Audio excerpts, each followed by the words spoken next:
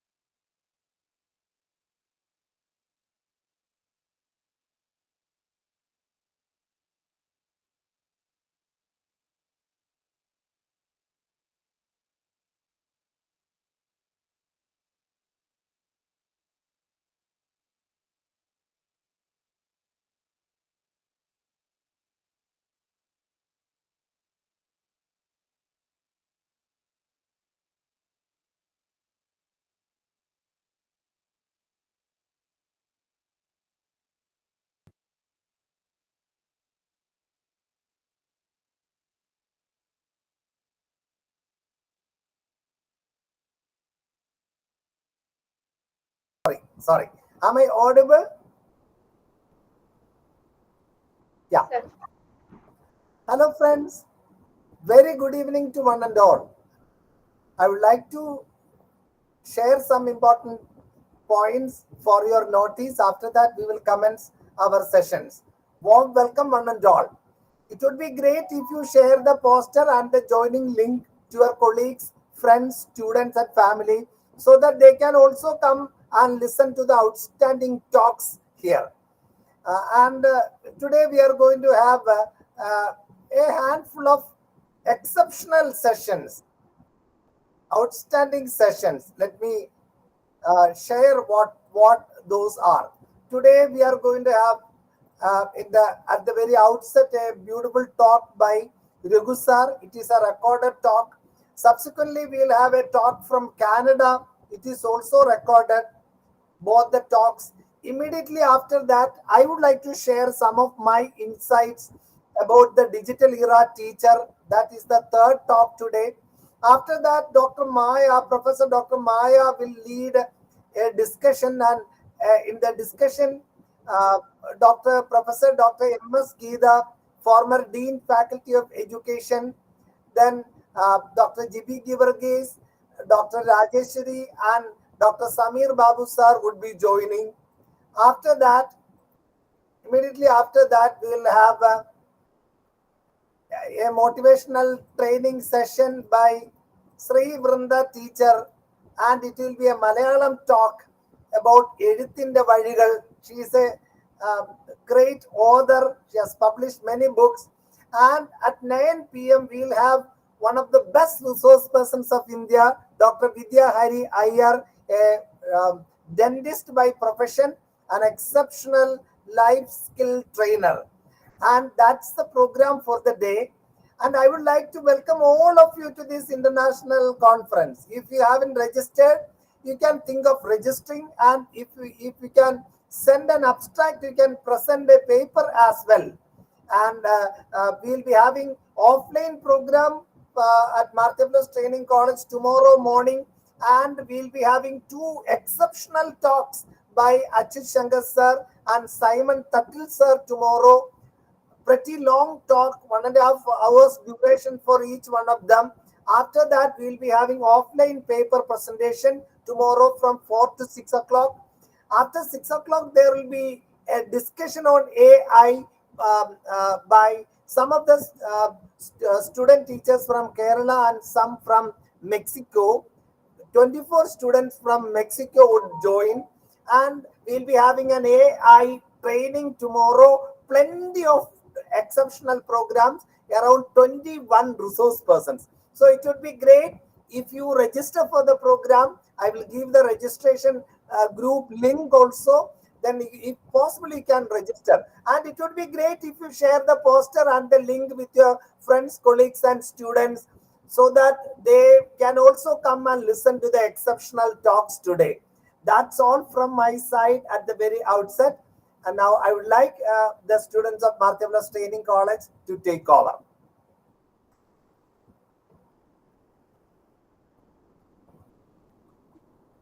Good evening, everyone. It's with great pleasure and enthusiasm that I welcome you all to this prestigious international conference on AI as a catalyst for transformative research, social inclusion, equity, secular outlook, organized by Mart Theophilus Training College in association with AIRIO. In today's rapidly evolving world, AI has emerged as a powerful tool shaping the future of research and innovation. This conference aims to explore its role in ensuring quality, promoting inclusivity, and transforming the educational landscape. We are honored to have us with distinguished speakers and experts from across the globe to share their insights and experience. Let us begin this remarkable journey of knowledge and innovation by invoking the presence of God Almighty.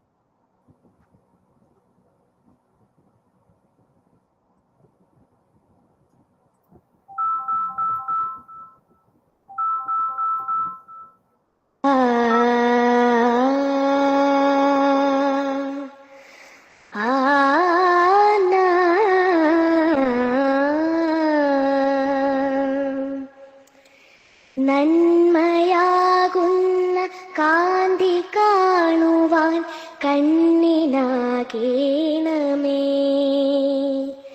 നല്ല വാക്കിൻ്റെ ശീലു ചൊല്ലുവാൻ നാവിനാകേണമേ സ്നേഹമാകുന്ന ഗീതമോ എൻ്റെ കാതിലിണയാകണേ സത്യമെന്നുള്ള ശീലമോടെന്നെ ശാന്തിയറിയണമേ ആ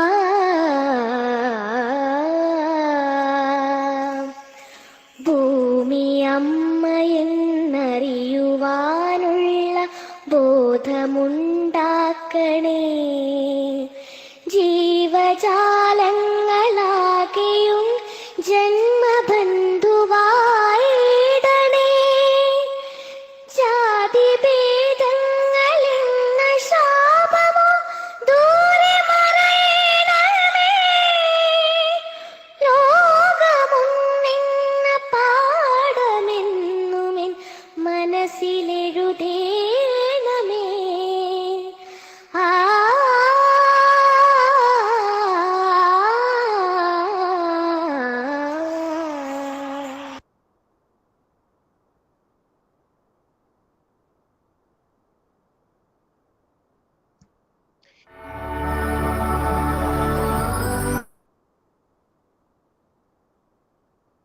To commence this intellectual discourse, we are privileged to have our first invited speaker, Professor Dr. Raghu B., former controller of examination at Rajiv Gandhi National Institute.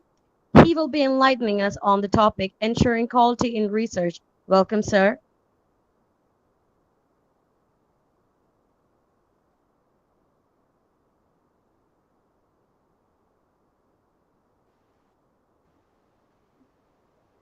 Good evening, friends.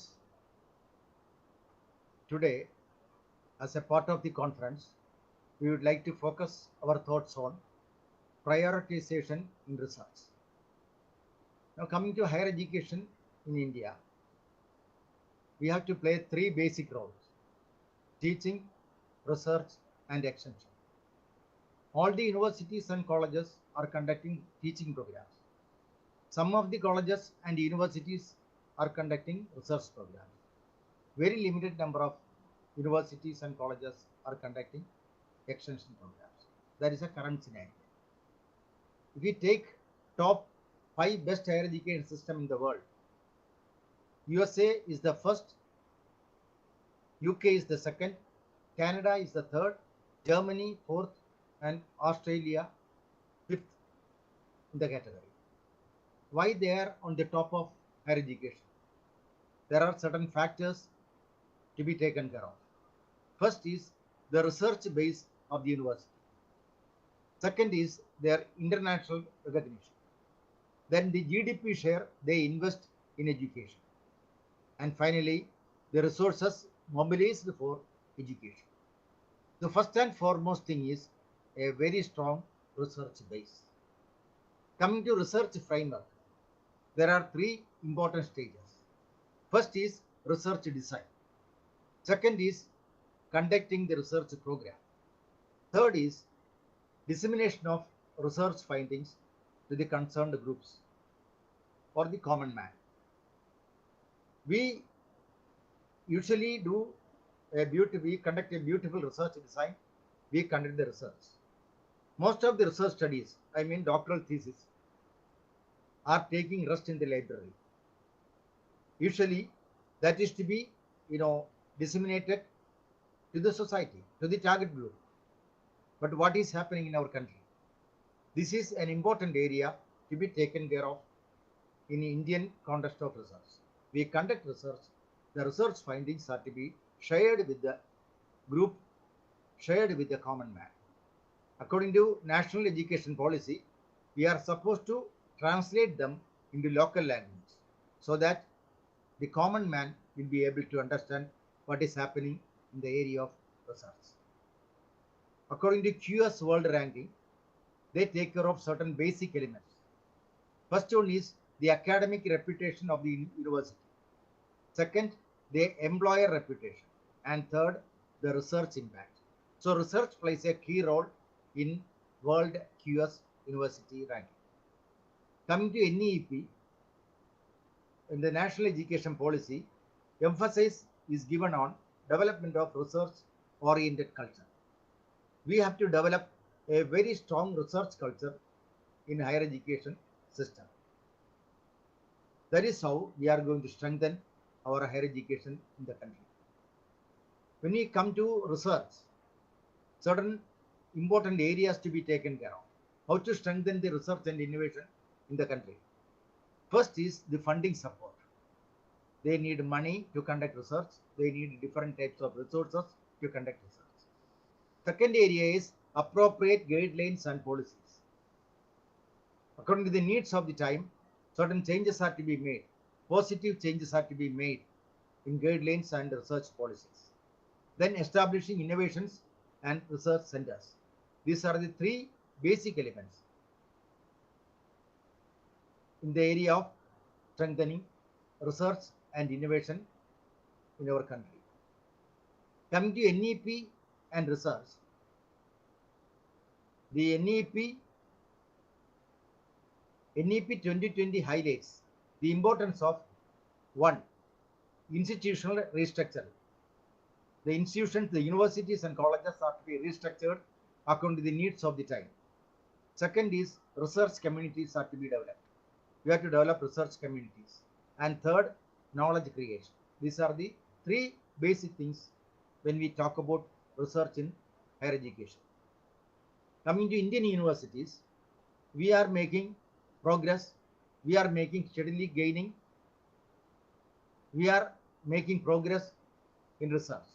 India ranks as the 4th largest research system in the world.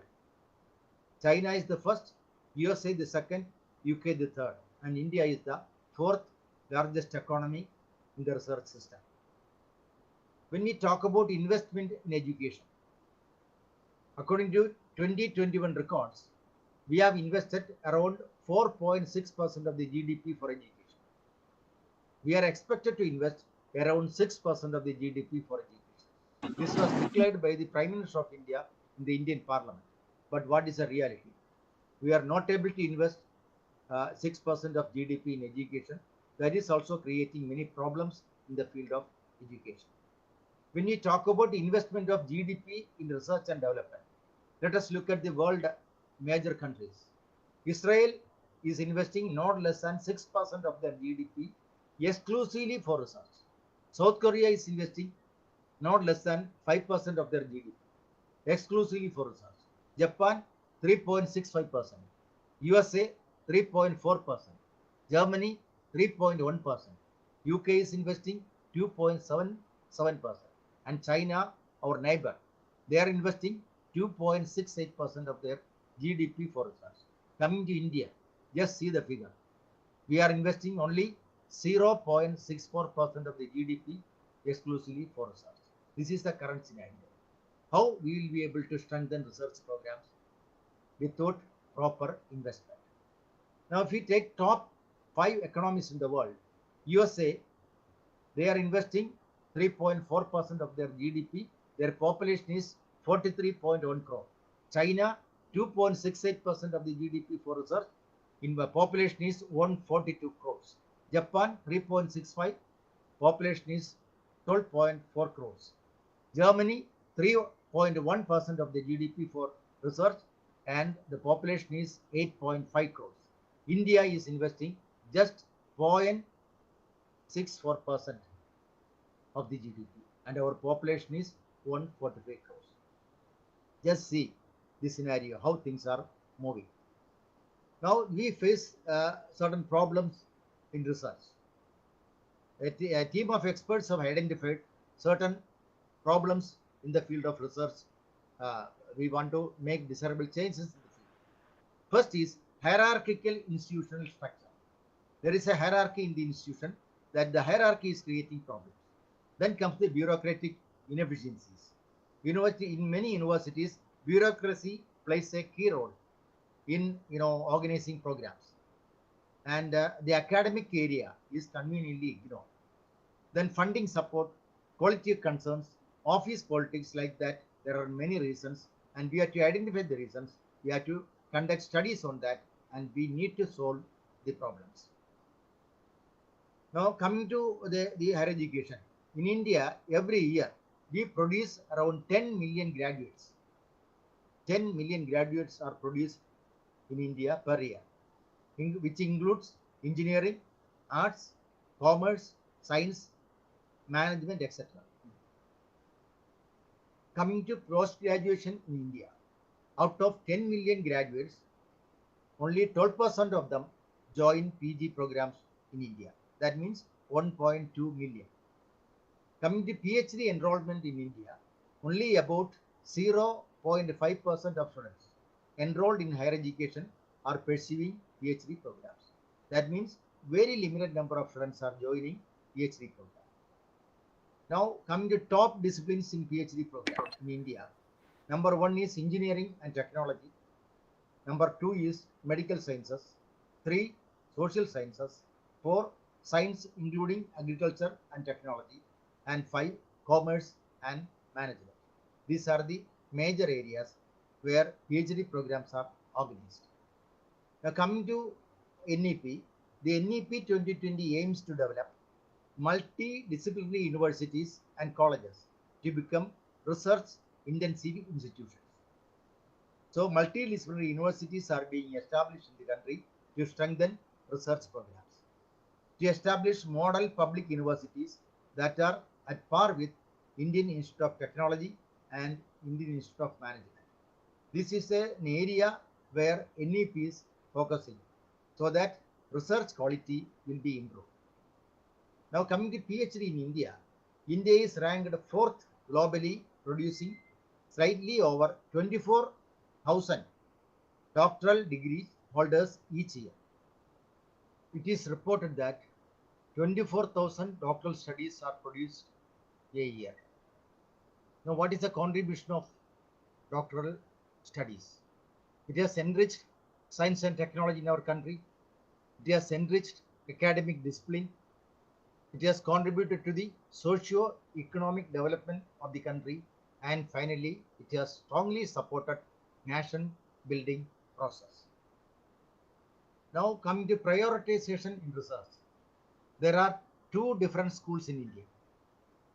Group 1 is supporting prioritization. Group 2, objecting prioritization. These are the 2 groups available in India. So we have to think about it.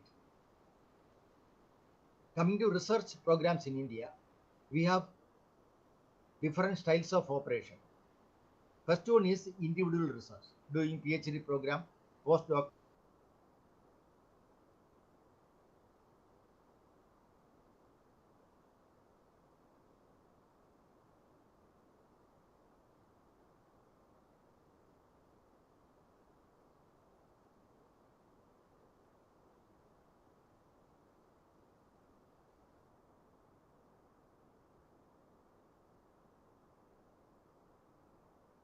We have to develop a very strong research culture in higher education system.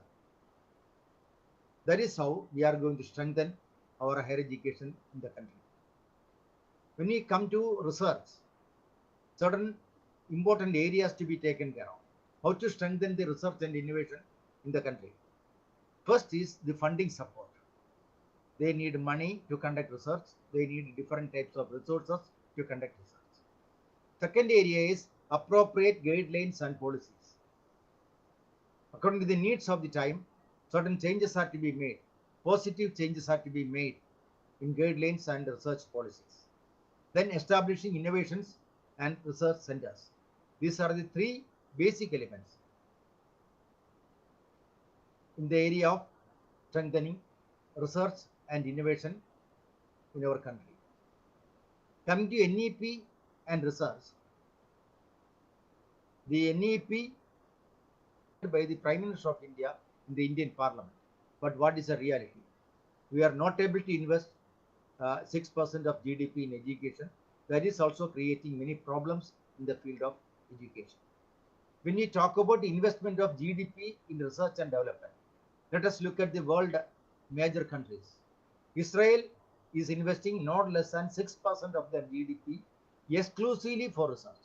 South Korea is investing not less than 5% of their GDP exclusively for research.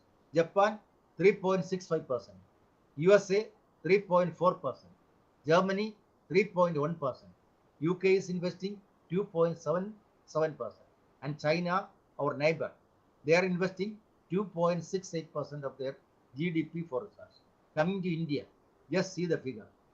We are investing only 0.64% of the GDP exclusively for research. This is the current scenario. How we will be able to strengthen research programs without proper investment? Now, if we take top 5 economies in the world, USA, they are investing 3.4% of their GDP. Their population is 43.1 crore. China, 2.68% of the GDP for research. In the population is 142 crores. Japan, 3.65. Population is 12.4 crores. Germany, 3.1% of the GDP for research, and the population is 8.5 crores. India is investing just 0.64% of the GDP, and our population is 145 crores. Just see the scenario, how things are moving. Now we face certain problems in research. A team of experts have identified certain problems in the field of research. We want to make desirable changes in the field. First is hierarchical institutional structure. There is a hierarchy in the institution, that the hierarchy is creating problems. Then comes the bureaucratic inefficiencies. In many universities, bureaucracy plays a key role in organizing programs, and the academic area is conveniently ignored. Then funding support, quality concerns, office politics, like that. There are many reasons, and we have to identify the reasons. We have to conduct studies on that, and we need to solve the problems. Now coming to the higher education. In India, every year we produce around 10 million graduates. 10 million graduates are produced in India per year, which includes engineering, arts, commerce, science, management, etc. Coming to post-graduation in India, out of 10 million graduates, only 12% of them join PG programs in India. That means 1.2 million. Coming to PhD enrollment in India, only about 0.5% of students enrolled in higher education are pursuing PhD programs. That means very limited number of students are joining PhD program. Now coming to top disciplines in PhD program in India. Number 1 is engineering and technology. Number 2 is medical sciences. 3, social sciences. 4, science including agriculture and technology. And 5, commerce and management. These are the major areas where PhD programs are organized. Now coming to NEP, the NEP 2020 aims to develop multidisciplinary universities and colleges to become research intensive institutions. So multidisciplinary universities are being established in the country to strengthen research programs, to establish model public universities that are at par with Indian Institute of Technology and Indian Institute of Management. This is an area where NEP is focusing so that research quality will be improved. Now coming to PhD in India, India is ranked 4th globally, producing slightly over 24,000 doctoral degree holders each year. It is reported that 24,000 doctoral studies are produced a year. Now what is the contribution of doctoral studies? It has enriched science and technology in our country. It has enriched academic discipline. It has contributed to the socio-economic development of the country, and finally, it has strongly supported nation building process. Now coming to prioritization in research, there are 2 different schools in India. Group 1 is supporting prioritization. Group 2, objecting prioritization. These are the 2 groups available in India. So we have to think about it. Coming to research programs in India, we have different styles of operation. First one is individual research, doing PhD program, postdoctoral programs by scholars. Second is research as a group, as a department team. They are working on research. They take a topic, maybe financed by some national body. They work as a group. And third is institutional research, a college or a university taking some area and conducting research within a time frame. Now, what about the competent manpower and deserving students? I am just quoting the UGC report 2021. Poor remuneration and social recognition. This is an issue. Remuneration given to students are not up to the level. UGC and NET, they are getting a very good remuneration. At the same time, students doing at the state universities, their remuneration is not up to the level and they don't get proper recognition. Then poor infrastructure and availability of funds for teaching and research in educational institutions and universities. The funding support is not up to the level. Now, there are some unethical selection of undeserving or less deserving candidates as faculty because of the faculty recruitment system that does not prioritize nor promote excellence. Unethical selection of undeserving or less deserving candidates as faculty because of the faculty recruiting system that does not prioritize nor promote excellence. This is a major issue to be addressed. Deserving candidates are to be given priority and their abilities, their skills are to be recognized. PhD supervisors paid or not. In most of the developed countries, PhD supervisors are not directly paid, but a separate salary for supervising PhD students instead of their compensation is typically integrated into their faculty salary. PhD supervisors are paid or not. In many countries, they are not paid. They are not directly paid, but they are given lot of privileges. They are properly recognized in many universities. So that is a point to be taken care of in our country also. Now, to improve the infrastructure in universities and colleges, to improve research, UGC has formulated schemes like special assistance programs to support research, University of Potential Excellence. So UGC is taking more steps to strengthen research programs in our country. Now certain suggestions are given. A positive approach towards research is to be highlighted. A positive approach in research is very important. Otherwise, we will not be able to achieve certain goals. Then quality of research. In National Education Policy 2020, the area is very clearly highlighted. Then comes prioritization in research.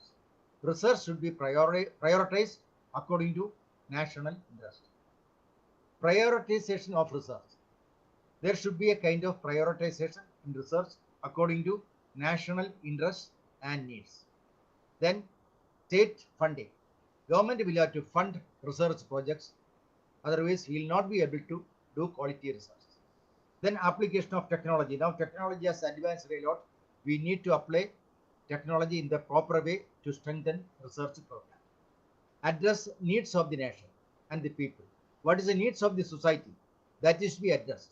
When you take a research topic, that topic should be taken from the list published by the UGC or by the government, because governments are making certain lists according to the priorities. Then publication of the research work through seminars, workshops, they are very important, so that the research findings will reach the society. Preferably, it is to be translated into local languages so that people will be able to read it, people will be able to understand what is happening in the field of research. Thus, we have to be a part of the nation building process through research. Thank you. The update that we've all been waiting for, the quarterly.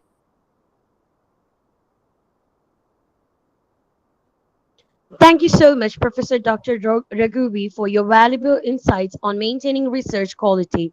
Your words will surely guide us in fostering better academic and research standards. Next, we have another esteemed speaker, Mrs. Ashwati Sushila Devi, a renowned management expert from Ontario, Canada. She will be presenting on the topic New Trends in Research. Welcome, madam.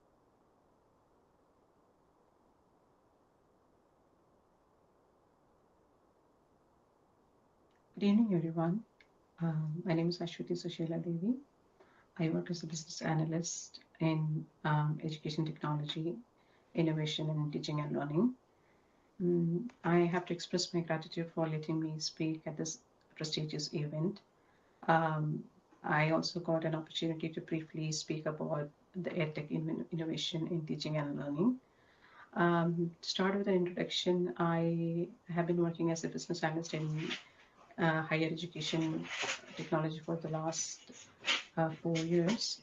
And my profile deals with basically gathering requirements from the stakeholders like faculty and students and other supporting staffs and meeting their requirements with some technical solutions.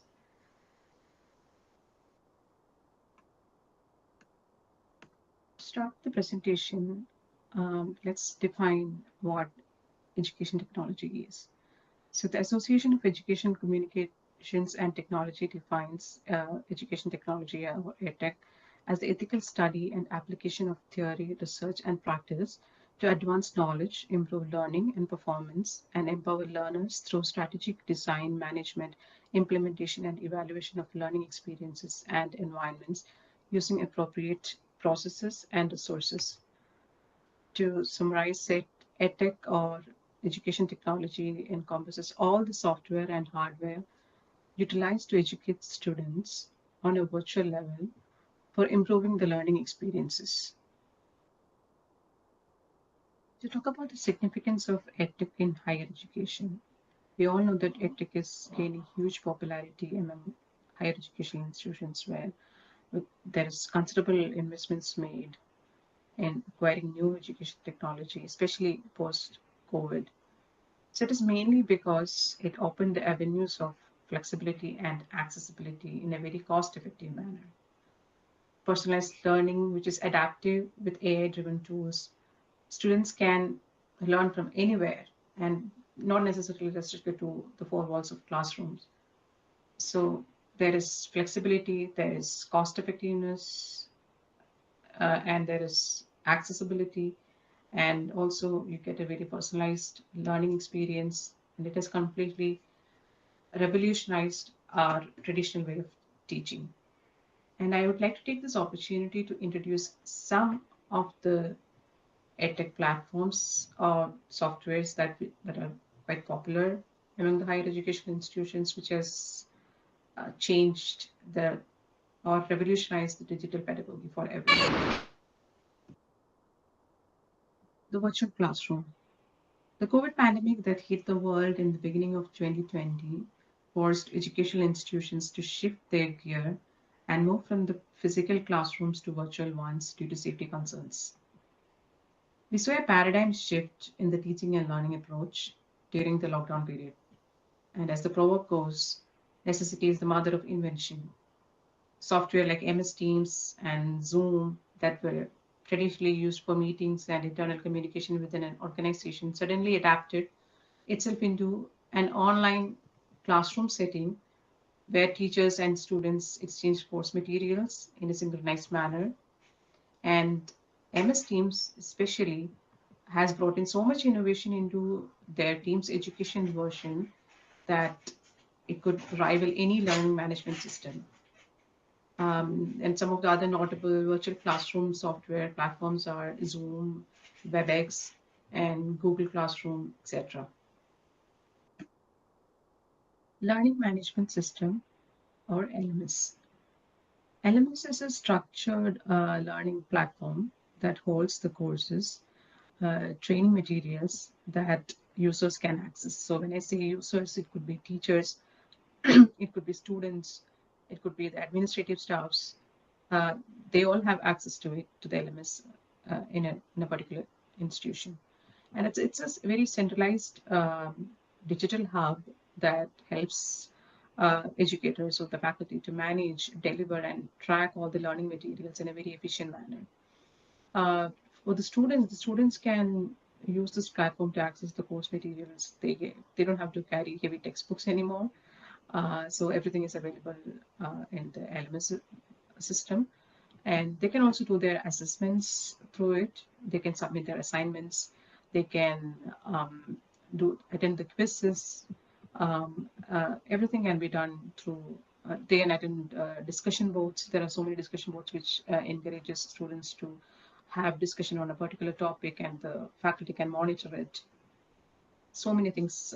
There is so much of potential in an LMS platform. And apart from the teaching and learning aspect of it, there is also an administrative part of it, where the administrator can use LMS as a form to uh, uh, do the unenrollment of students and tutors for a particular semester. It kind of streamlines the administration, and it reduces a lot of manual labor through automation. And another aspect of LMS is the data analytics part, where the student's progress is analyzed and engaged, and the faculty can make informed decisions based on that. They can develop a personalized learning plan for them, and this also allows them to use, have the grading and feedback also done through the LMS platform for the faculty. And to say some of the popular learning management systems available in the market are like Brightspace, which is developed by D2L, Blackboard, Moodle, Canvas, etc. Next, let's talk about plagiarism detection software. A plagiarism detection software is essentially a software that detects copied or paraphrased content. To uphold academic integrity, all students are advised to submit their assignments through the plagiarism check software, which detects plagiarized content, paraphrased sentences, copied codes, AI contents, etc. So these software would be available in the LMS, and students would be advised to submit their assignments through the software, and immediately once they submit, the software compares this with their work with the database that the software poses, and it produces a similarity report. The similarity report will contain the score, which indicates the copied content percentage. And every institution will have an academic integrity policy that permits certain level of similarity score. And anything beyond that, the student is in trouble. They'll be asked to resubmit the assignment, or maybe they'll have to face the academic integrity office. There'll be repercussions to that. Now, this is mainly to encourage students to produce original work, and especially these days when there is so much of content available online, AI chatbots and everything. Students are extensively depending on AI to finish their assignment. And these plagiarism detection softwares are crucial in ensuring a fair assessment. It is also an excellent grading tool, and some of the plagiarism detection software that are available are Turnitin, CopyLeaks, CopySpace, etc. Now the next is exam proctoring software. Before attending an online exam, a student is advised to download and run the Lockdown browser and monitor software. It logs and freezes all the other tabs on the system except the quiz window, the exam window. And the student won't be able to access any websites or any social media or any online study materials or the LMS portal or anything. Everything will be frozen, and the student will be only able to focus on their exam, thereby preventing any instances of cheating.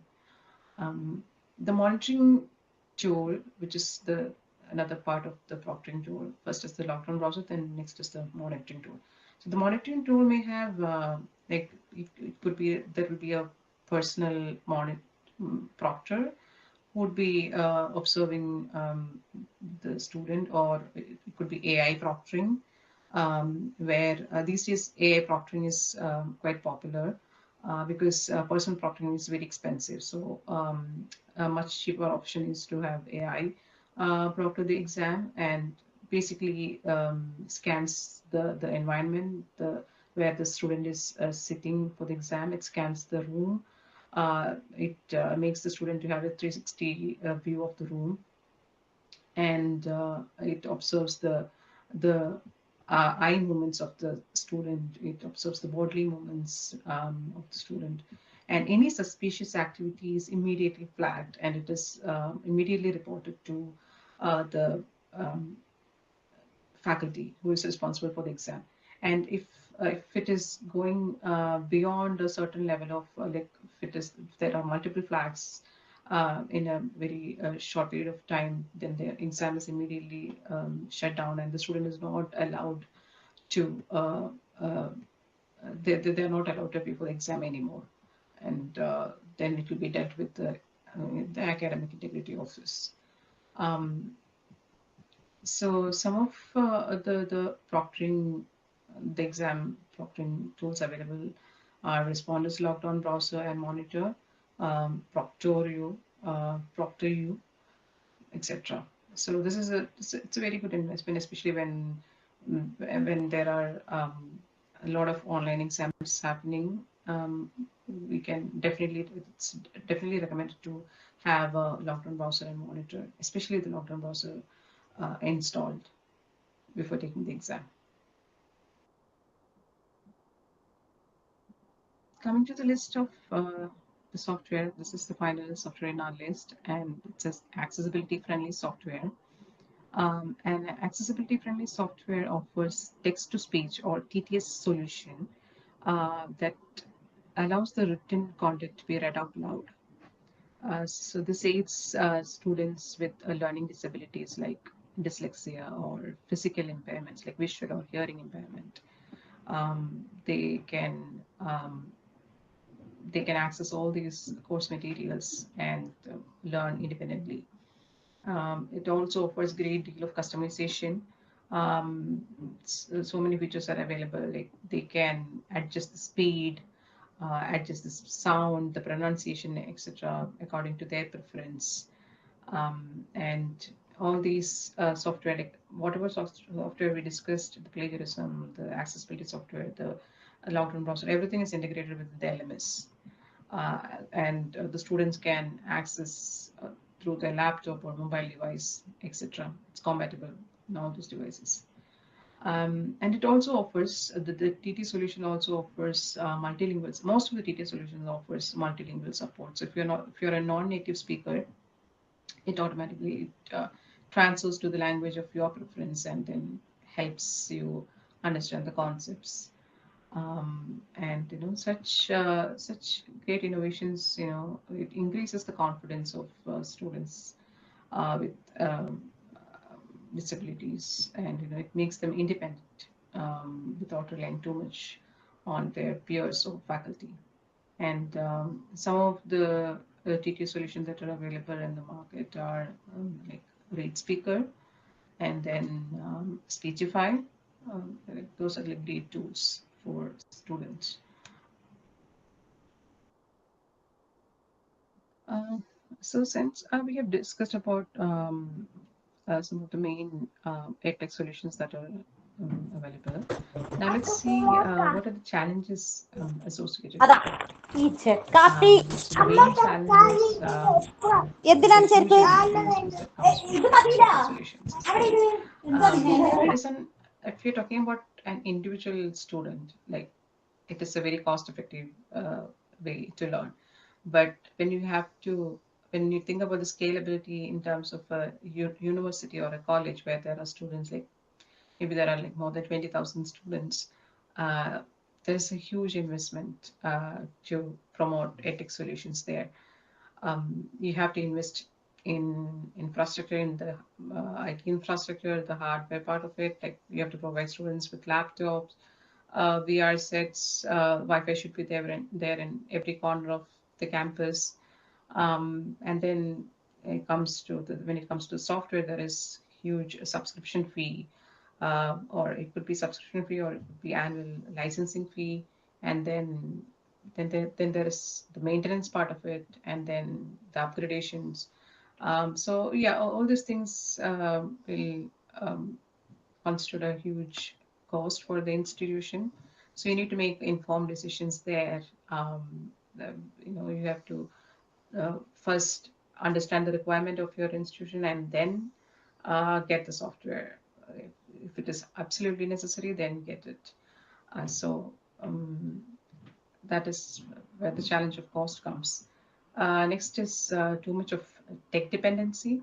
Like everything is like Wi-Fi based. Like you need to have strong Wi-Fi. If there is internet out in between your online exam, you won't be able to write the exam, and there is a downtime or there is a website maintenance. Then you'll have to compromise the classes. So yeah, there's too much of tech dependency there. Um, but another major challenge associated with all these solutions is that there is a huge risk of data security.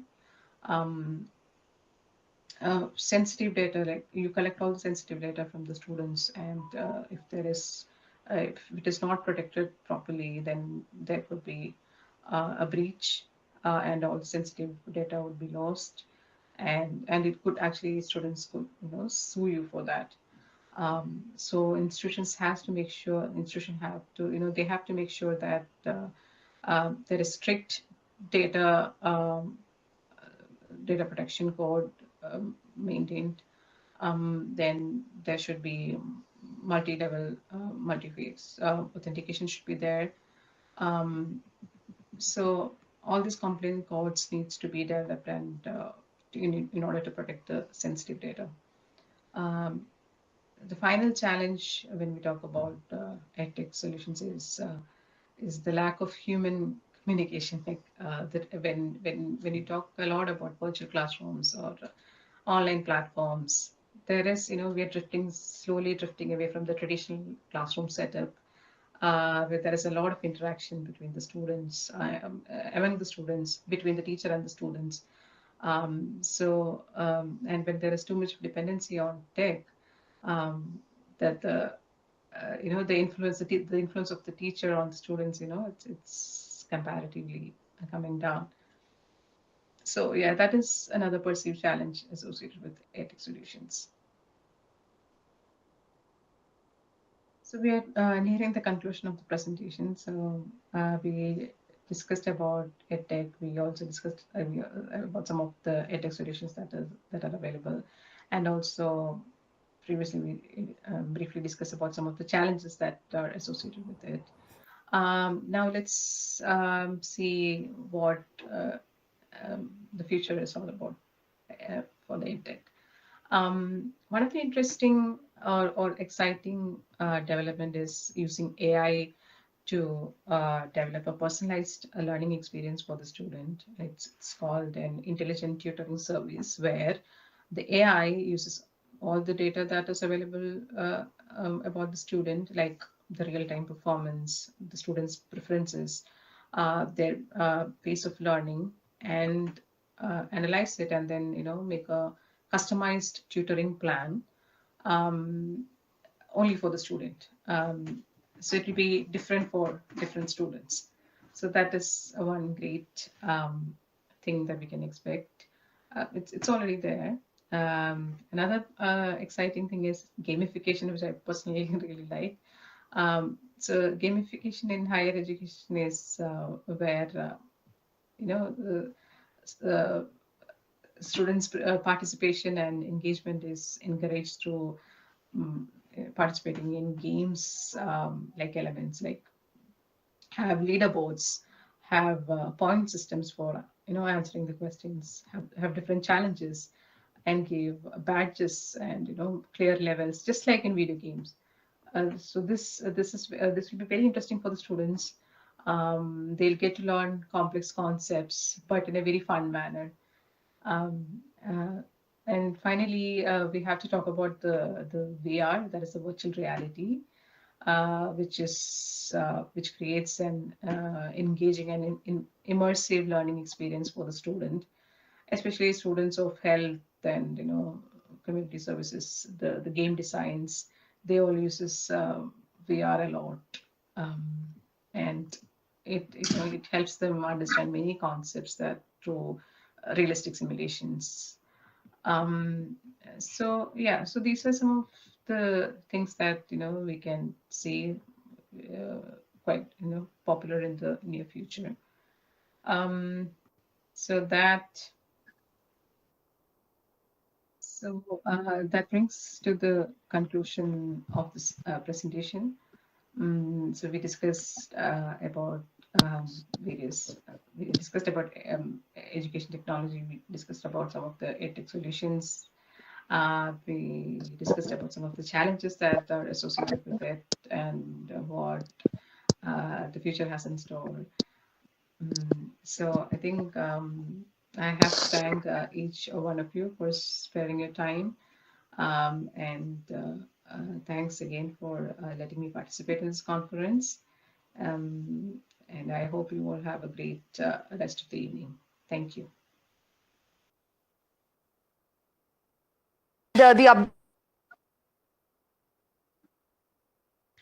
Thank you, madam, for shedding the light on the latest research trends. It's imperative for research to stay updated with evolving methodologies and frameworks. I will now I would now like to invite Professor Dr. George John, sir, to speak a few words on the topic teacher in the digital era. I welcome you, sir. Thank you very much. Dear friends, I hope you enjoyed both the talks, very informative talks about the latest trends. Before sharing some of my ideas on teacher in the digital era, and some thoughts on AI, I would like to share a video so that you will feel relaxed. What you give comes back to you. That is the message of the video.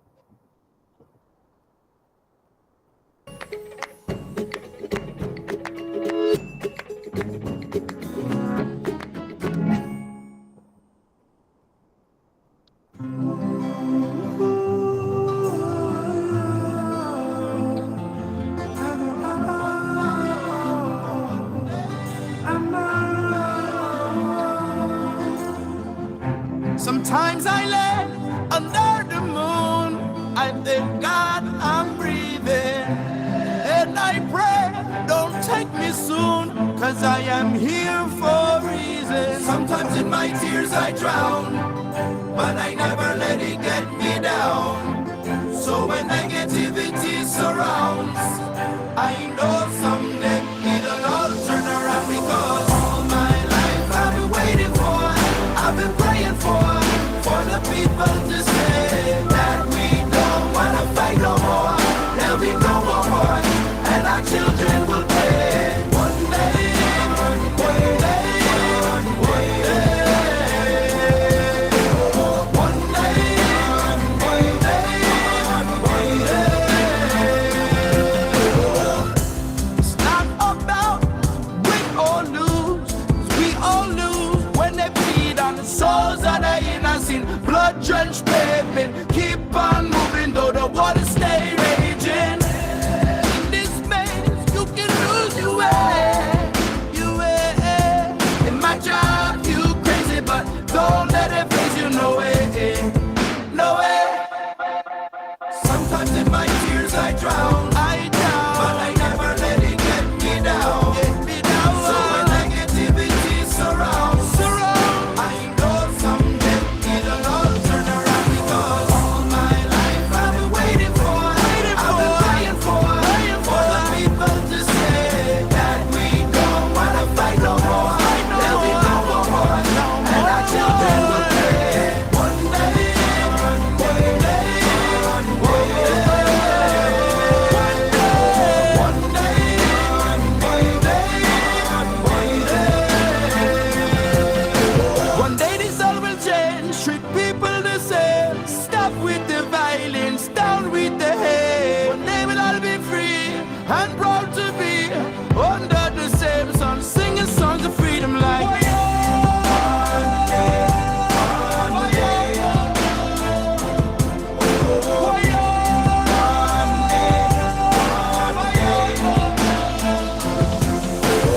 all my life I've been waiting for, I've been praying for the people to say that we don't wanna fight no more. There'll be no more wars, and our children will play. One day, one day, one day, one day, one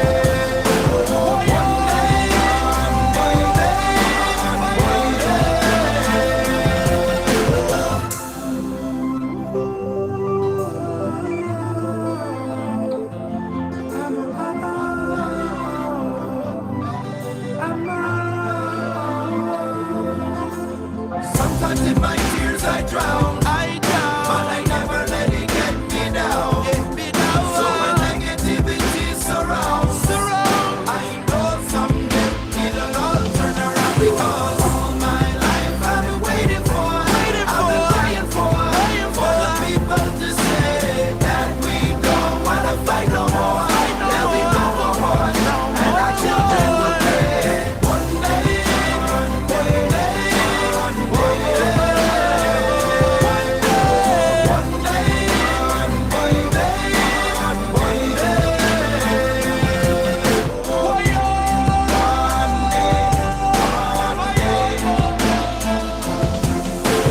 all my life I've been waiting for, I've been praying for the people to say that we don't wanna fight no more. There'll be no more wars, and our children will play. One day, one day, one day, one day, one day.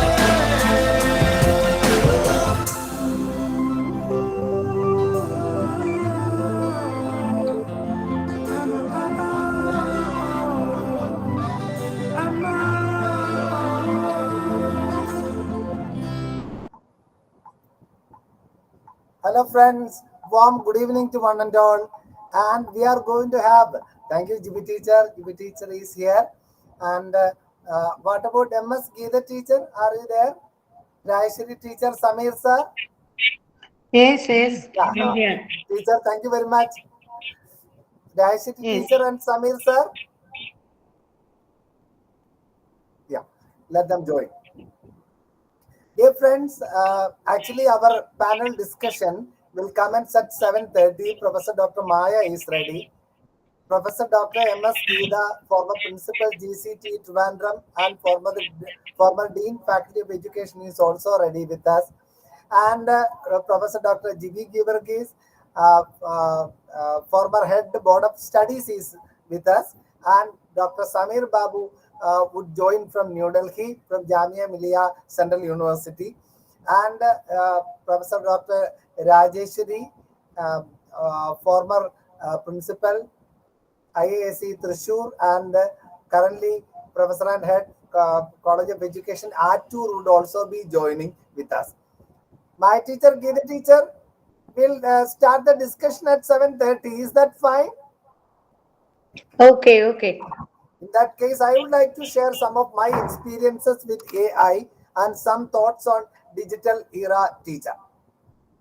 Let me share my PPT.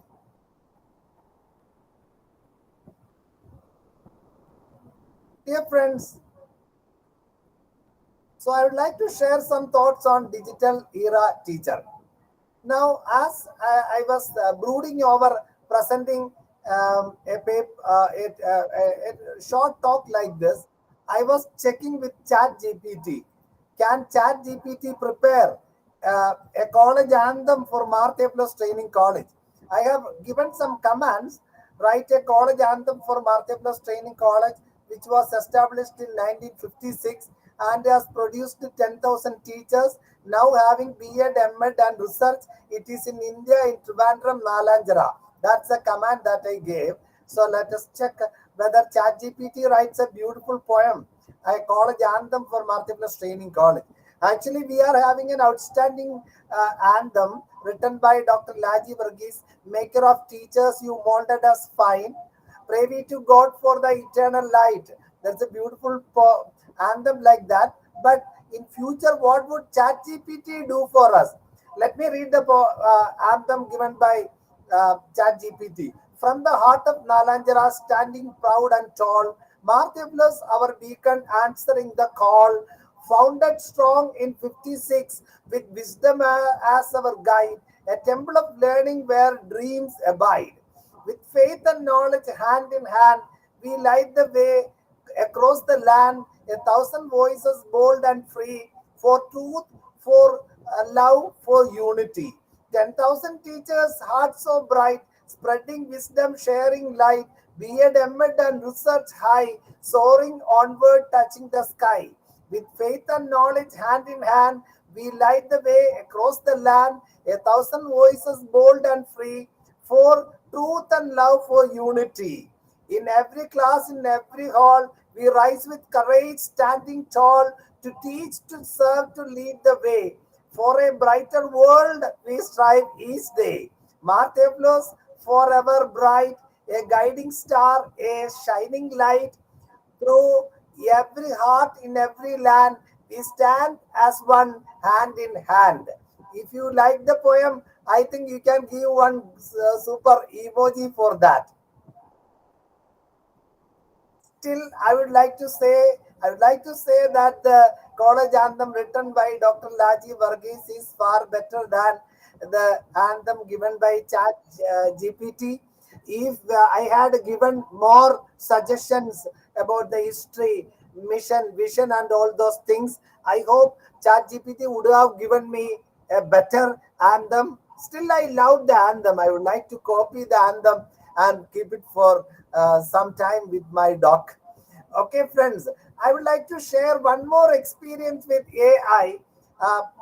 So the other day, I was helping some of the paper presenters who are interested in presenting a paper in our international conference, and I wanted them to. Some of them prepared PPT and send me, and I asked them, you can your PPT is good, but there's a problem with your PPT. The problem is that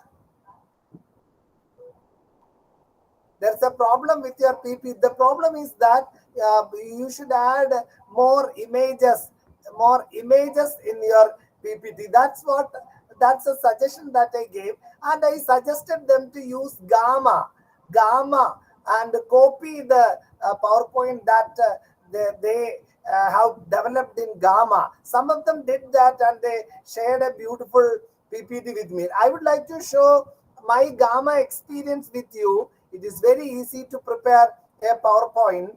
You can just ask Gamma to generate a PowerPoint for you. You can give a suggestion.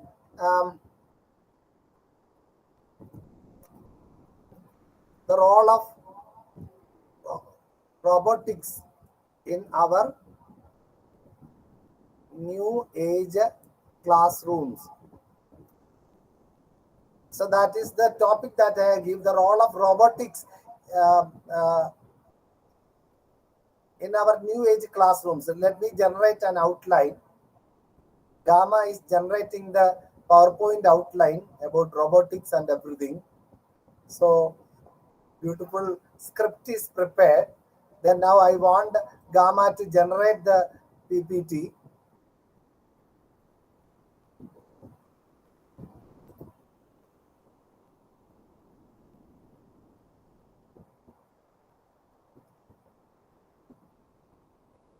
Sorry, I have insufficient credits for the day. One second.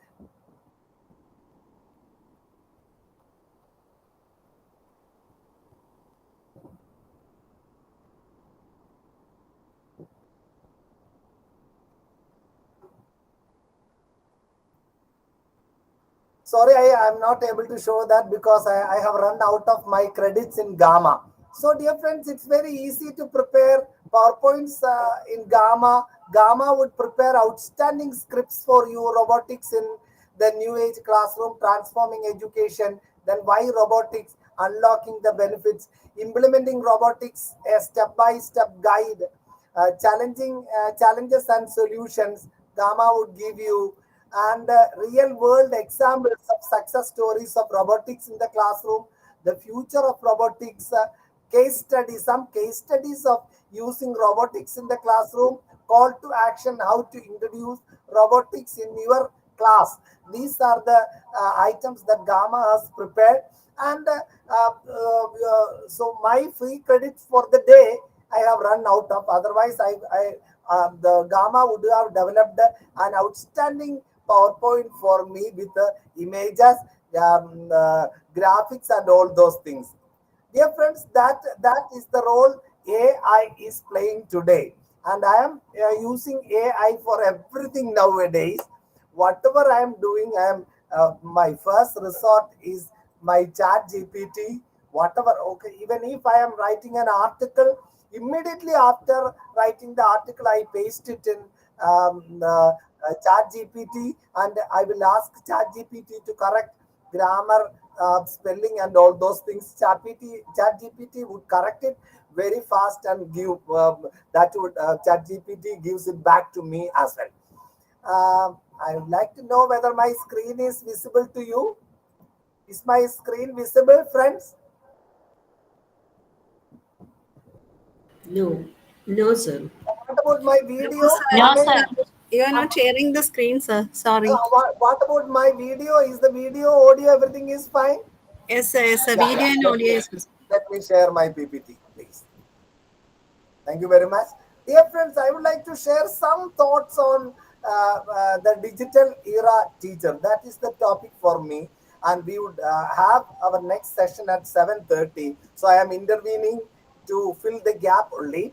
And meanwhile, I would like all of you to be with us in these 3 days. If possible, you can register and present a paper as well. Tomorrow, we have Simon Thattil sir and Achit Shankar sir in the offline conference at Marketplace Training College.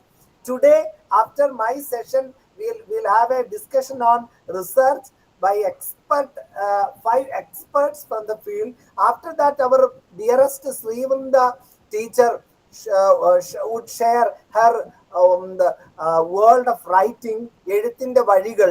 And at 9 o'clock, we have one of the best trainers of India, Dr. Vidya Hari Iyer, to share her insights about the current teachers from 9 o'clock. Don't miss these things, and I would like you to chat your address in the chat, please. And it would be great you fill in the feedback form as well. You can share the poster and the link with your friends, colleagues, and students so that they would also join and get enriched through these talks. But it's really important that if possible, you can register and support the program, and you will be getting a hard copy of the certificate, and your paper will be published as a book, and your abstract will be published for free as a digital book, and it will be sent to you. Warm welcome. Dear friends, who is a teacher today? A teacher is surrounded by 100 helpers, 100 mates, I say. ChatGPT is there to help. YouTube is there to help. Now, Twitter is there to help. Wikis are there. Blogs are there. 1001 videos are there. And in YouTube, we'll get free videos. We can use it anywhere. And we get copyright free images as well from Google. So a teacher is surrounded by plenty of assistants today. A teacher's job is really simple. So it's very easy for us to engage our learners. If you don't engage, you will enrage your learners.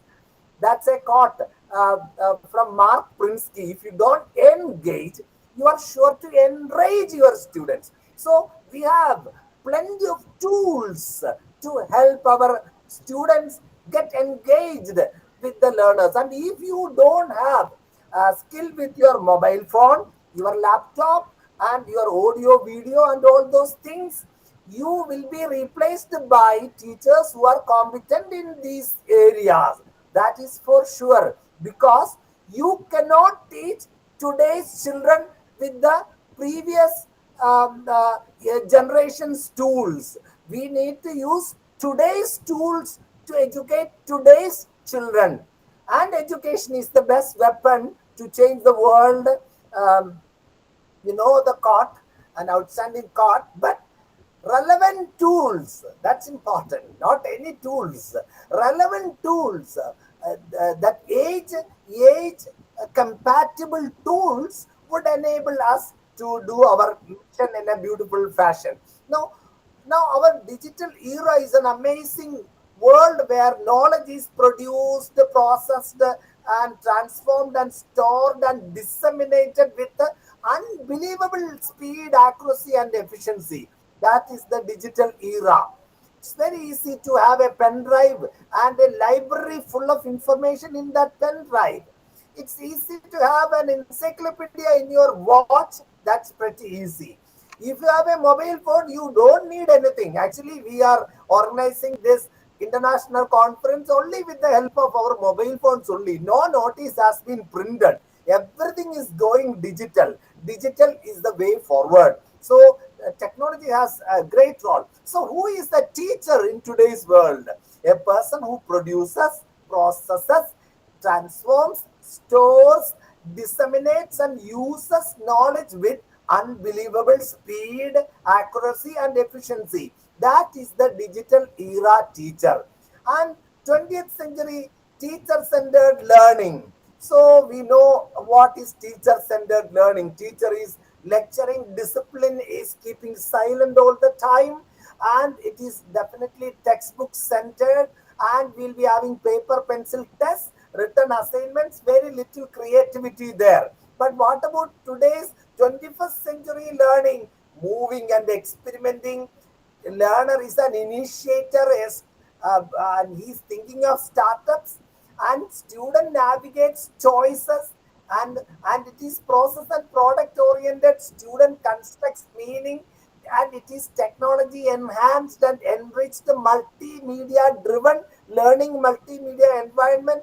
There is no limit to learning anywhere, anytime, anything, in any mode, and knowledge is shared globally and everyone in the world is your collaborator, and student is a problem solver, and student need not answer much, but they need to ask new questions. It is an open system, and the scenarios change very fast.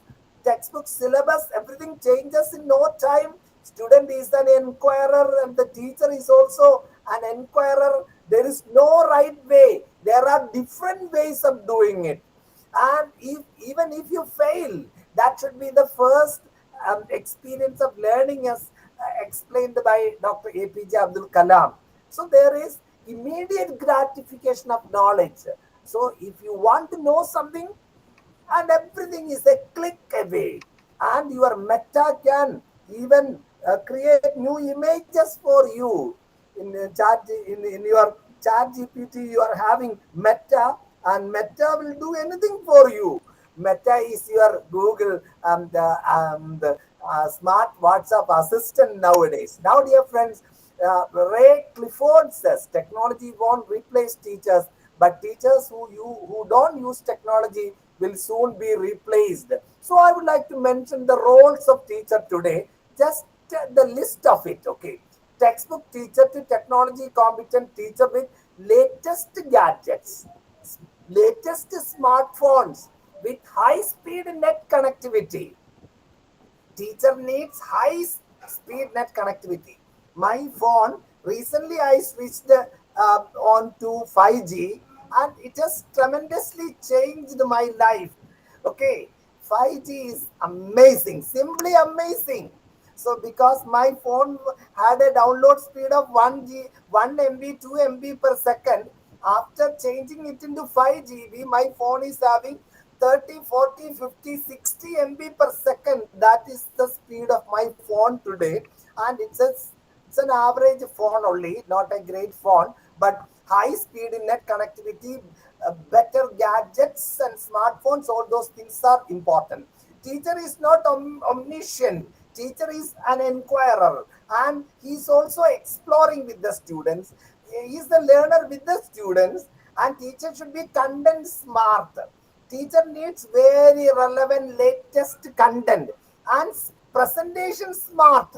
A teacher should have videos, audios, animation, okay, multimedia presentations, powerful PPTs. Smart presentation is a must, and the teacher needs smart gadgets as well. So your laptop should be good, your mobile phone should be good, your camera should be an additional high definition camera. All these things are really important.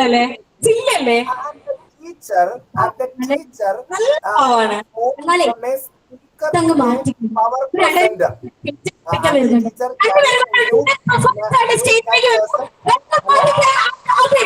And the teacher can you that person? Thank you.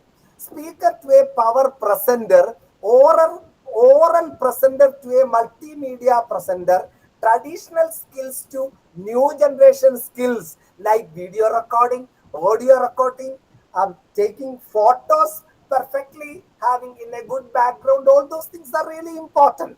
Classroom teacher to content writer, classroom teacher to 24/7 collaborator. Even if the student rings you up at 12 o'clock, you have to answer. You can answer. I am wonderstruck. Even if we give a message to the students groups at 11 o'clock, 12 o'clock, 2 o'clock, people would reply very fast. I don't know whether people are not sleeping or not. Okay, what's happening? It's really funny. You get answers very fast because people are 24/7 people now.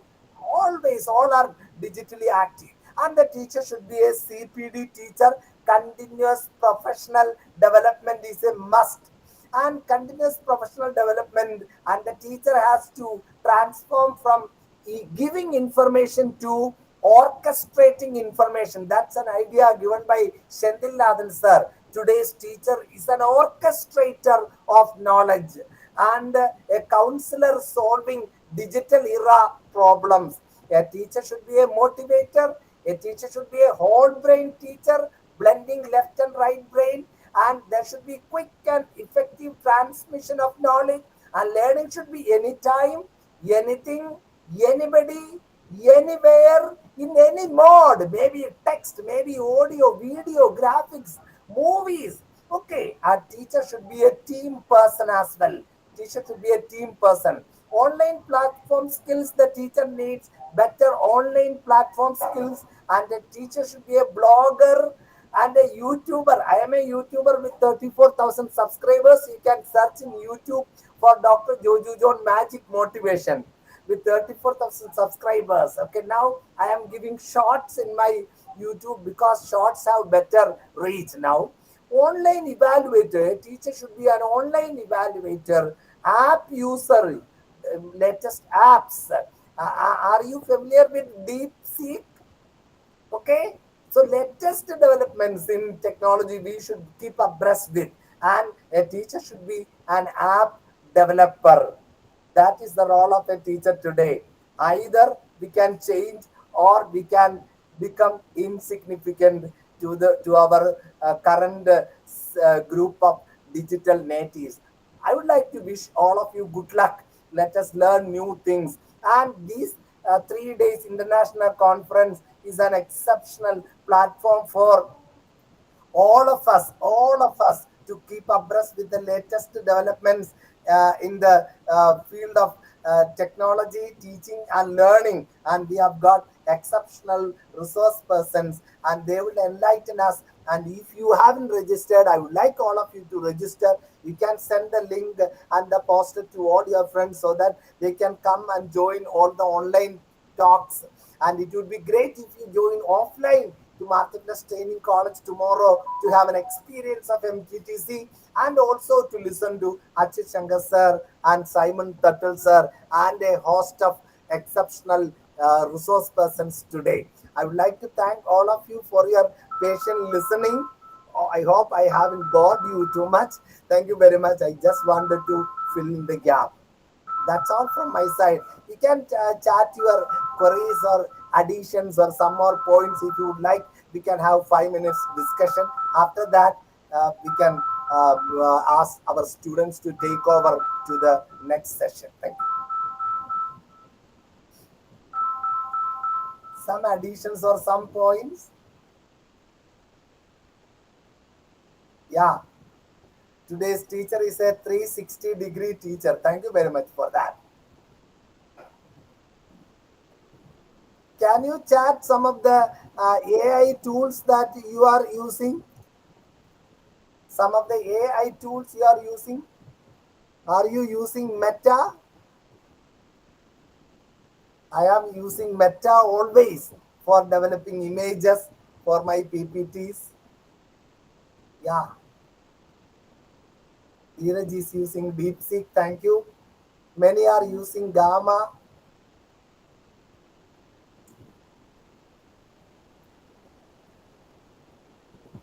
Nasreen using many tools.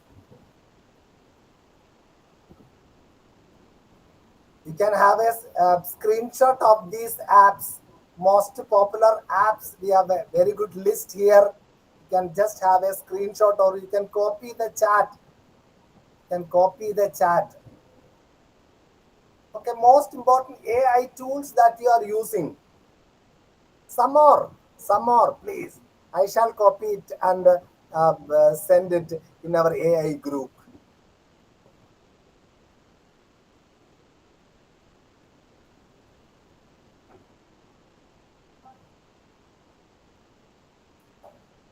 Will AI replace creativity? I would like your answer. Will AI replace creativity, human creativity? You can no. You can type your AI tools also. You can copy it and send the list to our friends. To an extent, AI is replacing human creativity. Hello, Samir sir, have you joined, sir? Rajeshri teacher?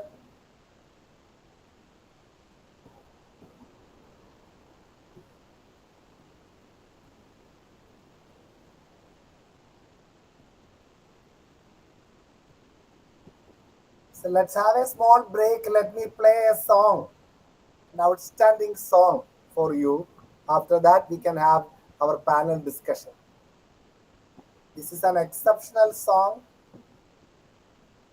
Very good for our students and for us also.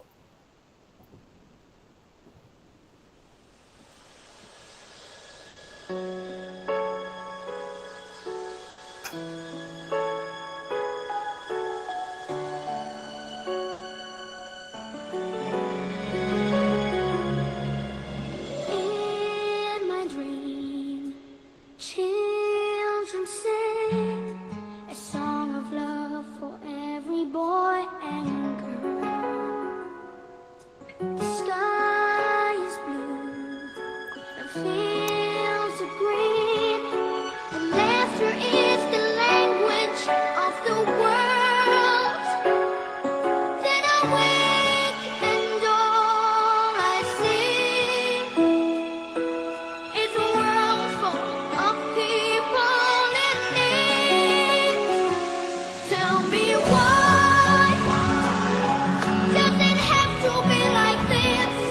Tell me why. Is there something I have missed? Tell me why. 'Cause I don't understand when so many need somebody. We don't give a helping hand. Tell me why.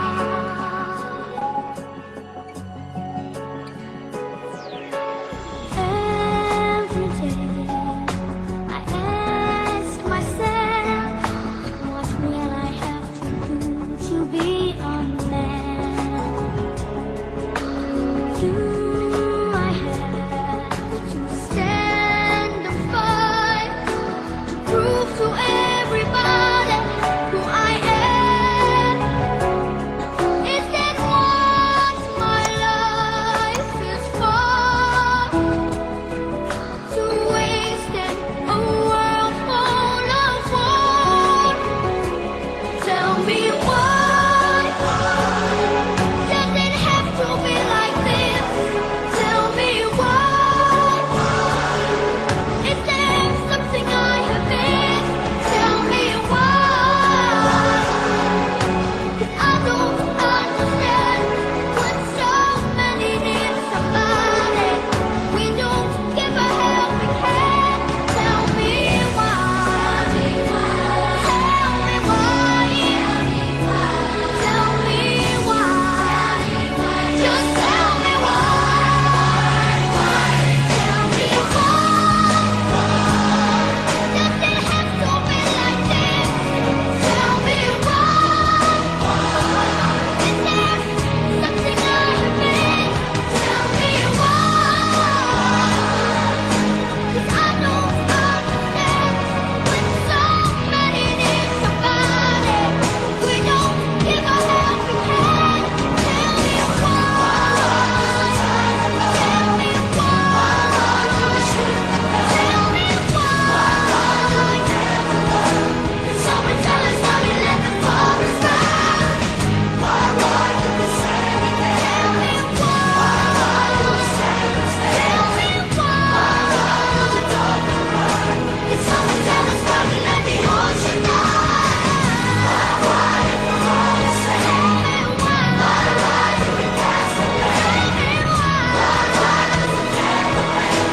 Someone tell us why we cannot just be friends. Why? Hope you enjoyed the song. Over to you, dear students. You can take over. Thank you. Thank you. Thank you so much, sir. With this, we have come to the end of the online talk sessions. We will now be moving on to the panel's discussion momentarily. Thank you.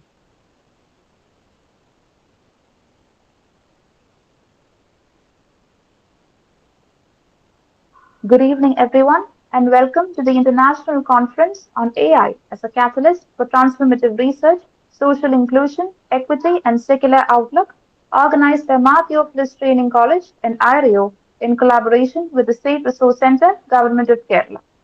Before we begin, I would like to introduce the moderator of this session, Professor Dr. Maya S. An eminent educator with 25 years of experience in the field of teacher education, Dr. Maya S. is perhaps the best person to be the moderator of this panel discussion. She is an approved research guide of the University of Kerala in Education, has awarded PhDs under her guidance, and has supervised several MPhil theses for the Alagappa University. She has served as the resource person for nearly 50 programs at regional, state, national, and international level, and was also the subject committee convener of the B.Ed curriculum revision. She has published several books and also contributed chapters to many more. Dr. Maya has more than 50 papers in peer-reviewed journals and seminar proceedings to her name, has participated in more than 90 seminars at the regional, state, national, and international level, and presented papers and completed several minor research projects of the UGC. She is also a coveted resource person to the Academic Staff College, University of Kerala. With a marked participation in several e-discussion forums of the United Nations on quite a few themes, Dr. Maya was the recipient of the National Award for the Emerging Teacher Educator by the CTE in the year 2019. Dr. Maya is also an active member of several teacher organizations like the CTEF, IREO, AIAER, and others. Hearty welcome, Madam, to this session.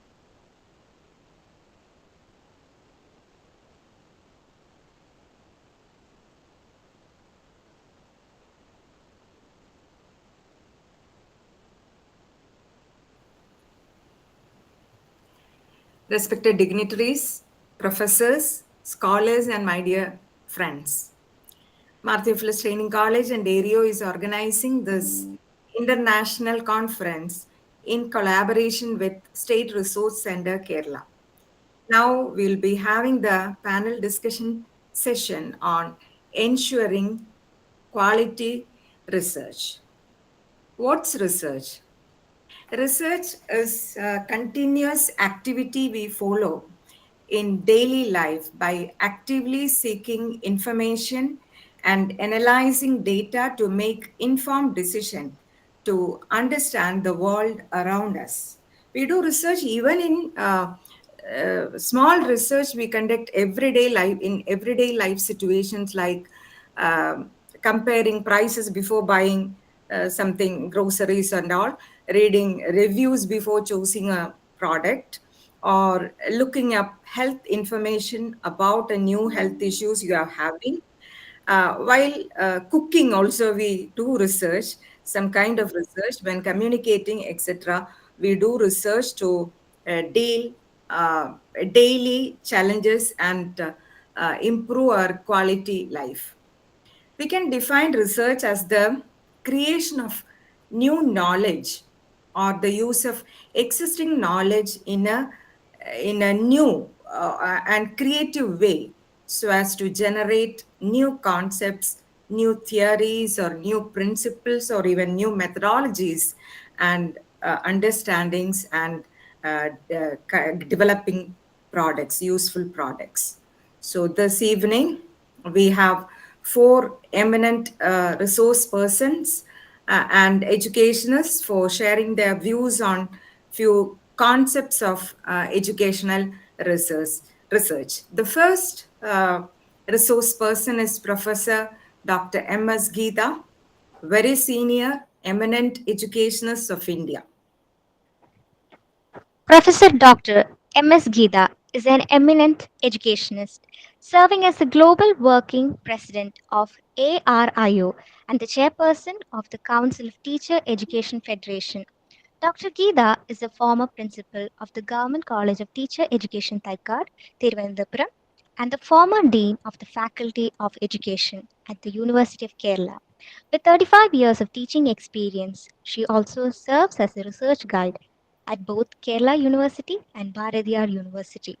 She is an evaluator for MEd, MPhil, and PhD thesis and has served in various capacities as conference director, general conveyor, coordinator, panelist, theme paper presenter, chairperson, moderator, and judge for paper presentation competitions at national and international seminars, webinars, conferences, and workshops. Dr. Geeta has contributed as a member of book writing team for Kerala SCRT and IGNOU. She is also a resource person at various academic institutions and levels. Additionally, she has served as the chief editor of books on education with ISBN, chief editor of research volume in education with ISBN, and chief editor of research journal with ISSN. She is also a peer reviewer member of various research journals. Hearty welcome to the session, ma'am. Yes, thank you, Preeti. The topic ma'am is going to present is eradicating bias in research. So research bias is an important concept to understand when evaluating the quality of research. What is bias? It's a systematic mistake. Systematic mistake in the planning or in execution or at the analysis part of the study that results in inaccurate conclusions. It can happen at any point in the research process. Actually, it exerts a notable influence on the accuracy of the results too. So let's hear from Geeta ma'am. Ma'am, over to you. Okay, thank you, Professor Maya. Good evening, everybody. Before coming to my discussion on how to eradicate or reduce bias in researchers, I would like to thank the general convener of the program, Professor Jojo John, and ARIO Kerala chapter president, Professor Rajeshri, for giving me a slot in this discussion. I am directly entering into the topic because the time given to me is only 15 minutes, and so I will wind up within that time. When we conduct researches, we always aim to uncover objective truths and accurate insights relating to researches. We always aim to uncover objective truths and accurate insights. However, despite our best efforts, research findings can sometimes be influenced by subtle yet significant factors.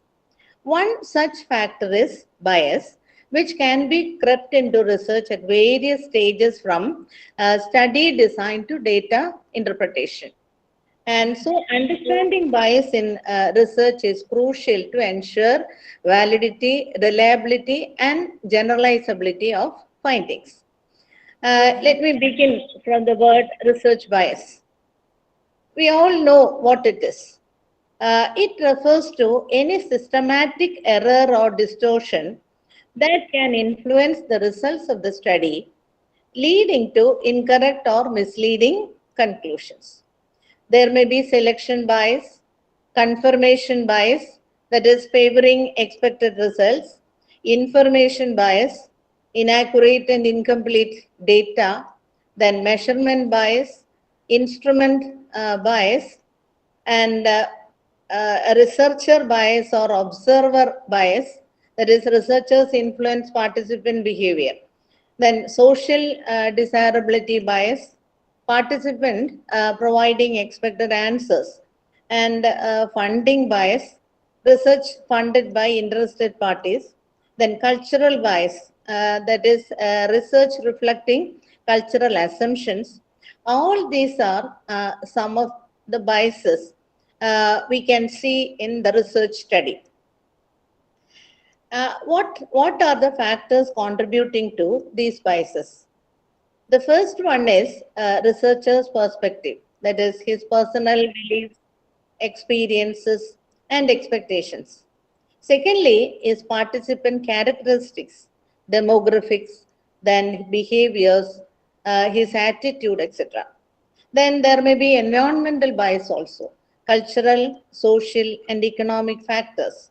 And another thing is methodological limitations. There may be sampling errors, measurement errors, and statistical limitations, etc.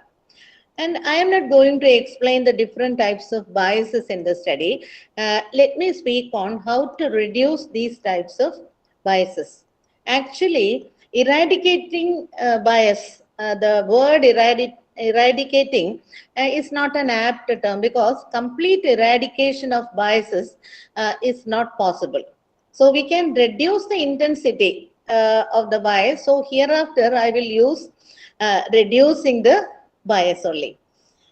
And let me begin from the study design onwards. I am giving only the points. You might have heard the term randomization. It is one of the strategies for reducing bias. What is it? When the researcher randomly assigns participants to groups, it reduces selection bias. This random selection ensures that every individual has an equal chance of being in a group, in any group. This minimizes researcher bias also. It takes away the researcher's ability to influence which participants are assigned to which group. Thus, it helps to ensure that sample is representative of the population, making the result more generalizable, thus increasing the validity and reliability of their findings. Then second thing is hide participant information. That is one of the major aspects in the study design. Blinding is the term used. Single blinding, double blinding, triple blinding. You might have heard these types of words. These blinding can be used in the study to reduce the bias. In single blinding, participants do not know which group they are in. In double blinding, neither participants nor the researcher know which group they are in. In triple blinding, participants, researcher, and the outcome assessors are unaware of group assignments. Thus, blinding reduces bias, minimizing research influence, increasing objectivity in outcome assessment. Why this blinding technique is used in research study? I will give an example. Suppose somebody is doing a clinical trial for a new medication or a placebo. Placebo is here we can, instead of the new medication, we can give sugar pill. Here participants are randomly assigned to receive the new medication. Both the participants and the researchers are blinded to and don't know who received which medication. Suppose another example is, suppose we are studying the effect of caffeine on cognitive function. Here, participants are given either caffeinated or decaffeinated beverage, but the labels are removed so that neither the participants nor the researcher know which is which. And another example is evaluation of new surgical technique. Surgeons perform either a new technique or the standard technique, old technique, but the outcome assessors, say the radiologists, are blinded to which technique was used. In educational field also, suppose we are assessing the effectiveness of a new educational program. Students are randomly assigned to either the new program or the standard old one. Teachers evaluating the student performance are blinded to which program each student is in. So that is about blinding. And another thing in the study design is biases. Reducing bias, you can use control groups for comparison. If it is an experimental study and if we use control group, it serves as a reference point, allowing researchers to compare the outcomes of the experimental group.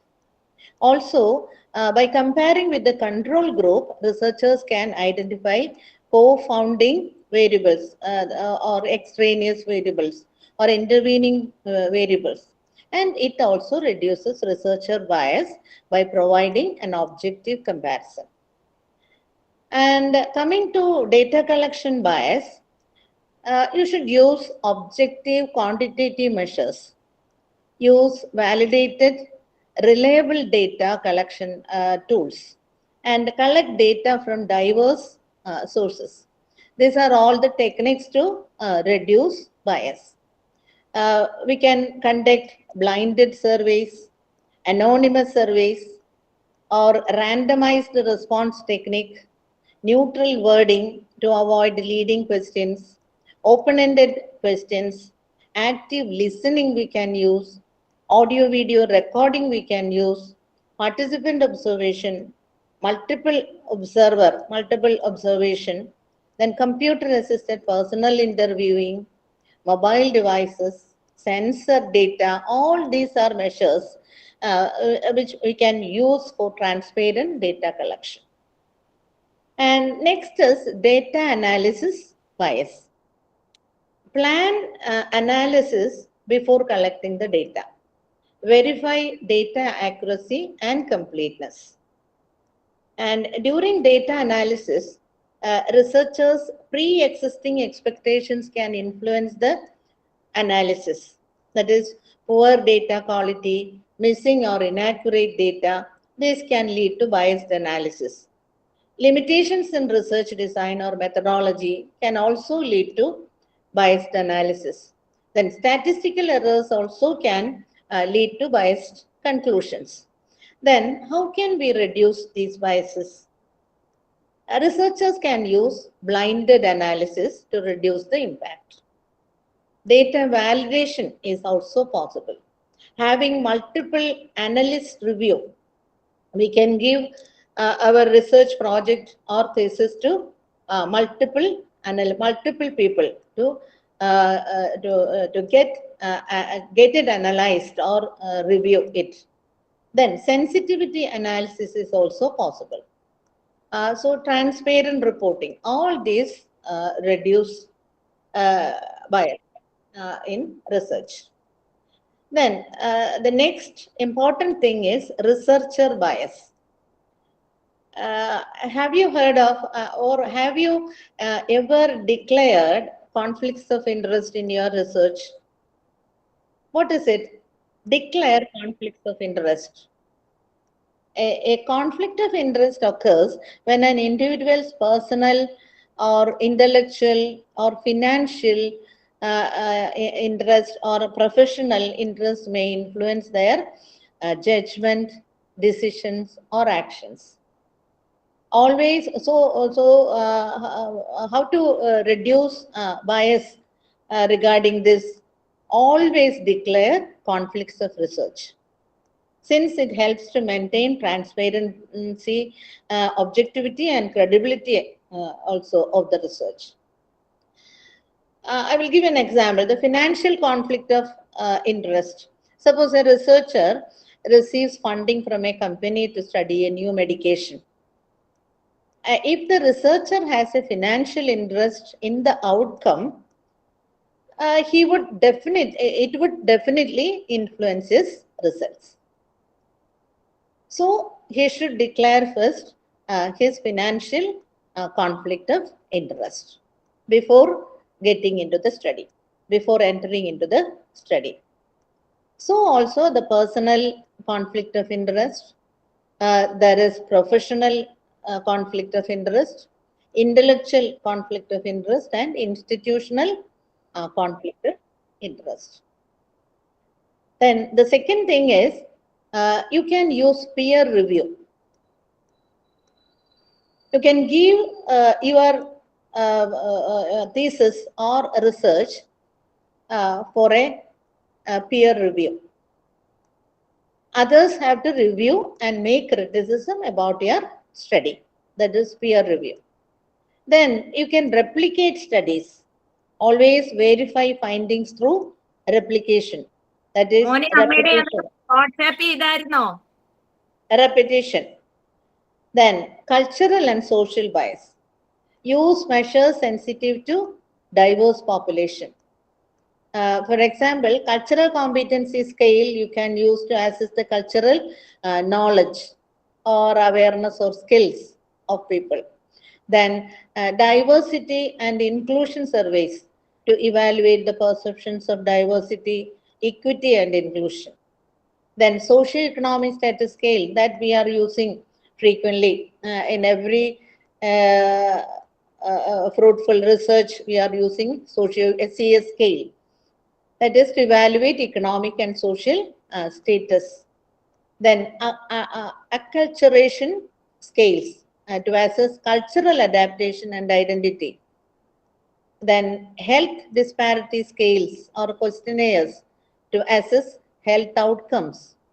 Then these are all quantitative measures. Qualitative measures like focus group interviews, in-depth interviews, content analysis, observational studies, photo voice, all are different techniques to reduce bias.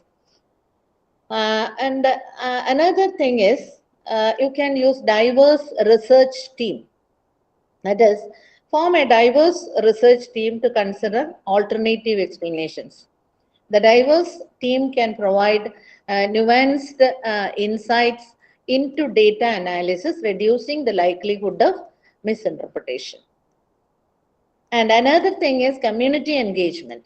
Engage with communities to ensure research relevance. That is, community-based participatory research, you might have heard, CBPR. This always reduces the risk of the researcher or risk of researcher bias and increasing the likelihood of accurate data. And there are some additional strategies also to reduce bias in researchers. Use bias reducing statistical techniques. Techniques like propensity scoring and regression adjustment. Regression adjustment, you might have heard. Propensity scoring also nowadays the students are using. Propensity scoring is a statistical technique used to balance the distribution of covariates or predictor variables between treatment and control groups in observational studies or non-randomized experiments. And regression adjustment, you might know, they are also statistical techniques used to control for the effects of one or more variables, covariates, when analyzing the relationship between a dependent variable, that is outcome, and an independent variable predictor. And one or 2 points only, Dr. Maya. Conduct sensitivity analysis. That is, test robustness of findings to different assumptions. Sensitivity analysis is also a statistical technique used to examine how the results of the study change when different assumptions or inputs are used. We are using different software for sensitivity analysis. R is one software. Python is another software. SAS is another software. And another thing is register research protocols. Pre-register studies to reduce publication bias. Registering a research protocol is the process of documenting and sharing the plan and methods of research before it begins. Make the data publicly available and share data to facilitate replication and verification. You might have heard ERIC. ERIC is Educational Resources Information Center. And IJER also, you might have heard, International Journal of Educational Research. And NEA, National Education Association.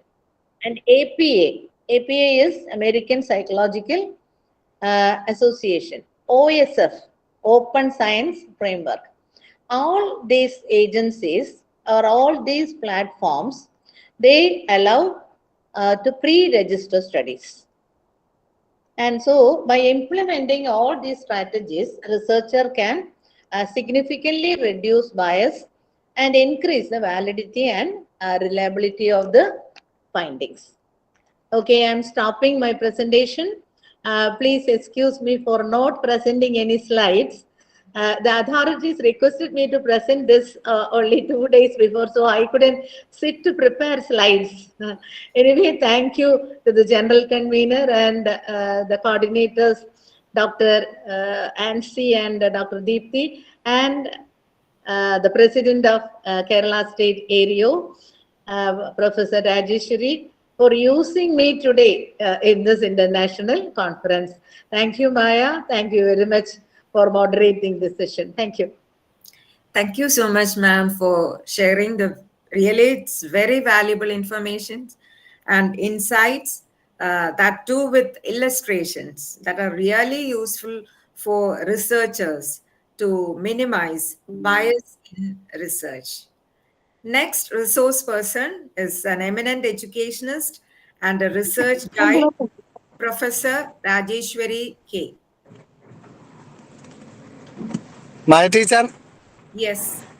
there's a small problem. Dr. Samir sir has another program at 8:30. Okay. Call him, please. Sir, it's okay. I can continue. So better Rajeshwari ma'am as continue, ma'am. Sir, it's okay. No issues for me. Okay, sir. It's okay. Go as per the schedule. No issues. Thank you, sir. Thank you.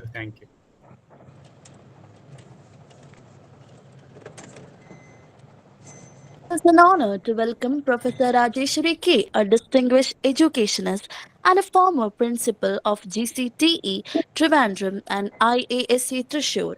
She currently serves as a professor and head of the Center for Research and Development at NVKSD College of Education, Attur, Tamil Nadu. A highly accomplished academician, she is an active member of the research team in the Center for Adult Continuing Education and Extension at the University. Books and research articles published in national and international journals, and also serve as an editor for a reputed research journal. Additionally, she is associated with Commonwealth Learning Canada as a content writer for their courses. She has also been a member of the Academic Council of the University of Kerala. Professor Rajeshwari K has made significant contribution to the higher education, having served as a PG board member of both the University of Calicut.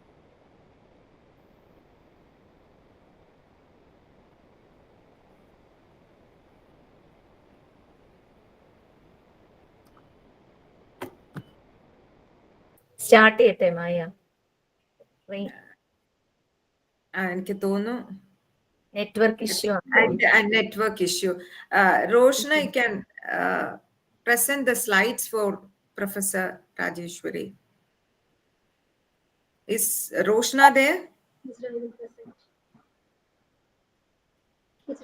Israel present.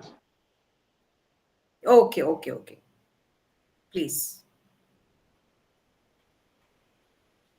So the topic is ethical consideration and research quality.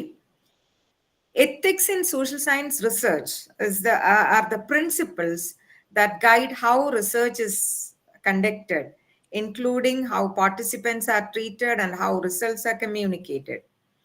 Ethics in research refers to the various principles and guidelines that govern the conduct of researchers to ensure that their studies are conducted in a responsible and morally acceptable manner. Professor Rajeshwari will be presenting the details of this theme. Over to you, ma'am. Thank you. Very good evening to all. And the topic is research ethics and quality research. And we all know that now, even for the researchers, one of the mandatory paper is research ethics and research and publication ethics. So there lies its importance. So research ethics and quality, that means they are intimately related. And we all know that ethical considerations, they are, in essence, are the moral principles that guide our research conduct. they ensure we treat participants with respect and uphold the integrity of our findings. Quality research, on the other hand, refers to studies that are rigorous, reliable, and valid. So both are indispensable for generating knowledge that truly benefits society. So that is the relationship between ethics and quality research. And we know that ethics deals with all these attributes: integrity, morality, honesty, righteous, fairness, responsibility, right choice, appropriate selection, honor. There are many attributes coming under ethics. And a person having ethics definitely has a scientific attitude. And person with scientific attitude, we know that we can consider them as scientists, because scientists, they are ethical persons. They are individuals with good ethics. That is why they are said to be scientists, and that is why the products of their efforts are very useful to the society. So that we should keep in mind while we are dealing with ethics. So from that, we know that based on the scientific investigations, excavations, expeditions, which all are research. And during the introductory remarks, Professor Maya, she mentioned that even in doing even household work, we need the elements of research where we need ethics also. So the integrity to do things, to undertake tasks, everything deals with ethics, and that is ensuring the quality of the product or the outcome of the task. Same is in the case of research also. Due to lack of time, I am pinpointing some ideas. And so the ethics considerations, there are key ethical principles. The major principles are next slide, please. Informed consent, confidentiality and privacy, integrity and honesty, beneficence and non-maleficence, justice. So here, first of all, we shall discuss informed consent. This informed consent, imagine a study where participants unknowingly, they are exposed themselves to potential risk. Informed consents prevent this. It ensures participants fully understand the study purpose, the risk, the benefits. Their participation is entirely voluntary. So that type of voluntary participation will ensure quality as well as ensure maintaining ethics. And now we know that we are all concentrating, we all people, I think that majority in this platform are coming under the faculty education. But all these are mainly in tune with these ethical principles. Are actually, they are very rigorous and very important while we are considering scientific research. And so while we are exploring the examples for all these aspects, we will get examples from scientific research or researches done in science or psychology. Anyhow, informed consent is not a one-time event. It is an ongoing process. If the study changes or new risks are discovered, the participants must be made aware and given the option to reconsent. But you think about the constraints of the researcher then, if they are having no informed consent. Then you think about the time spent by them, the money spent by them, the energy spent by them. Some examples of these situations where informed consent is crucial are clinical trials of new drugs or medical devices. So then studies involving invasive procedures or potentially harmful interventions. Such type of interventions are there in the medical field, health, in the field of health, healthcare, and also in psychology. Then we have an idea about that because we are also dealing with psychological aspects and cases related to psychology. Then research that collects sensitive personal information. That is actually under the purview of education research also. So there lies this is a situation where we need informed consent, where the research that collects sensitive personal information. This is also dealing when we are dealing with the counseling techniques, then clinical cases, then disability cases, then some other students with or students who are differently able, the studies related to them. Then again, regarding the those students who are from the juvenile homes and such practices, we have to collect sensitive personal information where informed consent is crucial. Then psychological studies that may involve deception or emotional distress. That is also another aspect. That means, in essence, informed consent is the cornerstone of ethical research, ensuring that participants are treated with respect and dignity. Then comes confidentiality and privacy.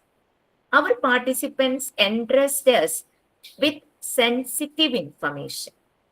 We must safeguard this. Confidentiality means we protect their identities, and privacy ensures their personal information is not disclosed without their permission. Anonymity is ideal, but confidentiality is the minimum requirement. So that we have to maintain. For maintaining confidentiality and privacy, and this is an ethical aspect where privacy refers to an individual's right to control access to themselves and their personal information. We all have the rights. It encompasses the idea of who has access to person's physical self, their information, and the context in which that information is gathered. So privacy is very important. Confidentiality relates to how researcher handles the information that participants provide with confidentiality or secrecy. That is, they are not disclosed to unauthorized individuals. Anonymity is also very important. This is the strongest form of protection where the researcher cannot link the data to any individual participant. Ideally, this is the goal, but it is not always achievable. But anyhow, we have to curb all these things. That means we have to minimize all these. So the importance of confidentiality and privacy. It is very important. Why? While we are doing research, we are actually maintaining confidentiality and privacy. And also we know that we are not at all even disseminating the findings. Then this is for building trust, preventing harm, upholding ethical standards, legal requirements, and so many other measures are there. I am not discussing all these things. Then there are practical measures to ensure confidentiality and privacy. This is very important nowadays because nowadays data is available everywhere. We have a data bank itself. So here practical measures to ensure confidentiality, their data security itself, encrypt sensitive data and limit access to data to authorized personnel. So all these are very essential. We all researchers should know that. Then de-identification is another one, that is remove or alter identifying information from data. There are many strategies or techniques for that.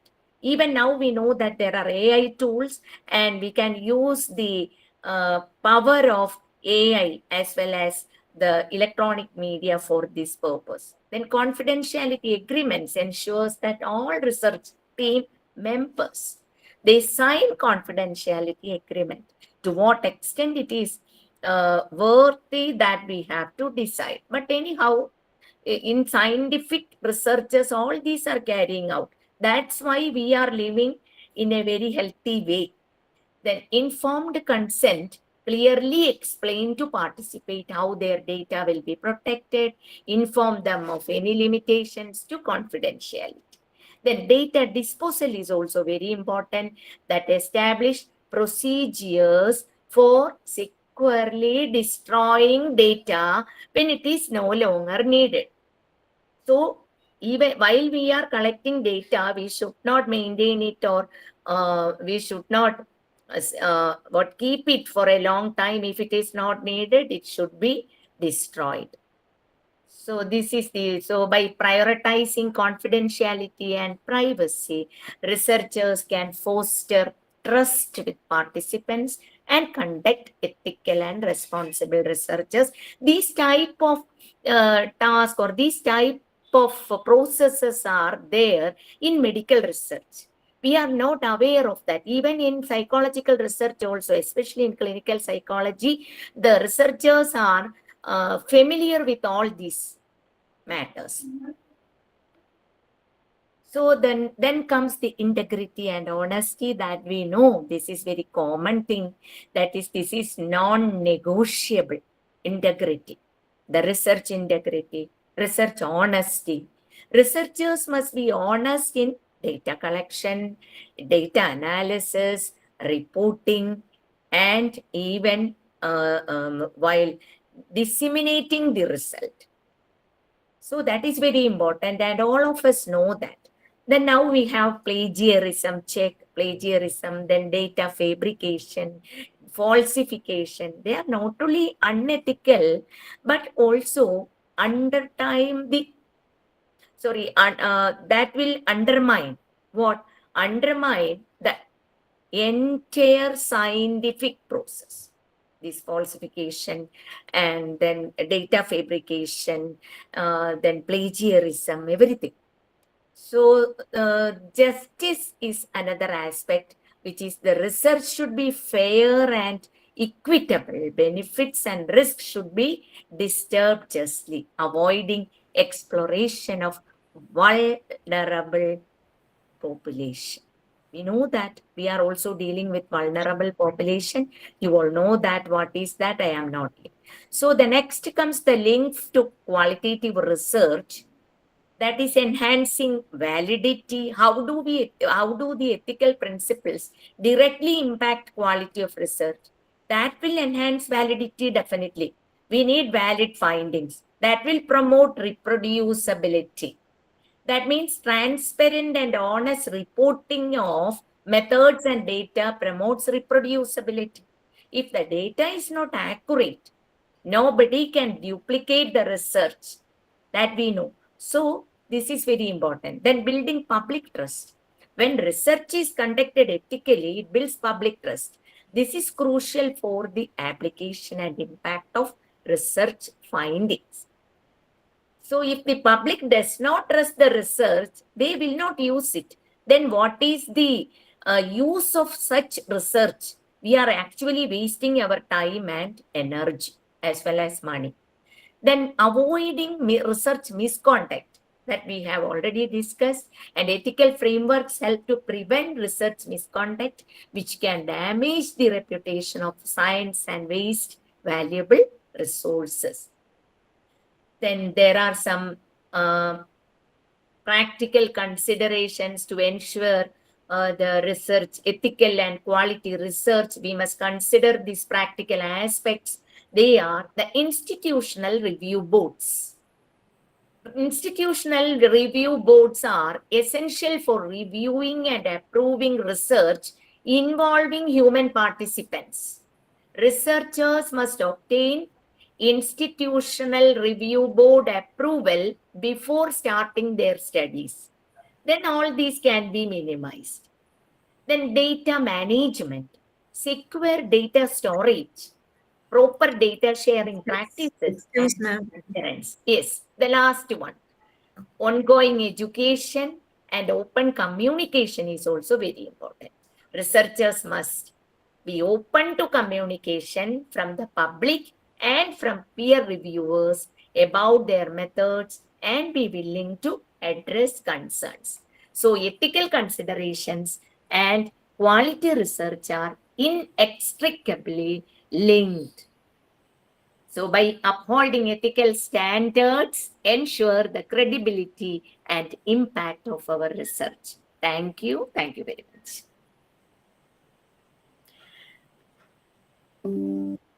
Thank you. Thank you, ma'am, for giving us an overview of ethics in research.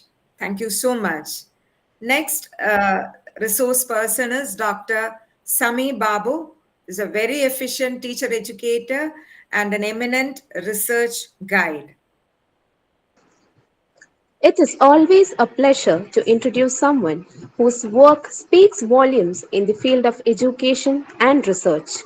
Today, I have the privilege of welcoming Dr. Samir Babu M., a distinguished academician and researcher.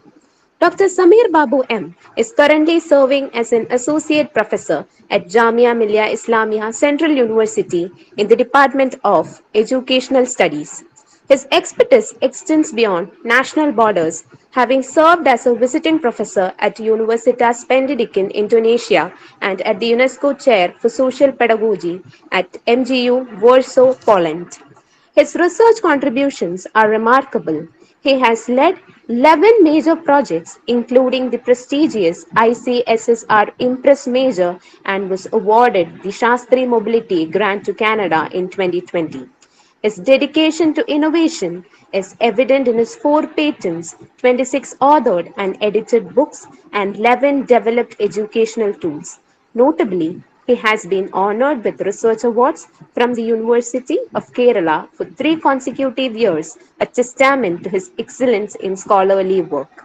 Additionally, he has contributed to digital education through a MOOC course on SWAYAM and has received the Best E-Lecture Award from REST. With such an inspiring journey and invaluable contributions to education and research, we are truly honored to have him with us today. Let us extend a warm welcome to Dr. Samir Babu M. Hearty welcome, sir. Thank you.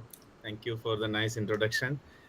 The convener of the program, Professor Dr. Joju John, Professor Dr. Maya, Professor Rajeshwari ma'am, Professor M.S. Geeta ma'am, all the delegates attending online. To my concern of discussion is some of the aspects what matters to add quality towards the research and publication.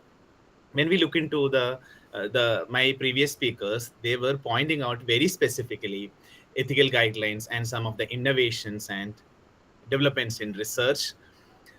And now my concern is that the very beginning, when we talk about the research and publication, writing matters a lot. And most of the time, when we look into some of the writings of Indian scholars, the publication of Indian scholars, especially we take an example of educational research, we have less people, those who have contributed very rigorously to the international community of authors in the reputed journals. So in that days, we can say that the academic writing is least bothered in most of our universities and colleges. Writing matters a lot. When you approach any research organization, if you give anything to publish, if you don't know how to write following exactly the styles of writing, it matters a lot. Similarly, we have to understand what are different scores related to the publication and research. Of course, the other speakers were talking about the concerns of ethical guidelines, including how plagiarism is to be removed, what are the significance of ideas that we discussed a lot. We know some of the aspects like there are three cardinal sins in research. It is one is plagiarism, fabrication, and falsification. It is happening in many of our universities and colleges, knowingly or unknowingly.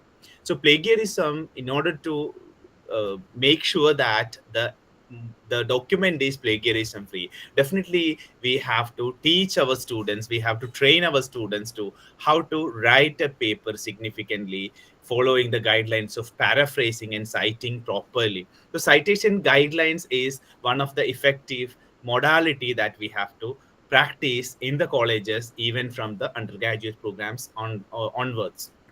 So similarly, when we talk about the academic publication and quality, systematic outline matters a lot.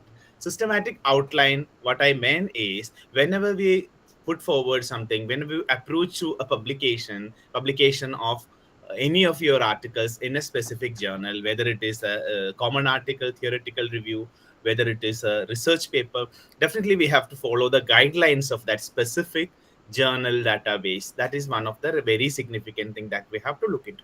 Now again, some of the advancements in the review processes, that also as researchers we should have a clarity. You must have heard of the word scoping review. Scoping review is actually, it's a kind of preliminary assessment of the potential size and scope of the existing literature available in the area. Because when we look into some of the databases, like we have many very non-databases like Scopus, Web of Science, ABDC, PubMed, IEEE, and along with we have also Google Scholar. Even though Google Scholar publishes most of the, it indexes most of the articles published by some of the journals that is having considered as a minimum standard. We cannot expect that these are having standard, whatever is published in the index journals, whatever it is indexed in the IEEE, Scopus, or Web of Science. But still, it has its own significance. Similarly, scoping reviews provide a rigorous understanding about the size and scope of the literature, whatever is available.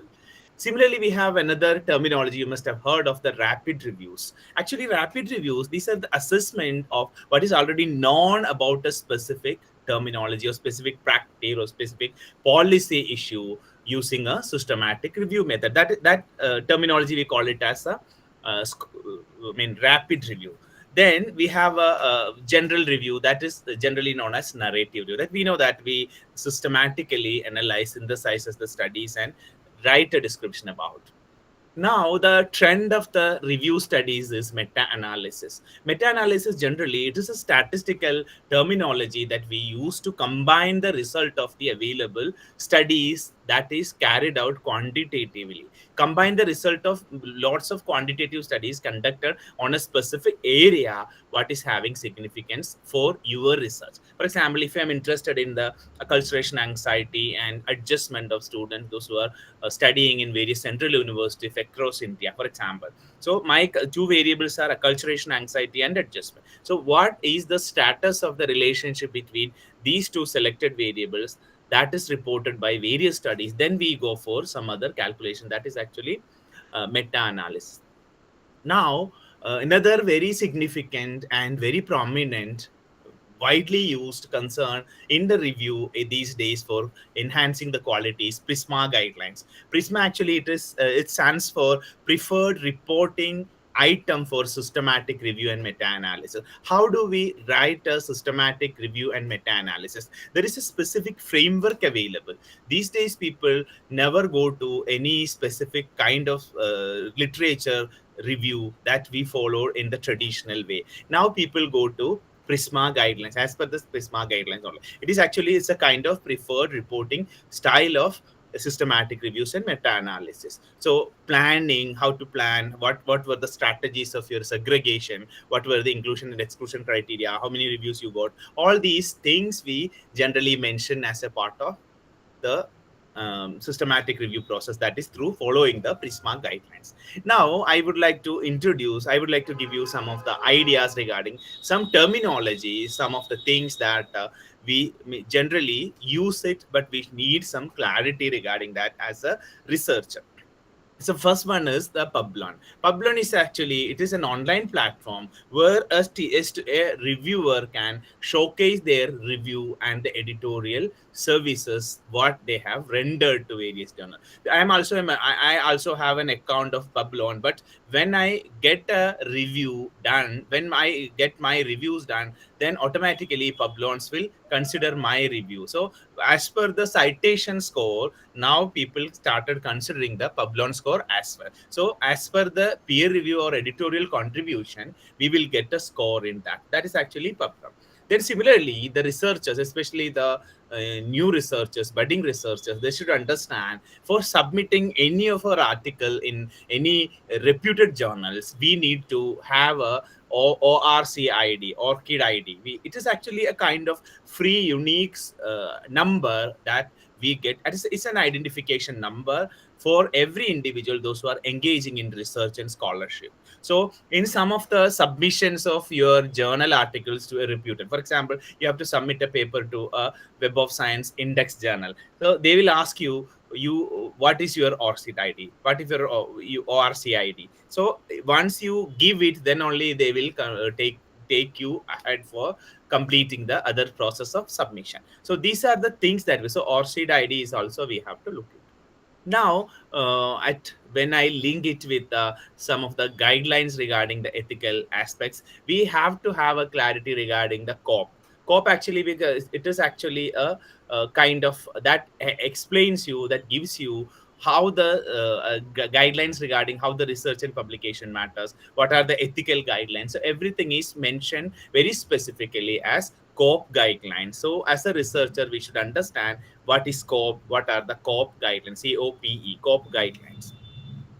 Now again, some of the very significant terminology that we get when we go for some of the international ranking like QS World Ranking, NIRF ranking, Times Higher Education ranking, people look into if you apply for any QS World Ranking or any international ranking, they never ask you how many papers do you have, what is your H index, what is your I-10 index, what is your citation score, because automatically by default from the machine itself they will take what are the citations to a specific. For example, if it's the University of Kerala, what are the scores associated with the University of Kerala in the database? Accordingly, they will take it.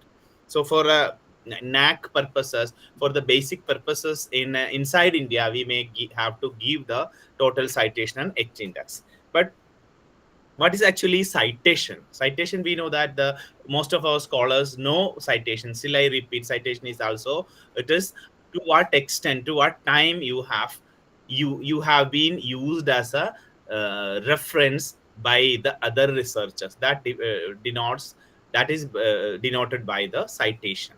So your citation 1, that means if your citation is 1, that means only one person has cited your work in their work, and it is reflected in an online platform. Mostly we look into the Google Scholar citation, and for the international things we generally go for the index databases like Web of Science citations or Scopus citations. Now we have another terminology that is also very common. Still, I repeat, it is H index. H index is, we know that it is an author level metric. Suppose if I have an H index of 5, that means at least 5 of my articles have 5 citation.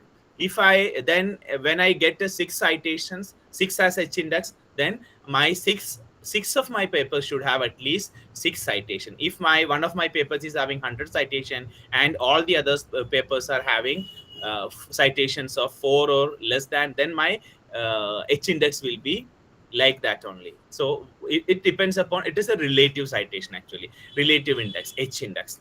Now when we look into I-10 index, how many articles you have cited by at least 10 people or at least 10 citation, that we call it as I-10 index. Then again, there are many indices that also as a researcher we should have a clarity. G index is also, G index is a kind of improved citation, improved score of H index. Actually here we take it as the, it generally it aims to improve the H index by bringing more weight to highly cited articles. When you're getting highly cited article, more weightage will be getting. That is considered as G index. Then again, we have an M index. It is defined as it is a kind of, it is just like as a H index, but H index divided by number of years since the researcher's first publication. What is your H index? And divided by total number of years that you have spent as a researcher or as a publisher, as a author, as an author. How many years you have? So H index divided by number of years you contributed as a researcher. Again, you have ARP index, annual research publication index. We have similarly, we have RC index as a research continuation index. These are some of the terminologies we have. Now, again, one more clarification we need in terms of site score and impact factor.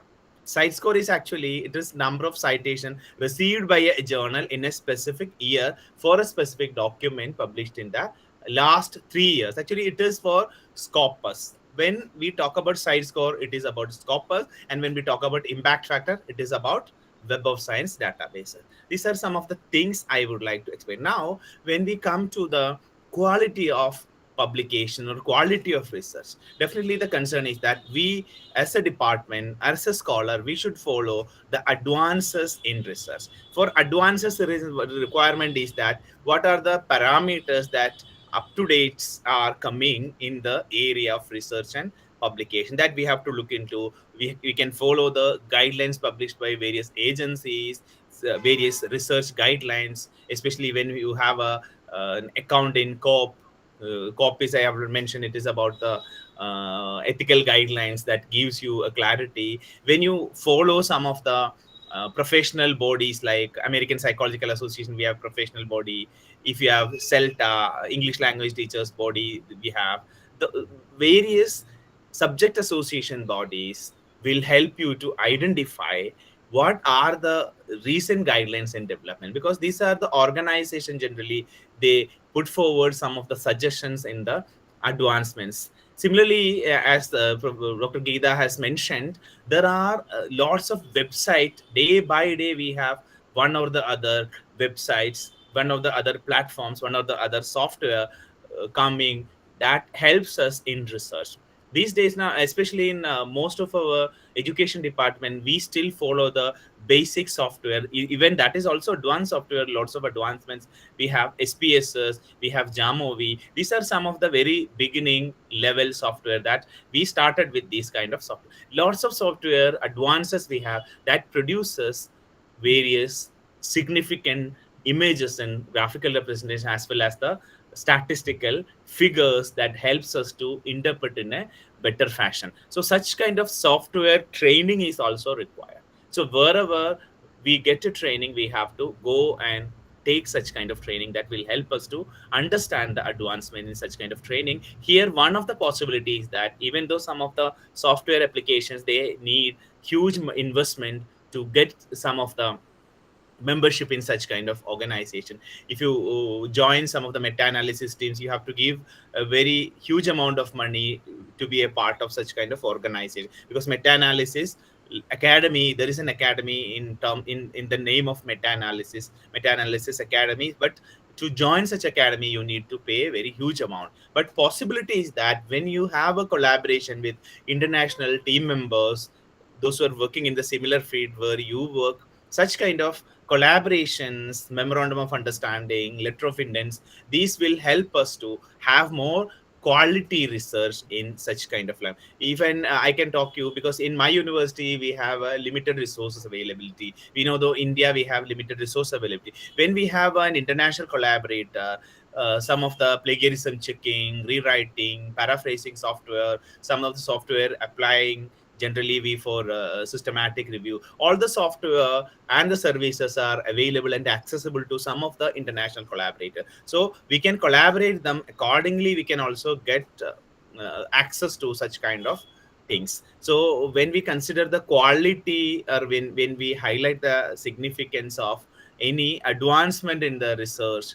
definitely we have to go for such kind of collaborations. Another very significant things to improve quality in research and academic publication is go for some of the research fundings. Research funding, getting a funding is not easy, but through collaborations, when you write a proposal, combined proposal of winning projects, you can also get such kind of funding.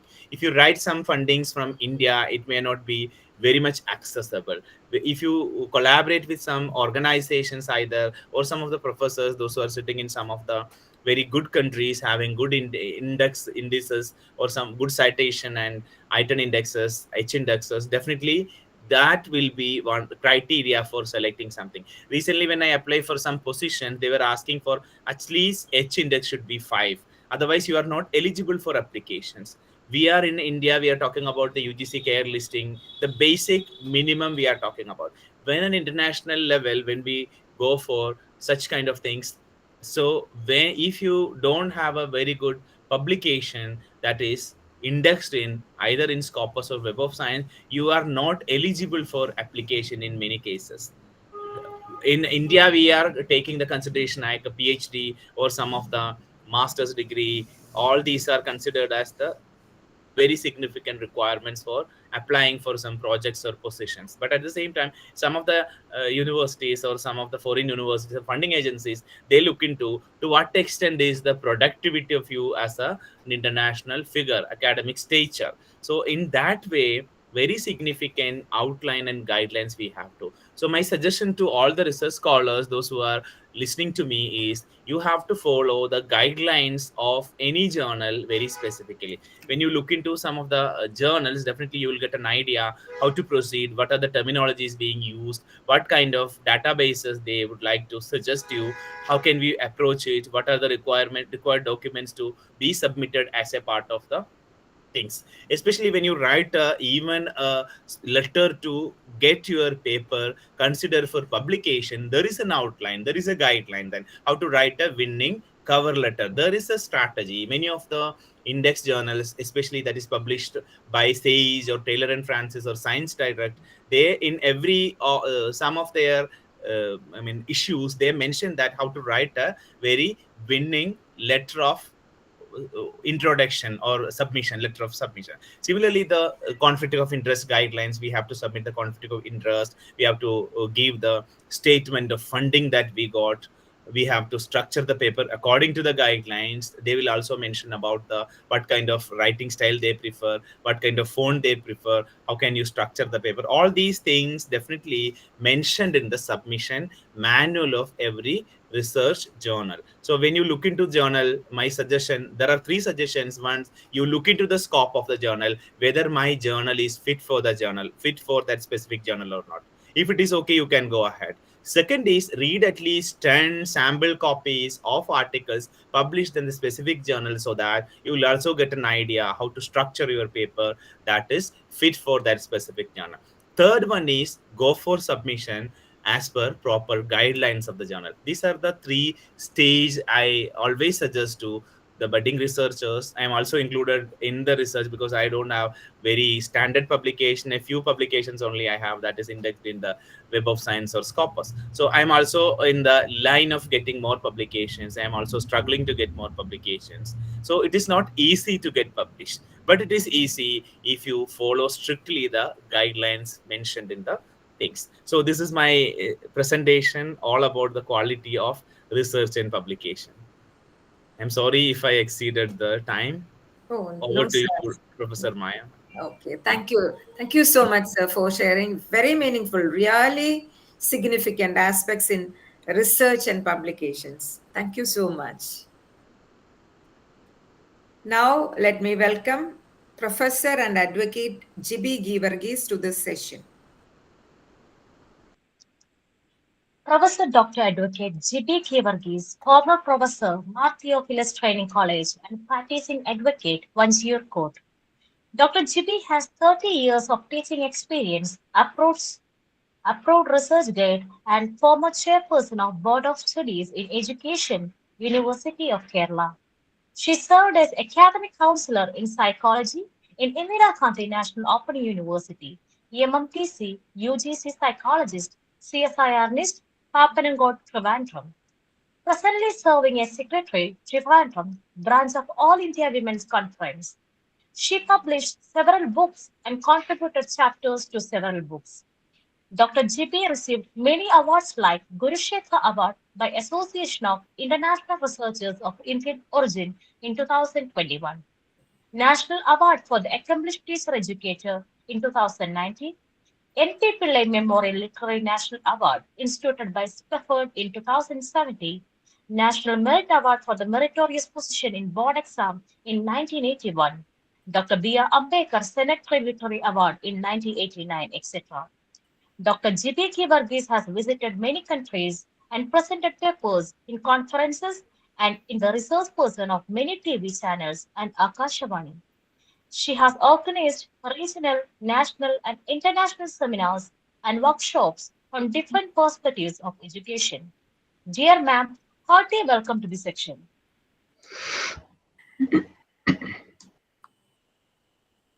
Welcome, ma'am.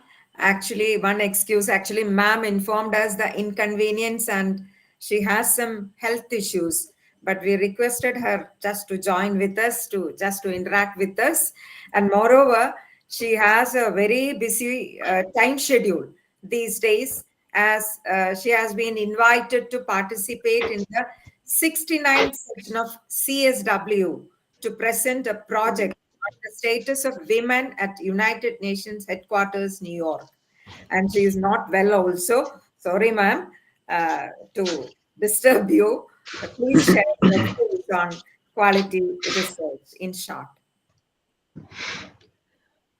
So good evening to one and all, especially Dr. Jojo John sir, Kerala chapter president, Dr. Rajeshwari and Dr. Maya, the moderator. And at the outset, I would like to thank you all the organizers for having given me this chance to share some of my ideas about this ethics in research. The topic given to me is ethical concerns in research. So I would like to share only some, because the previous speakers already talked much about what research matters a lot. So I would like to talk about the national education policies envisions about research and ethical concerns in particular. And I would like to talk about the challenges, the ethical concerns in digital era.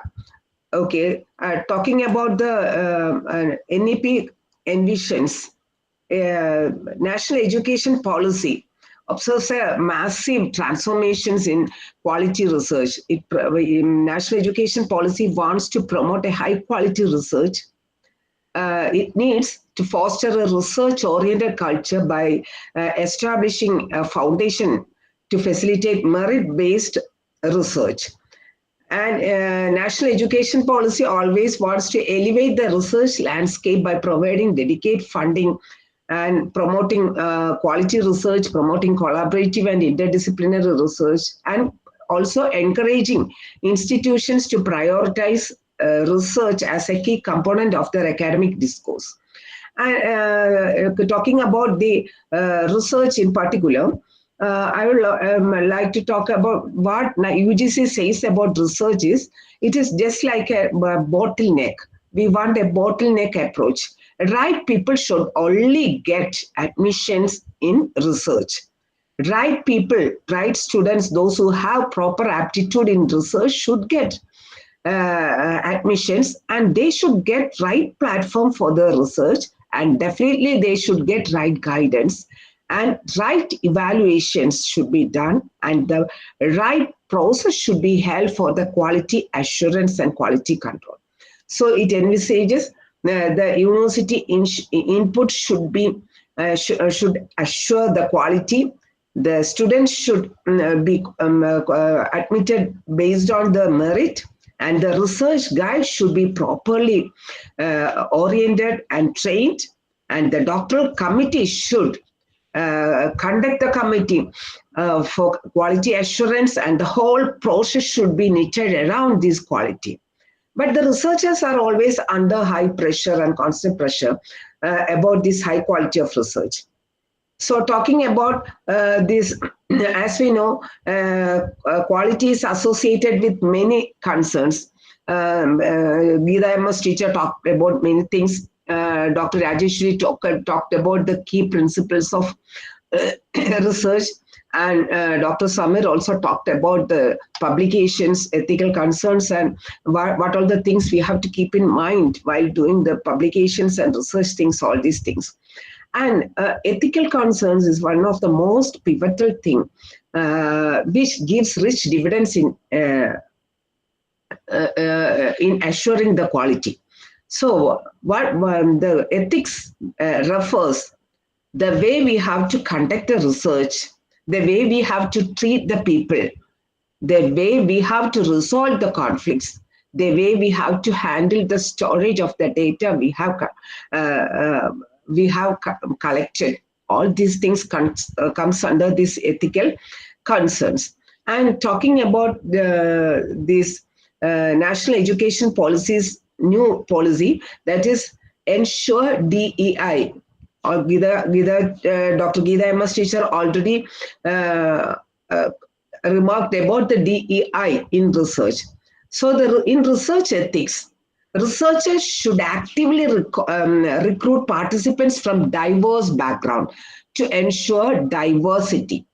Sample diversity is a must in ethical concern while we considering about the national education policies massive transformation in research concerns. So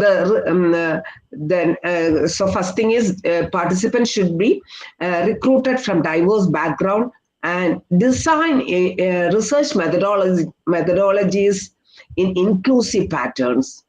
The third one is address potential biases throughout the research process. Engage the community to understand their needs. That is for ensuring the equity. And disseminate the findings in accessible formats to reach diverse audiences. So inclusion, include as much as possible.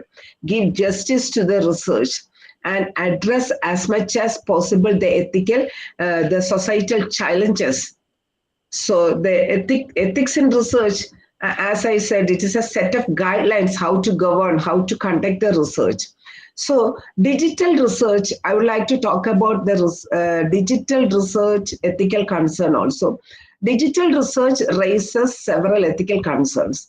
So some key issues are already Rajeshwari teacher said that the informed consent. So in digital modalities, we are using digital modalities nowadays because it is very attractive and it is easy to conduct. So I do agree that it reaches a wide range of geographical reach, but it has some ethical issues too. So digital research making informed consent is challenging. Then privacy data and data protection, that is also a data security and its confidentiality is another ethical issue considering the digital era research.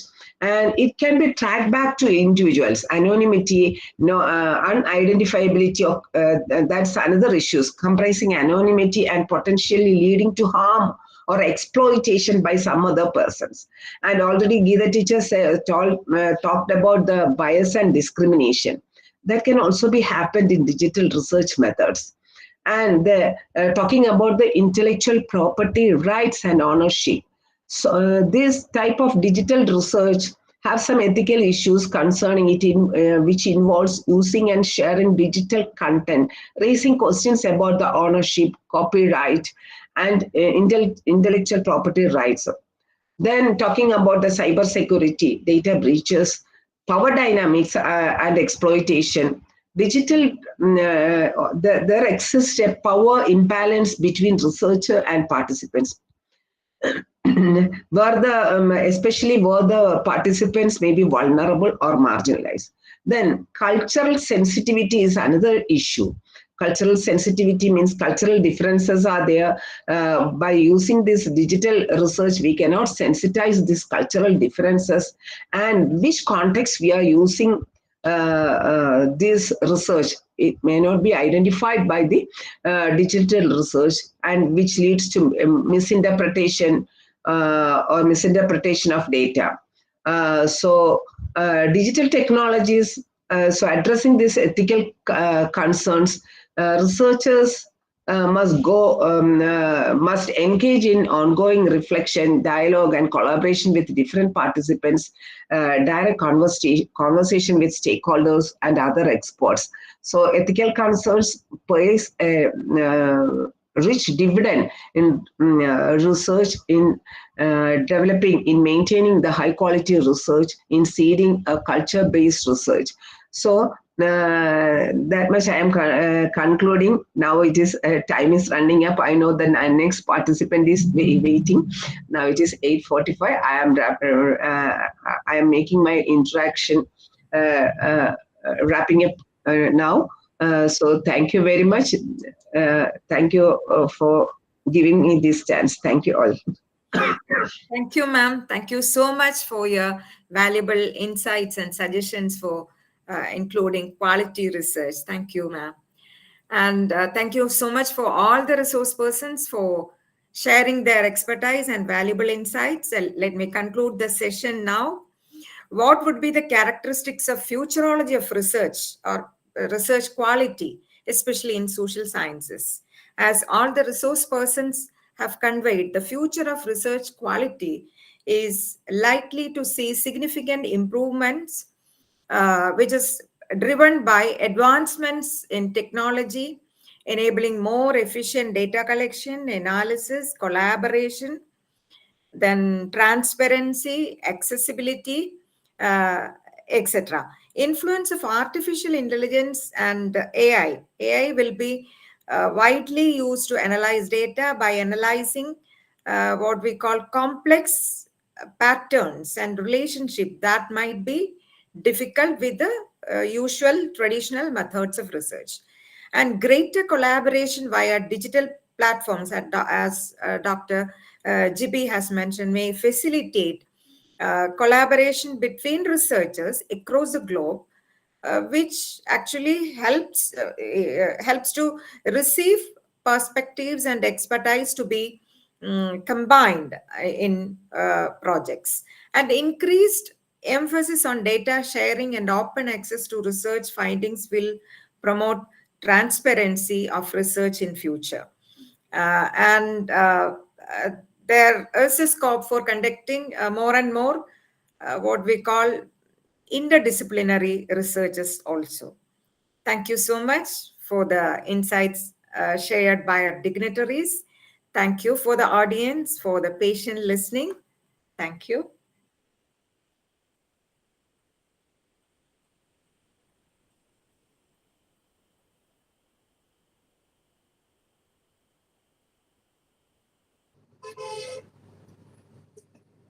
Thank you very much, my teacher.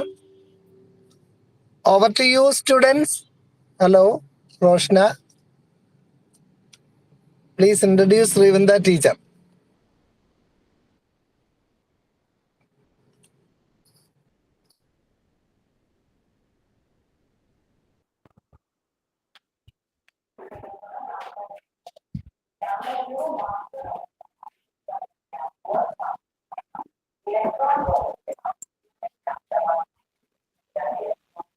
It is with great honor and enthusiasm that I now introduce Dr. Srivinda Kane, a distinguished academician, researcher, and author.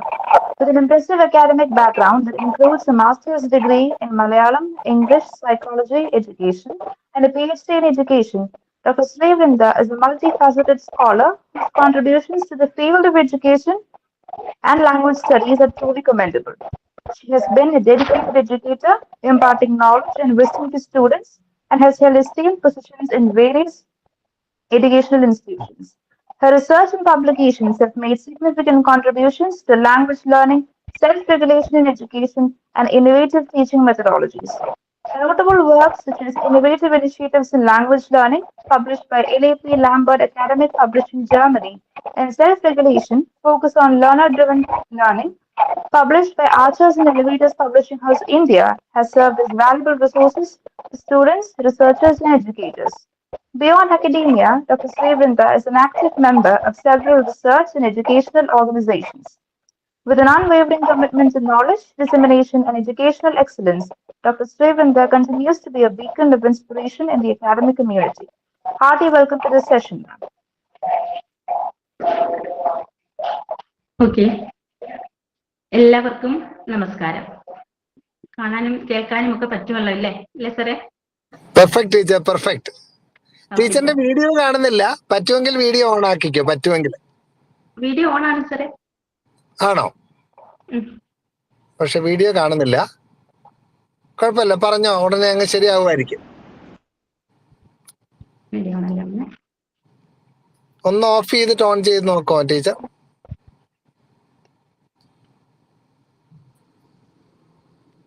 നമ്മുടെ എല്ലാവരുടെയും പ്രിയപ്പെട്ട കൂട്ടുകാരിയായ ശ്രീവന്ത teacher ഒത്തിരി പുസ്തകങ്ങൾ എഴുതി നമ്മുടെ വൈജ്ഞാനിക സമൂഹത്തിന് വലിയ സംഭാവന നൽകിക്കൊണ്ടിരിക്കുകയാണ്. ടീച്ചർ ഇന്ന് നമ്മളെ പ്രചോദിപ്പിക്കുന്ന ടീച്ചറിന്റെ ആ ഒരു മാജിക്കിനെ പറ്റി പങ്കുവെച്ചുകൊണ്ടാണ്. എഴുത്തിന്റെ വഴികളാണ് ഇന്ന് ചർച്ച ചെയ്യുന്ന വിഷയം. ഒത്തിരി സ്നേഹത്തോടു കൂടെ ശ്രീവന്ത ടീച്ചറിനെ മലയാളത്തിലും കൂടെ സ്വാഗതം ചെയ്യുന്നു. Thank you teacher. Okay sir, ഇപ്പൊ കാണാമോ? വീഡിയോ ഓൺ ആണ്. ടീച്ചർ ഒന്ന് ഇറങ്ങി കയറുമോ പ്ലീസ്? പെട്ടെന്ന് ഒന്ന് ഇറങ്ങിയിട്ടൊന്ന് വീണ്ടും കയറിക്കോ പ്ലീസ്.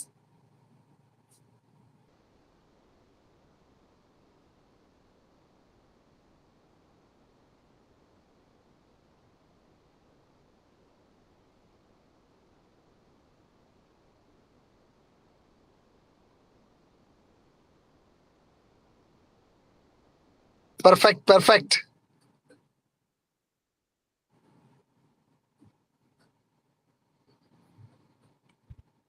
ഇപ്പൊ കാണാമോ സാറേ? ടീച്ചറെ വീഡിയോ വന്നില്ല കേട്ടോ. ആദ്യം ഒന്ന് വന്നു, അത് കഴിഞ്ഞ് ഓഫ് ആയതുപോലെ തോന്നി. ഓഡിയോ വെച്ച് പറഞ്ഞോ ടീച്ചർ, ഓഡിയോ പറഞ്ഞോ, കുഴപ്പമില്ല. ടീച്ചറിനെ കാണാം, ഫോട്ടോ കാണാം. ഓക്കെ സാറേ, ഓക്കെ, താങ്ക് യു. എല്ലാവർക്കും നമസ്കാരം. അറിവിന്റെ അഗ്നി എന്നിൽ ജ്വലിപ്പിച്ച എല്ലാ ഗുരുക്കന്മാർക്കും പ്രണാമം. യഥാർത്ഥത്തിൽ ഗവേഷണം എന്നത് ഒരു കലയാണ്. നമുക്കറിയാം, ആ ഗവേഷണം എന്ന കലയെ നൂതന സാങ്കേതിക വിദ്യകളുമായി ബന്ധപ്പെടുത്തിക്കൊണ്ട് ഗവേഷണ രംഗത്തും വിദ്യാഭ്യാസ രംഗത്തും വരുത്തേണ്ട മാറ്റങ്ങളെ കുറിച്ച്, നാം അനുവർത്തിക്കേണ്ട വിവിധ തരത്തിലുള്ള കാര്യങ്ങളെ കുറിച്ചൊക്കെ വളരെ ഗൗരവതരമായി തന്നെ, അല്ലെങ്കിൽ ഏറ്റവും സങ്കീർണമായ വസ്തുത എന്ന് നാം പറയുന്ന കാര്യങ്ങളെ തന്നെ ഏറ്റവും ലളിതമായി തന്നെ പല ചർച്ചകൾക്കും വിധേയമാക്കിക്കൊണ്ടിരിക്കുന്ന ഈ അന്തർദേശീയ സെമിനാറിന് അല്ലെങ്കിൽ കോൺഫറൻസിന് എല്ലാവിധ ആശംസകളും ആദ്യം തന്നെ നേരുകയാണ്.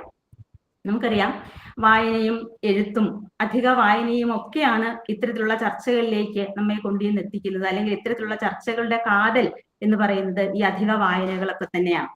അത്തരത്തിലുള്ള ഒരു സെഷനിൽ എഴുത്തിന്റെ വഴികൾ എന്ന ഒരു ഭാഗത്ത്, അല്ലെങ്കിൽ അങ്ങനെ ഒരു പേരിട്ട് ആ ഒരു തലക്കെട്ടിൽ എന്നെ കൂടി ഉൾപ്പെടുത്തിയതിന് ഇതിന്റെ സംഘാടകരോട്, പ്രത്യേകിച്ച് പ്രിയപ്പെട്ട ജോജു സാറിനോട്, ഇതിന്റെ ആരെങ്കിലും മണിയറയിലും പ്രവർത്തിച്ചുകൊണ്ടിരിക്കുന്ന എന്റെ എല്ലാ പ്രിയപ്പെട്ട അധ്യാപകരോടുമുള്ള സന്തോഷവും നന്ദിയും സ്നേഹവും ഒക്കെ ഞാൻ അറിയിക്കുകയാണ്. സാറിന്റെ അടുത്ത് പറഞ്ഞത്, ടീച്ചറിന്റെ എഴുത്തിനെ കുറിച്ച് അല്ലെങ്കിൽ പുസ്തകങ്ങളെ കുറിച്ചൊക്കെ ഞങ്ങളോട് സംവദിക്കുന്നത് അല്ലെങ്കിൽ സംസാരിക്കുന്നത് കുട്ടികൾക്കൊക്കെ ഒരു പ്രചോദനമാകാം, അതിനുള്ള ഒരു അവസരമാണ് എന്നാണ് പറഞ്ഞത്. യഥാർത്ഥത്തിൽ അത് വളരെ സന്തോഷകരമായ ഒരു വസ്തുതയുമാണ് എന്നെ സംബന്ധിച്ച്. ആദ്യം തന്നെ പറയട്ടെ, അക്ഷരങ്ങളും വാക്കുകളും പുസ്തകങ്ങളും ഒക്കെ നമ്മിൽ നിറയ്ക്കുന്ന ഒരു ഊർജം, അല്ലെങ്കിൽ നമ്മിൽ നിറയ്ക്കുന്ന ഒരു സ്നേഹം, സന്തോഷം, അതൊക്കെ എൻ്റെ ജീവിതത്തിൽ ഞാൻ നിരന്തരം അനുഭവിച്ചുകൊണ്ടിരിക്കുന്ന, അല്ലെങ്കിൽ ഞാൻ ആസ്വദിച്ചുകൊണ്ടിരിക്കുന്ന വസ്തുതകളാണ്. വളരെയധികം സന്തോഷമുണ്ട് അത് കേൾക്കുമ്പോൾ.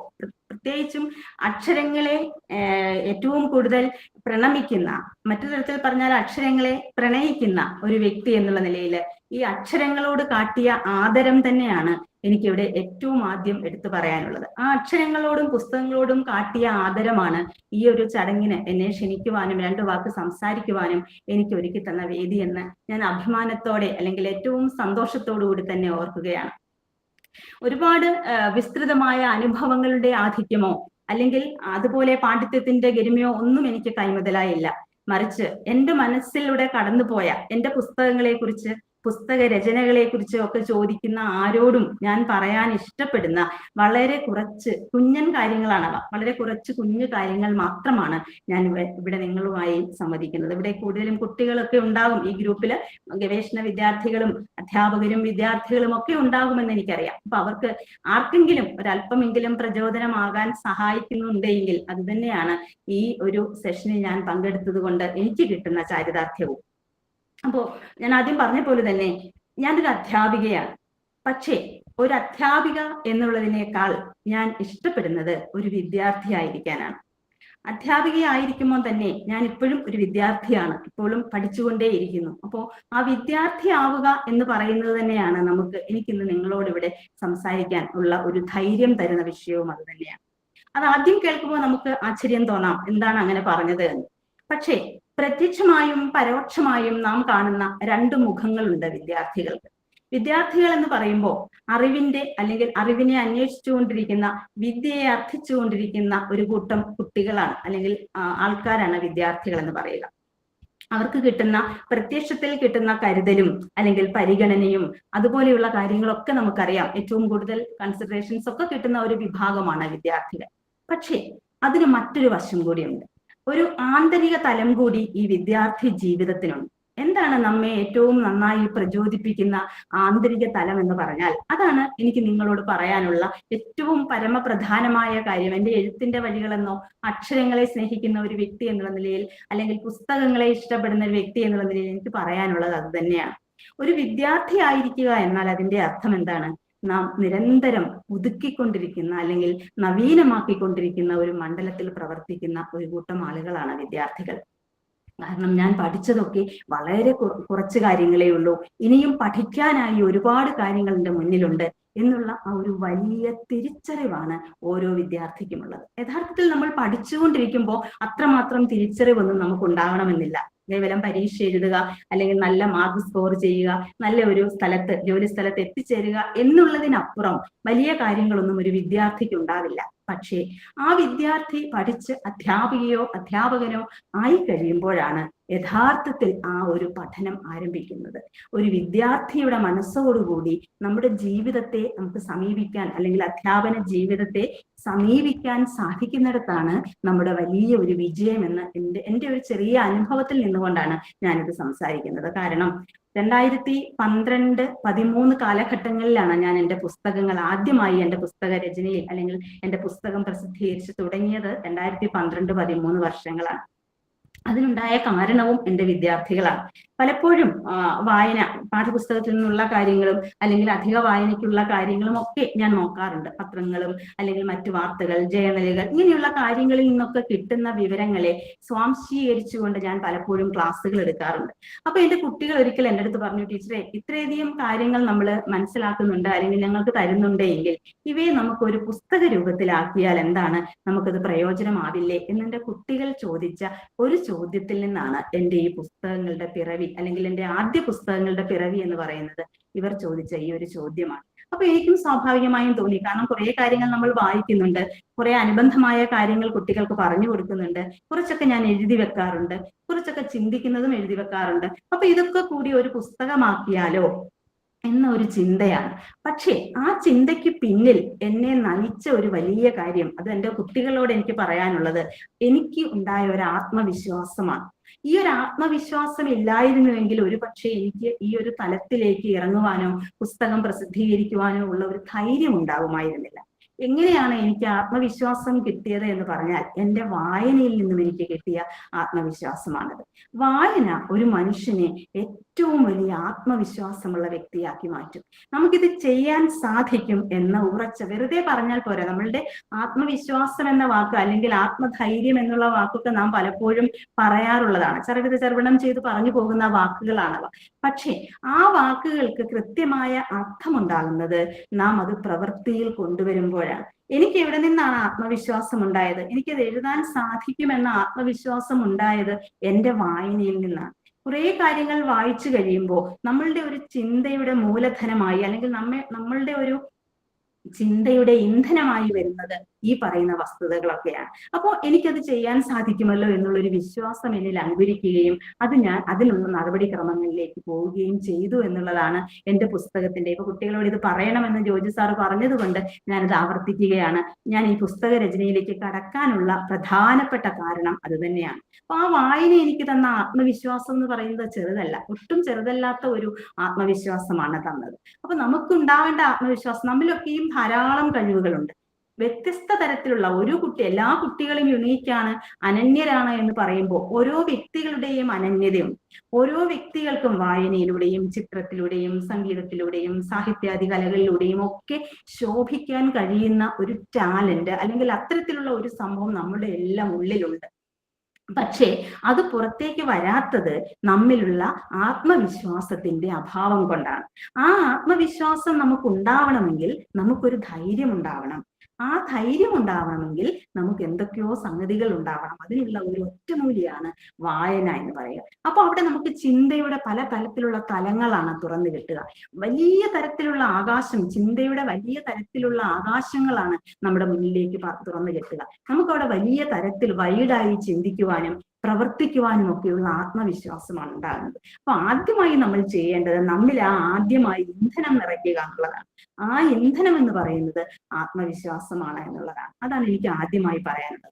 രണ്ടാമതായി ഇത് പ്രസിദ്ധീകരിക്കണം എന്ന് പറഞ്ഞപ്പോൾ അവർ തന്നെ പറഞ്ഞു, ഞങ്ങൾക്കത് ഉപകാരപ്പെടില്ലായിരിക്കും ടീച്ചറെ, ഇനി വരുന്ന കുട്ടികൾക്ക് അത് വളരെയധികം ഉപകാരപ്പെടും. സത്യമാണ്. പലപ്പോഴും നമ്മൾ നടത്തുന്ന പല സമരങ്ങളോ അല്ലെങ്കിൽ നമ്മൾ നടത്തുന്ന പല കാര്യങ്ങളും ഒക്കെ അതിന്റെ ഉപഭോക്താക്കളായി വരിക ചിലപ്പോൾ അവരായിരിക്കില്ല, ഈ സമരം നടത്തിയ വ്യക്തി ആയിരിക്കില്ല. നമ്മൾ പറയാറുണ്ട് പല തലമുറകളായി നേടിയെടുത്തതാണ് നമ്മുടെ സ്വാതന്ത്ര്യം എന്നൊക്കെ പറയാറുണ്ട്. എന്ന് പറഞ്ഞ പോലെ അതിന്റെ ഗുണഭോക്താക്കൾ വരുന്ന തലമുറകളാവാം. അത് തന്നെയാണ് എൻ്റെ അനുഭവം. ആ കുട്ടികൾക്ക് അല്ലെങ്കിൽ ആ കുഞ്ഞുങ്ങൾക്ക് അത് ഉപകാരപ്പെട്ടില്ലെങ്കിലും പല കോളേജിലെയും കുട്ടികൾക്ക്, ഞാനിപ്പോ പ്രാക്ടിക്കൽ എക്സാമിനറായി പോയ സമയത്ത് ഞാൻ കണ്ടിട്ടില്ലാത്ത, എനിക്ക് ഒരു പരിചയവുമില്ലാത്ത എത്രയോ കുട്ടികളാണ് പുസ്തകങ്ങളെ കുറിച്ച്, അവർക്കുണ്ടായ സഹായം അല്ലെങ്കിൽ അവർക്ക് ചെയ്തു കൊടുത്ത സഹായത്തിനെ കുറിച്ച്, സന്തോഷത്തിനെ കുറിച്ചും ഒക്കെ പറയുക. അപ്പൊ എപ്പോഴും നമ്മുടെ ജീവിതം അങ്ങനെയാണ്. നമുക്ക് സന്തോഷം ഉണ്ടാവണമെങ്കിൽ നമ്മൾ മറ്റുള്ളവരെ കൂടി സന്തോഷിപ്പിക്കണമെന്ന് പറയാറുണ്ട്. അപ്പൊ അത്തരത്തിലുള്ള ആ ഒരു സന്തോഷം കുട്ടികളിൽ നിന്നുണ്ടാകുമ്പോൾ എന്നിലുണ്ടാകുന്ന ഊർജവും വളരെ വലുതാണ്. അപ്പൊ അത് എന്നിൽ നിറയ്ക്കുന്ന ഊർജം അടുത്ത പുസ്തകം എഴുതാനുള്ള ഒരു ഊർജമാണ്. കുട്ടികളിൽ നിന്ന് കിട്ടുന്ന സന്തോഷം, അവരിൽ നിന്ന് കിട്ടുന്ന നല്ല വാക്കുകൾ ഒക്കെ അതിന് കാരണമാണ്. പിന്നെ ഇത് പബ്ലിഷ് ചെയ്യുന്നതിലേക്ക് വന്നപ്പോ DC ബുക്സ് ആണ് അത് പബ്ലിഷ് ചെയ്തത്. പലപ്പോഴും അജ്ഞത അല്ലെങ്കിൽ നമുക്ക് അറിവില്ലായ്മ നമ്മളെ ഭയത്തിൽ നിന്ന് മാറ്റാറുണ്ട് പലപ്പോഴും. അതിന് ഉദാഹരണമാണ് ഞാനിത് DC ബുക്സിന് കൊടുക്കാനുള്ള കാരണം ഏറ്റവും വലിയൊരു പബ്ലിക്കേഷൻ ആണെന്ന് എനിക്കറിയാം.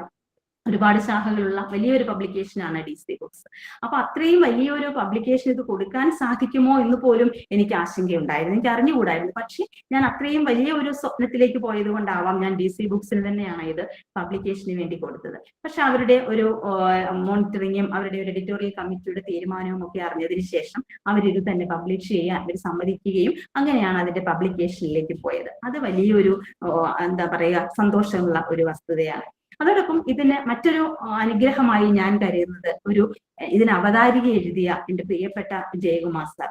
ഏറ്റവും വലിയ ആദരവോടെ സ്നേഹത്തോടെ ബഹുമാനത്തോടെ മാത്രം ഞാൻ കാണുന്ന പ്രിയപ്പെട്ട നമ്മളുടെ മുൻ ചീഫ് സെക്രട്ടറി, മലയാള സർവകലാശാലയുടെ മുൻ VC ഒക്കെ ആയ നമ്മളുടെ 2024 കേന്ദ്ര സാഹിത്യ അക്കാദമി അവാർഡ് ജേതാവും ഒക്കെ അത്രയും പരിചയപ്പെടുത്തേണ്ട ആവശ്യമില്ല, ജയകുമാർ സാറാണ് ഇതിന് അവതാരിക എഴുതിയത്. അത് വലിയൊരു ഗുരുത്വമായി ഞാൻ കരുതുന്നു. കാരണം സാർ ആ പുസ്തകം വായിച്ച് അതിനൊരു അവതാരിക എഴുതി എനിക്ക് അയച്ചപ്പോൾ 3-3.5 പേജുള്ള ഒരു അവതാരികയാണ് സാർ എഴുതി അയച്ചത്. അത് വായിച്ചപ്പോൾ എന്നെ ശരിക്കും കണ്ണും മനസ്സും നിറഞ്ഞുപോയി. അത്രമാത്രം നല്ല രീതിയിൽ സാർ അതിനൊരു അവതാരിക കുറിച്ചു.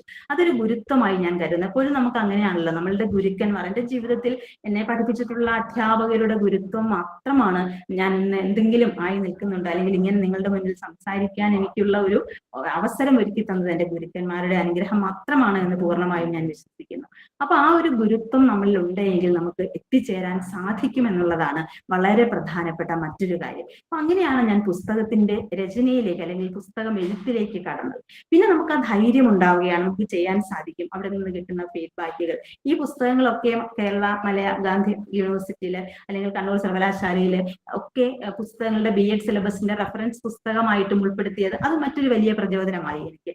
അപ്പൊ അങ്ങനെ എഴുത്തിന്റെ വഴികളിലേക്ക് എനിക്ക് എഴുതാൻ സാധിക്കും. ഞാൻ പഠിച്ചെഴുതുന്ന കാര്യങ്ങൾ, ഞാൻ അറിയുന്ന കാര്യങ്ങളെ എനിക്ക് പ്രകടിപ്പിക്കാൻ സാധിക്കും എന്നുള്ള ഒരു ധൈര്യമാണ് എനിക്കുണ്ടായത്. അങ്ങനെ കേരള ഭാഷാ ഇൻസ്റ്റിറ്റ്യൂട്ടും NBS പോലെയുള്ള പ്രമുഖരായിട്ടുള്ള പ്രസാധകരൊക്കെ തന്നെയും 20-ൽ പരം പുസ്തകങ്ങൾ എനിക്ക് എഴുതാൻ ദൈവം സഹായിച്ചു. അപ്പൊ അത്രയും പുസ്തകങ്ങൾ ഞാൻ എഴുതി എന്നുള്ളത് വലിയ ഒരു കാര്യമായി തന്നെ ഞാൻ ഏറ്റവും കൂടുതൽ സന്തോഷത്തോടെ ചാരിതാർത്ഥ്യത്തോടുകൂടി പറയുകയാണ്. അപ്പൊ ആ പുസ്തകങ്ങളൊക്കെ എഴുതാൻ പ്രചോദനമായത് ഞാൻ ആദ്യം പറഞ്ഞ ആത്മവിശ്വാസം തന്നെയാണ്. അപ്പോൾ നിങ്ങൾക്ക് സ്വാഭാവികമായും തോന്നാം ടീച്ചറിന് മറ്റ് ജോലി തിരക്കുകളൊന്നും ഉണ്ടാവില്ലായിരിക്കാം, അതുകൊണ്ടായിരിക്കാം ടീച്ചർ ഇപ്പൊ ഇങ്ങനെ ഇത്രയും പുസ്തകങ്ങളൊക്കെ എഴുതിയത്, നമുക്കാണെങ്കിൽ സമയമേ കിട്ടുന്നില്ല, ഇത് നമുക്ക് തോന്നാം. പക്ഷെ എനിക്കിത് നിങ്ങളോട് പറയണം, കാരണം എൻ്റെ അനുഭവത്തിൽ നിന്നാണ് ഞാൻ പറയുന്നത്. സമയം എന്ന് പറയുന്നത് നമുക്കെല്ലാം സമമായി കിട്ടുന്ന ഒന്നാണ്. സമയം എന്ന് പറയുന്നത് എല്ലാവർക്കും തുല്യമായി കിട്ടുന്ന ഒന്നാണ് സമയം. പക്ഷേ ആ സമയത്തെ നമ്മൾ എങ്ങനെ വിനിയോഗിക്കുന്നു എന്നുള്ളതാണ് വളരെ പ്രധാനപ്പെട്ട കാര്യം. ധാരാളം ജോലി തിരക്കുകൾ എനിക്കുണ്ട്. വീട്ടിൽ വന്നു കഴിഞ്ഞാൽ ഒരു 9-9:30 മണി വരെ എനിക്ക് വീട്ടു ജോലികൾ ഉണ്ടാവും, കുട്ടികളുടെ കാര്യങ്ങൾ നോക്കാൻ ഉണ്ടാവും. അങ്ങനെ ധാരാളം തിരക്കുകൾ ഉണ്ട് എനിക്കും. ഒരുപക്ഷെ ഒരുപാട് തിരക്കുകളുണ്ട്. പക്ഷേ ആ 9:30 മണിക്ക് ശേഷമാണ് ഞാൻ പലപ്പോഴും എൻ്റെ വർക്കിനായി ഇരുന്നിട്ടുള്ളത്. അപ്പൊ അതിന് മറ്റു എല്ലാ സാഹചര്യങ്ങളും ദൈവം സഹായിച്ച് എനിക്കുണ്ടായിരുന്നു എന്നുള്ളത് മറ്റൊരു വസ്തുത. പക്ഷെ ആ ഒരു സമയത്തെ നന്നായി വിനിയോഗിക്കാൻ, അത് കാരണം നമുക്ക് ഒരുപാട് ശാരീരിക ബുദ്ധിമുട്ടുകൾ, ഒരുപാട് മാനസികമായിട്ടുള്ള ബുദ്ധിമുട്ടുകളൊക്കെ ഉണ്ടാകും. മാനസികം എന്ന് പറയാൻ സാധിക്കില്ല അതിനെ, കാരണം അതിനെ ഒരു ലഹരിയായി, അതിനെ ഒരു ഏറ്റവും വലിയ സന്തോഷമായി എടുത്തു കഴിഞ്ഞാൽ അതിനെ ഒരു ബുദ്ധിമുട്ടായി നമുക്ക് തോന്നില്ല. ശാരീരികമായിട്ടുള്ള അവശതകളൊക്കെ ധാരാളം ഉണ്ടായിട്ടുണ്ട്. അത് ഇന്നും കുറച്ചൊക്കെ അതിന്റെ ബാക്കി പത്രങ്ങൾ തുടരുന്നുമുണ്ട്. പക്ഷേ എനിക്ക് കഴിഞ്ഞത് അത്രയും ഈ പറയുന്ന നമ്മളുടെ സമയത്തെ നമ്മൾ വിനിയോഗിക്കുക എന്നുള്ളതാണ്. നമുക്ക് എപ്പോഴും പരാതി പറയാനോ അല്ലെങ്കിൽ എനിക്ക് കുറച്ചുകൂടി സമയം കിട്ടിയിരുന്നെങ്കിൽ ചെയ്യാമായിരുന്നു, കുറച്ചുകൂടി സാഹചര്യങ്ങൾ കിട്ടിയിരുന്നെങ്കിൽ ചെയ്യാമായിരുന്നു, അപ്പൊ എൻ്റെ കുട്ടികൾ ഉൾപ്പെടെ പറയാറുണ്ട് പലപ്പോഴും. അപ്പൊ അതിനെനിക്ക് നിങ്ങളോട് പറയാനുള്ളത്, നമുക്ക് എല്ലാവർക്കും കിട്ടുന്നത് ഒരേപോലുള്ള സമയമാണ്. ആ സമയത്തെ നാം ഭംഗിയായി വിനിയോഗിക്കുക എന്നുള്ളത് മാത്രമാണ്. നമ്മളിലുള്ള എന്ത് കഴിവായിക്കൊള്ളട്ടെ, അത് എന്ത് തരത്തിലുള്ള രചനകളായിക്കൊള്ളട്ടെ, അല്ലെങ്കിൽ ഏതെങ്കിലും തരത്തിലുള്ള ക്രിയേറ്റിവിറ്റി ആയിക്കൊള്ളട്ടെ, അതിനു വേണ്ടി ആ ഒരു സമയം ഏറ്റവും ഭംഗിയായി നമ്മൾ വിനിയോഗിക്കുക. ഇനി മൂന്നാമത്തെ കാര്യം, എത്രമാത്രം സമയം നമ്മൾ ഇതിനു വേണ്ടി സ്പെൻഡ് ചെയ്താലും അല്ലെങ്കിൽ എത്രമാത്രം നമ്മൾ ഇതിനുള്ളിലേക്ക് ഇറങ്ങിച്ചെന്നാലും പലപ്പോഴും നമുക്ക് പല തടസ്സങ്ങളും ഉണ്ടാവാറുണ്ട്, അല്ലെ? പലപ്പോഴും പല തടസ്സങ്ങളും ഉണ്ടാവാറുണ്ട്. ജീവിതത്തിൽ പ്രതിസന്ധികൾ എന്ന് പറയുന്നത് നമ്മളുടെ കൂടെയുള്ളതാണ്. പ്രതിസന്ധികളും പ്രതിബന്ധങ്ങളും ഒക്കെ നമ്മളുടെ ജീവിതത്തിൽ ധാരാളം ഉണ്ടാവും. അപ്പം പ്രിയപ്പെട്ട കുട്ടികളോട് പറയാനുള്ളതും എനിക്കത് തന്നെയാണ്. ഈ പ്രതിബന്ധങ്ങളെയൊക്കെ നമ്മൾ ഈ പറയുന്ന ഏറ്റവും നല്ല രീതിയിൽ അതിനെ ഡീവിയേറ്റ് ചെയ്യാൻ പഠിക്കുക. നമ്മൾ പട്ടം നമുക്കൊക്കെ അറിയാവുന്ന കാര്യമാണ്. കുട്ടികൾ പട്ടം പറത്താറുണ്ട് ആകാശത്തിലേക്ക്. പട്ടം എങ്ങനെയാണ്? വളരെ ഉയർന്നുയർന്നുയർന്ന് പറന്നു പോകാറുണ്ട്. പക്ഷെ ആ പട്ടം പറന്നു പോകുമ്പോൾ അതിന് കാറ്റിന്റെ എതിർപ്പുണ്ടാവാറുണ്ട് അവിടെ. ആ കാറ്റിന്റെ എതിർപ്പിനെ അവഗണിച്ചുകൊണ്ടാണ് പട്ടം വീണ്ടും ആകാശത്തിലേക്ക് അല്ലെങ്കിൽ ഒരുപാട് ദൂരത്തിലേക്ക് ഉയർന്നുയർന്നു പോകുന്നത്. അപ്പൊ നമുക്കുണ്ടാകുന്ന എതിർപ്പുകളാണ് ഈ കാറ്റായി വന്നത് പട്ടത്തിനെ പറത്താതിരിക്കാൻ അല്ലെങ്കിൽ പട്ടത്തിന്റെ വേഗത കുറയ്ക്കാൻ വന്ന എതിർപ്പാണ് ആ കാറ്റ് എന്ന് പറയുക. അതുപോലെ നമുക്കുണ്ടാകുന്ന ഒരുപാട് ബുദ്ധിമുട്ടുകൾ, ഒരുപാട് പ്രതിബന്ധങ്ങൾ, ഒരുപാട് പ്രശ്നങ്ങൾ നമുക്കുണ്ടാകാം. പക്ഷേ അവയൊക്കെ മെന്റൽ ബ്ലോക്കുകളാണ്. ഈ മെന്റൽ ബ്ലോക്കുകളെയൊക്കെ ബിൽഡിംഗ് ബ്ലോക്കുകളാക്കി മാറ്റുവാൻ നമുക്ക് സാധിക്കും. അങ്ങനെ വളരെ കോൺഷ്യസ് ആയി ബോധപൂർവം നമ്മൾ ഇടപെടുന്ന രംഗങ്ങളിൽ ഏറ്റവും ഭംഗിയായി വ്യാപരിക്കാൻ സാധിച്ചാൽ നമുക്കൊന്നും തന്നെ അപ്രാപ്യമെന്ന് പറയാൻ സാധിക്കില്ല. നമുക്ക് വിസ്മയങ്ങൾ തീർക്കാൻ സാധിക്കും. പക്ഷേ അതിന് വേണ്ടത് ഞാൻ ആദ്യം സൂചിപ്പിച്ച ആത്മവിശ്വാസവും ആത്മധൈര്യവുമാണ്. അത് കേവലം 2 വാക്കുകളല്ല, മറിച്ച് നമുക്ക് നമ്മളുടെ പ്രവൃത്തി പഥത്തിലേക്ക് വളരെ ഭംഗിയായി ഇറങ്ങിച്ചെല്ലുവാനും അവിടെ നമ്മളുടേതായ അടയാളപ്പെടുത്തലുകൾ നടത്തുവാനും സാധിക്കുന്നത് ഈ ആത്മവിശ്വാസത്തിലൂടെയാണ്. ഈ അടയാളപ്പെടുത്തലുകളൊക്കെയാണ് നമ്മളുടെ ജീവിതത്തെ മാറ്റിമറിക്കുന്നത്. പലപ്പോഴും സ്വപ്നം കാണുക എന്ന് നമ്മൾ പറയാറുണ്ട്. പക്ഷെ ഈ സ്വപ്നം കാണുമ്പോൾ ആകാശത്തോളം സ്വപ്നം കാണുക, അല്ലെങ്കിൽ സ്വപ്നങ്ങൾക്ക് ചിറകുകൾ ഉണ്ടാവണമെന്ന് പറയാറുണ്ട്. ആകാശത്തോളം പറന്നുയരാനാണ് നമുക്ക് ചിറകുകൾ വേണ്ടത്. പക്ഷെ ഞാൻ അതിൽ ഒന്നുകൂടി കൂട്ടിച്ചേർക്കും, നമുക്ക് ആകാശത്തോളം പറന്നുയരാൻ ചിറകുകൾ ഉണ്ടാകുമ്പോൾ തന്നെ അതേ സമയം തന്നെ ആഴത്തിൽ വേരോടാൻ വേരുകൾ നമുക്കുണ്ടാവണം. ആഴത്തിൽ പോകാൻ ഉള്ള വേരുകളാണ് നമ്മുടെ സ്വപ്നങ്ങൾക്ക് വേണ്ടത്. അപ്പൊ സ്വപ്നങ്ങൾക്ക് ചിറകുകൾ മാത്രമല്ല വേണ്ടത്, സ്വപ്നങ്ങൾക്ക് വേരുകളും ഉണ്ടാവണം. അപ്പൊ ആകാശത്തോളം സ്വപ്നങ്ങൾ പറക്കുമ്പോൾ അതോടൊപ്പം തന്നെ ആഴങ്ങളിലേക്ക് വ്യാപരിക്കുവാനും സാധിക്കണം നമ്മളുടെ സ്വപ്നങ്ങൾക്ക്. അവിടെയാണ് നമ്മൾ നമ്മുടെ കുട്ടികളെ ഡീപ്പ് ലേണിങ്ങിനെ കുറിച്ച്, അധിക വായനയെ കുറിച്ചൊക്കെ പഠിപ്പിക്കേണ്ടത്. എന്തുകൊണ്ടാണ് നമ്മൾ പലപ്പോഴും പല കാര്യങ്ങളിലും മുൻപോട്ട് വരാതെ പോകുന്നത്, മടിക്കുന്നത് എന്തുകൊണ്ടാണ്?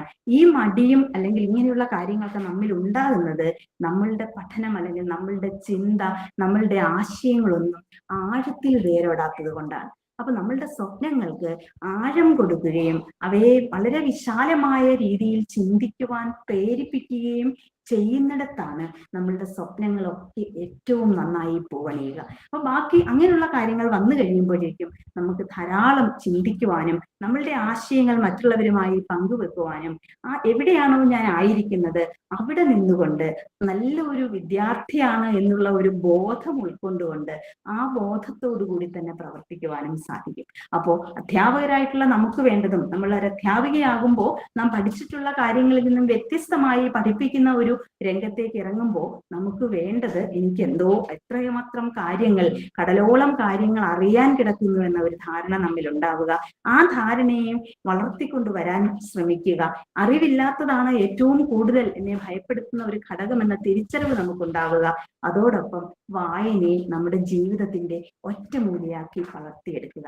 ആ ഒരു ദിവ്യ ഔഷധം നമ്മളുടെ കൂടെ ഉണ്ടെങ്കിൽ നമുക്കൊന്നും അപ്രാപ്യമല്ല എന്ന് പ്രിയപ്പെട്ട കുട്ടികളോട്, എൻ്റെ പുസ്തകങ്ങൾ വായിച്ചിട്ടുള്ള കുട്ടികളോട്, എൻ്റെ പ്രിയപ്പെട്ട അധ്യാപകരോട് ഒക്കെ പറയാനാണ് ഞാൻ ഈ സമയം ഉപയോഗിക്കുന്നത്. അതോടൊപ്പം തന്നെ ഇത്രയും സംസാരിക്കാൻ എനിക്ക് അവസരം തന്ന പ്രിയപ്പെട്ട ജോജു സാറ്, മായ ടീച്ചർ, ഗീത ടീച്ചർ, അതുപോലെ ജിബി ടീച്ചർ, ആരെങ്കിലും വിട്ടുപോയോ, എല്ലാ അധ്യാപകരോടും എല്ലാ ടീച്ചേഴ്സിനോടുമുള്ള സന്തോഷം അറിയിക്കുന്നു. എല്ലാ കുട്ടികൾക്കും എല്ലാവർക്കും തങ്ങളുടെ സ്വപ്നങ്ങളിലേക്ക് പറന്നുയരാനുള്ള എല്ലാ ആശംസകളും നൽകിക്കൊണ്ട് ദൈവാനുഗ്രഹം കൂടെ ഉണ്ടാവട്ടെ എന്ന് പ്രാർത്ഥിച്ചുകൊണ്ട് നിർത്തുന്നു. നന്ദി, നമസ്കാരം. Truly poetic, ma'am. Thank you very much. ഒരു കവിത പോലെ സുന്ദരമായിരുന്നു. Thank you, sir. Over to you, students, please.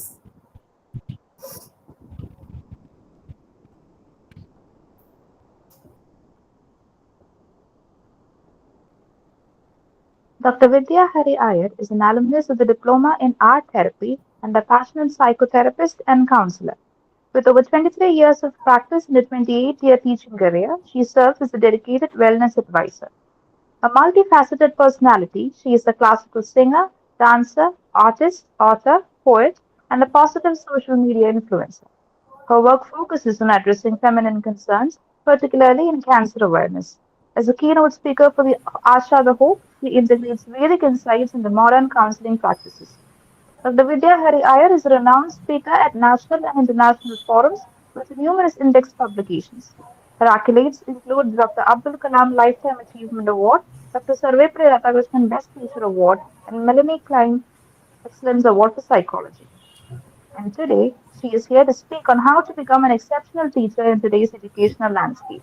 Hearty welcome to the session, ma'am. Warm welcome, ma'am. One word before your commencing. Vidya Iyer ma'am is very close to Marketplace Training College. She has empowered us, motivated us many a time, and we are really honored by your presence, ma'am. Warm welcome, ma'am. Over to you, please. Thank you so much, sir. Am I audible? Perfect. Okay. So good evening, friends, and thank you, Jojo John, sir, for that wonderful, opportunity to connect with each one of you. A little more about myself. I have been a teacher for the last 30 years. The topic that I am going to share today is going to be very close to my heart because I've just, taken off whatever I have experienced in the last 3 decades, and I'm going to share it with each one of you. So let's get started. I'm just going to share my screen.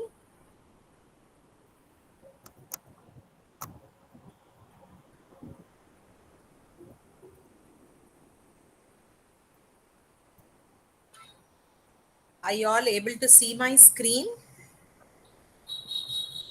Yes, ma'am. Okay, the entire screen is visible? Yes, ma'am. Perfect. Thank you so much. So, friends, today's topic is very, very close to my heart.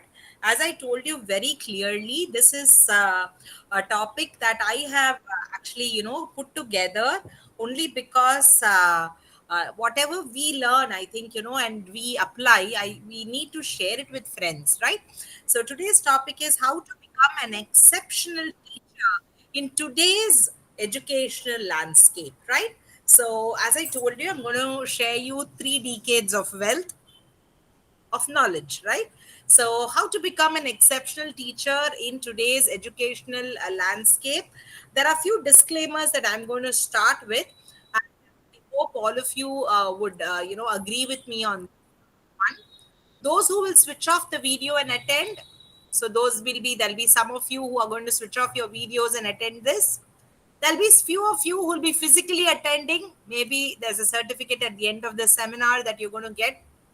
But there are few of you who will attend it and take notes. I'm more interested in talking to those people who are going to sit and take notes. I call them the sincere, students right now. And these are the people that we are looking out for, those who will apply these principles and grow. So you are the serious people, right? So why this disclaimer is because whatever we're going to share today is going to be useful only for people who are going to be sincere and serious, right? So soft skills is definitely a game changer in today's world. Even if you're not a teacher and still are going to use this soft skills, it can help you build your life anyway, right?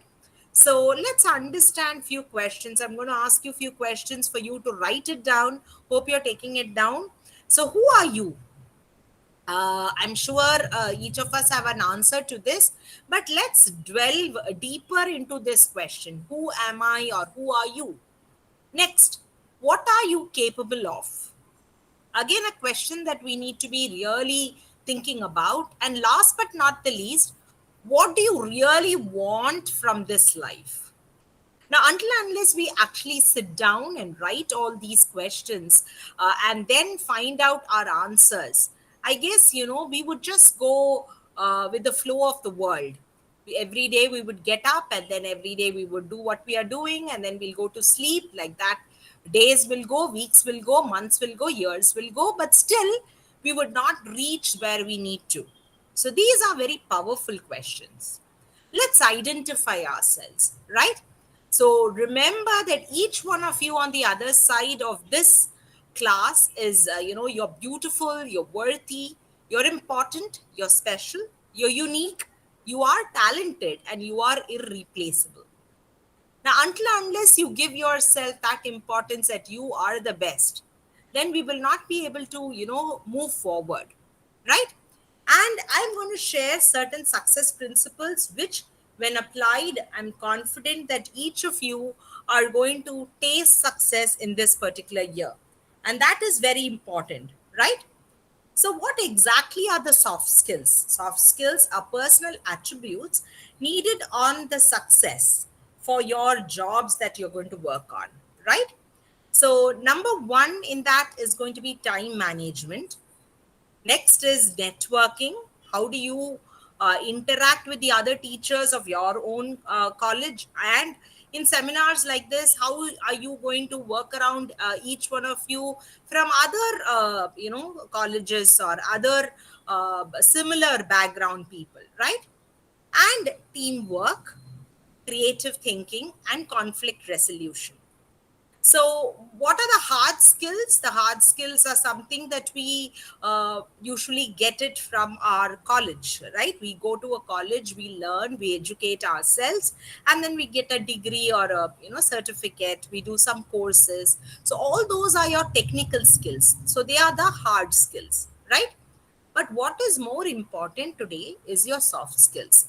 Soft skills, if I have to generalize it, it is like people skills, it's like communication skills, your interpersonal skills, how you behave with each other, how you talk to each other, how communicative you are, how flexible you are, what is your leadership qualities, and we're going to work around all these things. So I'm going to actually, break it down into few points so that it'll be easy for you to get back home and, ponder upon them. So soft skills, if you look at it, there are plenty of them, right? But I'm going to, in a nutshell, share with you the most important ones so that you can become an exceptional person in your own field. So the questions right now is, what are the characteristics that is stopping you from going to the next level? I'm sure all of us are doing good, but if I have to become better, what is it that I lack right now? What personal traits do you want to improve on? And last but not the least, What are your achievements so far? Until and unless I know point A from where I'm going to start, and I know point B where I need to go, I would not be able to plan my journey from point A to point B. So if you have done something great so far, pat your back and say, hey, you did it. Proud of you, right? And then we will upskill ourselves so that we can go to the level that we want to go. So these are the most valued soft skills, and I'm going to work on each of them, these 10 points that I wish to share with you all today. The first point is confidence. Now, you can just imagine somebody who is having a good posture, walking the corridor of your college, so confident about themselves, the way they dress themselves, the way they carry themselves, and the kind of persona they work on themselves with, right? So, what are the 10 ways that you can boost your confidence? First is write down your strengths, my dear friends. I'm sure if you have done your management course, you would have heard about the SWOT principle: strength, weakness, opportunities, and threats. So, in that, you need to know your strength. That's the most important one. Second is to know your weaknesses too. So, until unless you know your weaknesses, you will not be able to hone on them.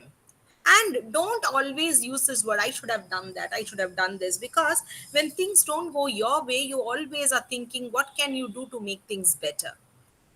Gain some perspective, find out what best you can do, find out other person's perspective. It is very important, because if you're not a good listener, you cannot become a good leader.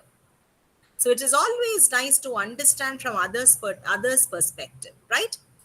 And try something new. Be so versatile that every year you are trying to work on one quality of yourself and you're going to reinvent yourself. When you try to be on a critical thinking angle, and when you become your creative best, friends, you will know something, that you will never be a bore. People will want to listen to you, right? And celebrate your wins. However big or small they are, celebrate them. Practice positive self talk. Always say, I am good, I am successful. Use I am and a positive statement after that. And accept compliments. When somebody says something nice about you, accept that and show others how to treat you. And how do you do that? You need to treat others well, right? And be kind to yourself, and that's very important. And whenever you or your mind says you can't do something, remove the tease and you say, I can do it, right? So, as Walt Disney said, all our dreams can come true if we have the courage to pursue them. And also, what Eleanor Roosevelt said, the future belongs to those who believe in the beauty of their dreams. So, friends, it's high time we start to dream big and work on ourselves so that we can achieve that success, that level of excellence that we are all working for, right? And how do you have confidence in yourself? Visualize your confidence. Stand in front of the mirror and keep talking good things about yourself. See yourself as though you're wearing a crown on your head, right? Fill your life with motivation. When you wake out of bed in the morning, get up with a startle, and then, be so excited about what you're going to do for the day. And say yes more often, which means, you're going to say yes to opportunities. And create and embody an alter ego, which means that you need to understand who the real person you are. And always stay excited. When you stay excited, you will push back all the other negative emotions in your front. Mostly the negative emotions which will go at the back seat would be fear, would be anxiousness, right? And create a power playlist, which means, like, something which is going to boost your energy every single day. Celebrate your wins and focus on your strength. And posture matters, so always sit erect, stand erect, walk erect, don't have a slouch. And smile as often as you can, and dress smartly. So that's how you will get confidence in yourself. Believing in yourself is the first secret to success, and that's so very important. And self confidence is a superpower. Once you start to believe in yourself, magic starts happening. So it's like anybody, can do anything. It's just that You need to believe in yourself that you are unstoppable. Next is the time management. Now, time management is something that, we all need to really work on ourselves. You need to prioritize your life. You need to, have a set to-do list that we call, and then, take breaks whenever you think you are getting through a burnout, and organize yourself. Keep your desk organized, keep your workplace organized, keep your home organized, because all these things together is going to give you that kind of a kick that you need. Now tell me, if you practice health, you okay? So and remove any non-essential tasks that you have, so that you can really work on it. So this is the Eisenhower matrix that we follow. There are the 4 Ds. You do it, you delegate, you defer, and you delete.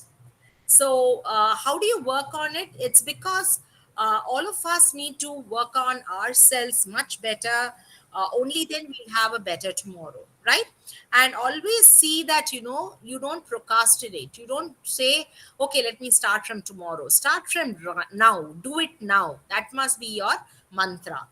And also, as we understand, procrastination is the foundation of all disasters, because as you procrastinate, you will lose out on a lot of timelines.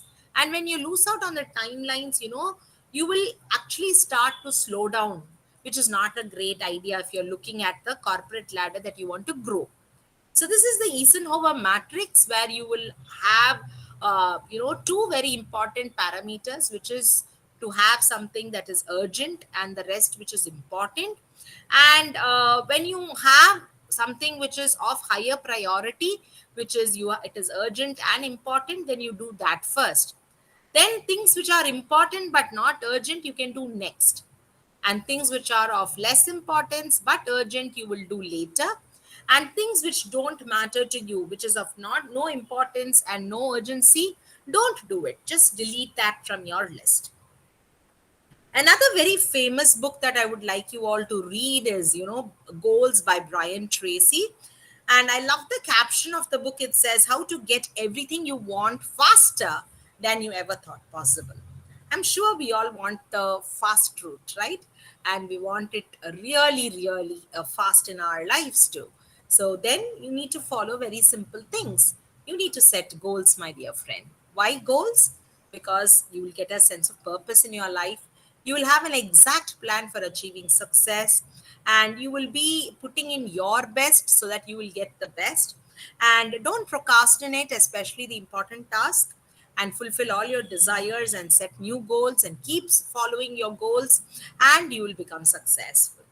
People who do not set goals actually become complacent, and then they are far from success. And next is your self-management skills. Usually time management is quite a dicey word. We say you need to manage yourself because all of us have only 24 hours of time. That's not going to change, but we need to manage ourselves. That's very important. Now, in self-management skills, first thing is to have a very calm and composed mind. For that, you need to breathe and relax and, get your time slot so that you can feel better. Next is emotional healing. When you are hurt inside your mind, maybe from your peers or, from higher authorities at school, or even some children who really play havoc in the classroom. So I'm sure you will be carrying some hurt emotional feelings. And this is only in the school scenario or a college scenario. Imagine things what happened in your life and then in, in your house too.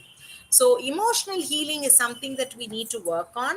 Until unless we are a stable adult, it is very difficult to manage others. So this is something that you need to have a positive connection with yourself. So if there is any issues or unresolved emotions, then you need to sit with yourself and get that done. If you're unable to resolve it yourself, seek help from a mentor or any professional who will be able to help you do that. Next is to be self-motivated. Now, how do you become self-motivated? If you are going to be a very self-critical person, you're going to push yourself down the ladder. So you need to be your best friend. You need to use some positive self-care talks. You need to have some positive affirmations. And also very important is have a good creative visualization of how you want to be in the future, right? And physical well-being is very important, friends. We say you need to look good, so dress up well and look good. Take time to exercise, take time to do things which is going to give you a very smart looking body, because if you are able to have a control of your body, you're sure to reach your soul and heart and work with all of that, so that you can make a difference in people's lives. Now, self-management, you need to set goal, make a plan, and get to work. Action for the plan is very important, and then stick with it. Stickability. Many people, what they do is they work on the plan. If they don't get results, they just drop off. They quit. Now, instead of quitting, you need to keep working on it, right? And only then you will have that ladder to success. So then only you will reach your goal. So at this point, you can probably take down, write down what work you have done every single day. So what is the work that you're planning to have tomorrow morning? And write it down in such a way that, you have everything sorted out. Prioritize them. And then once it is done tomorrow, take a pen and score it down. So when you score down that work that you have done, it gives a sense of achievement, and that sense helps the dose hormones to get into your body, which means you're going to have positive vibrating hormones in your body, and thereby a sense of achievement is going to be reached for you. And you will see how much more you can actually do through than you thought. Many a times I have written down, and I have said I will probably finish 5, and then when the night when I go and look, I must have finished 6 or 7. That gives a kind of push for you to do things better. So this is very important what Mahatma Gandhi said. He said, keep your thoughts positive because your thoughts become words, and keep your words positive because your words become your behavior, and keep your behavior positive because that will become your habit, and keep your habits positive because that will become your value, and keep your values positive because the values will become your destiny. So whenever somebody says, your future is in your hands, the answer is a very big yes, because each of us have the right to make choices, and hopefully we make the right choices so that we can actually change our destiny. And how do you do that? You do with positive affirmation. So speak what you want, and your words are seeds. So imagine if a seed is being sowed on the ground, and you're going to get a positive plant out of it, then what is the seed you are going to sow? So please plant and nourish your seeds with good words, and keep watering them, keep nourishing them so that you become that. As Julian said, all management starts with self-management, which is a definition of intention, actions to be taken, and quantifying those actions. So this is very important because there's no such thing as time management. It's all about self-management, right? Next is friendliness and manners. Now, it is always nice to greet people, say good morning, good afternoon, good evening, and say thank you, say sorry, say excuse me. Use these kind words and manners, because once you start doing that, that will become your second skin. It will become your behavior, and your behavior is so very important, because whenever in life, certain areas where your knowledge will fail you, your behavior, your good behavior is going to take you forward, right? And so real education, especially in colleges, schools that we teach today, we speak about these soft skills of behavior, because nobody will remember all those degrees or the kind of awards and rewards that you earned. People will always remember for the good or the bad behavior you showed to them. So human behavior, if you look at it, you have a lot of them, positive, negative, so many of them. But then you need to understand it's like an iceberg. What people see is only 1/3 of the iceberg, but what you are is the depth of yourself. So it depends on what you are feeling, what you have really worked on yourself, your needs, your thoughts, and what you are trying to process in your mind, your mindset. So this is something that you need to work out so that you can have a good behavior outside. Next is to focus. I mean, I can't harp on this anymore. So focus is something so that you don't deviate yourself from your purpose of life.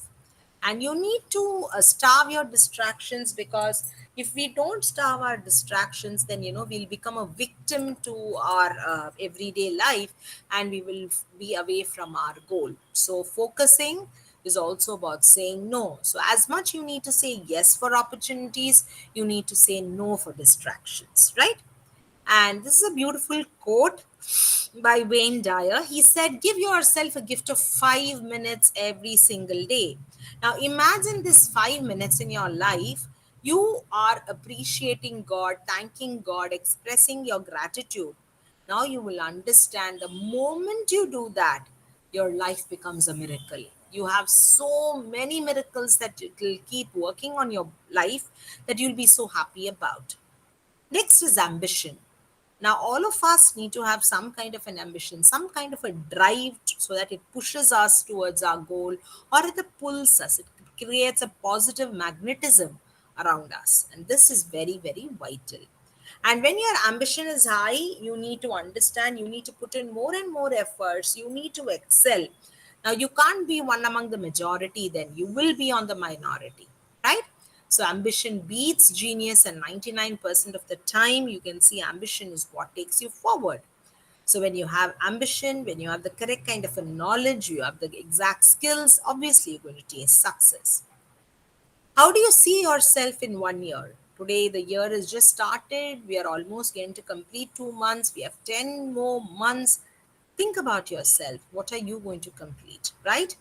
And how do you see yourself in the next 5 years? And what do you want to achieve?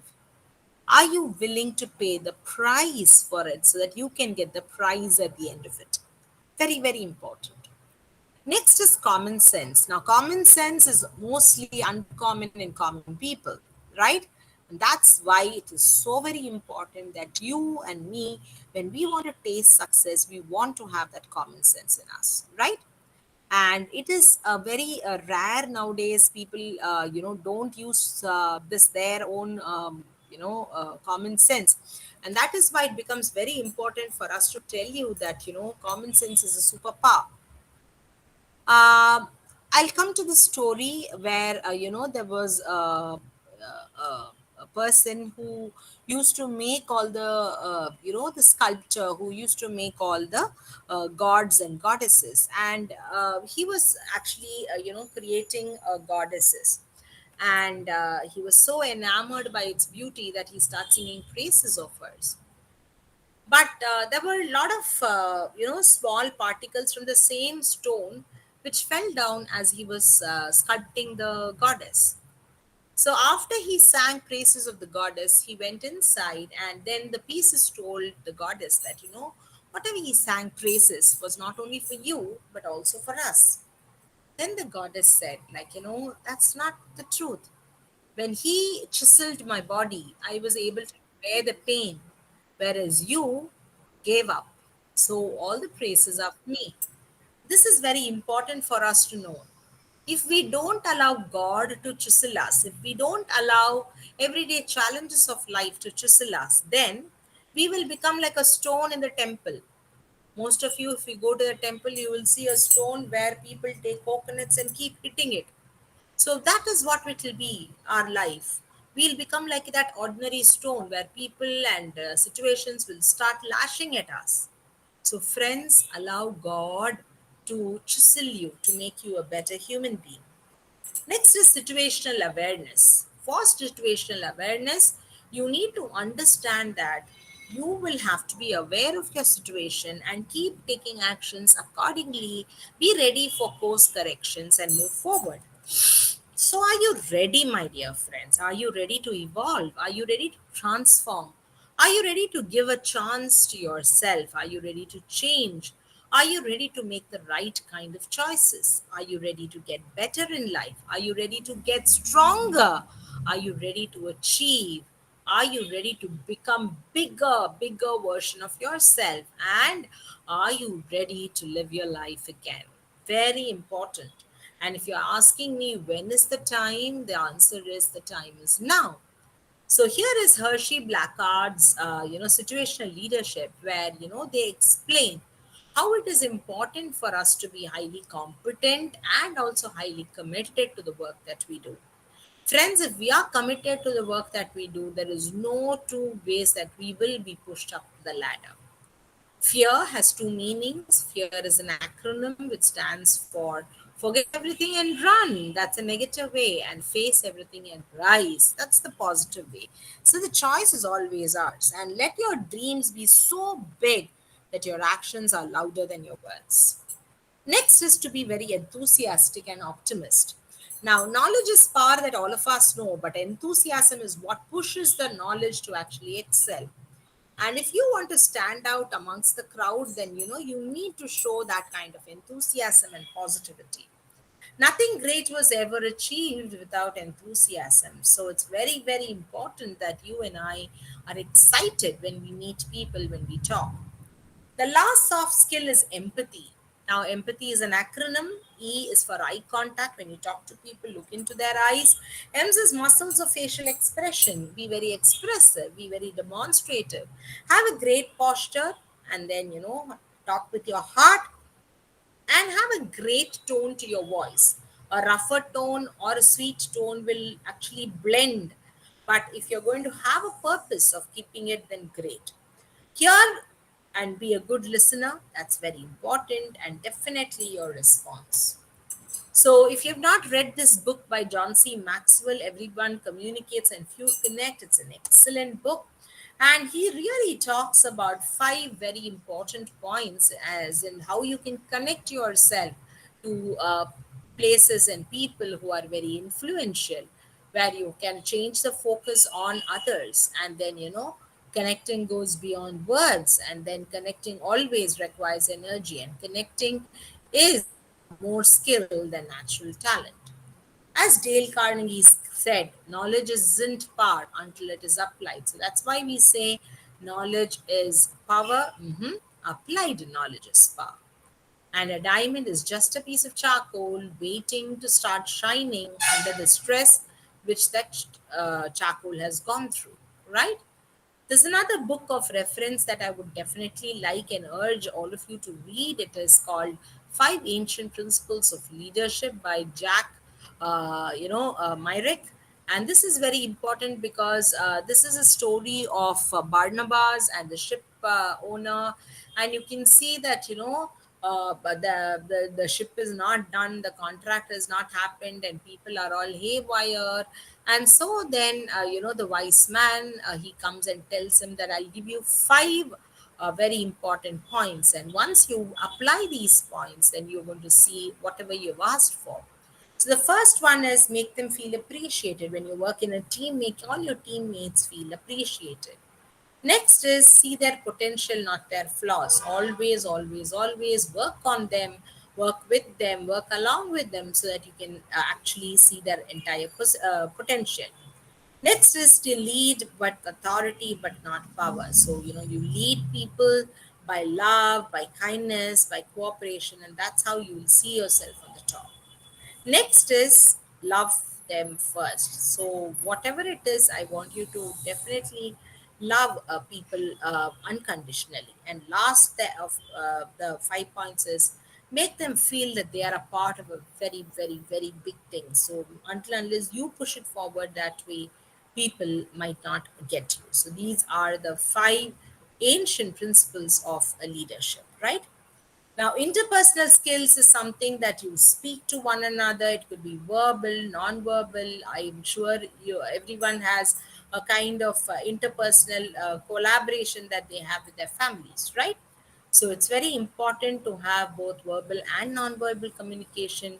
It is also very important for us to understand that critical thinking at this point of time is very, very important. Now, how do you taste success? Success is all about learning, practicing, and improving. So here, a child asks an elderly man, "What should I do when I grow big?"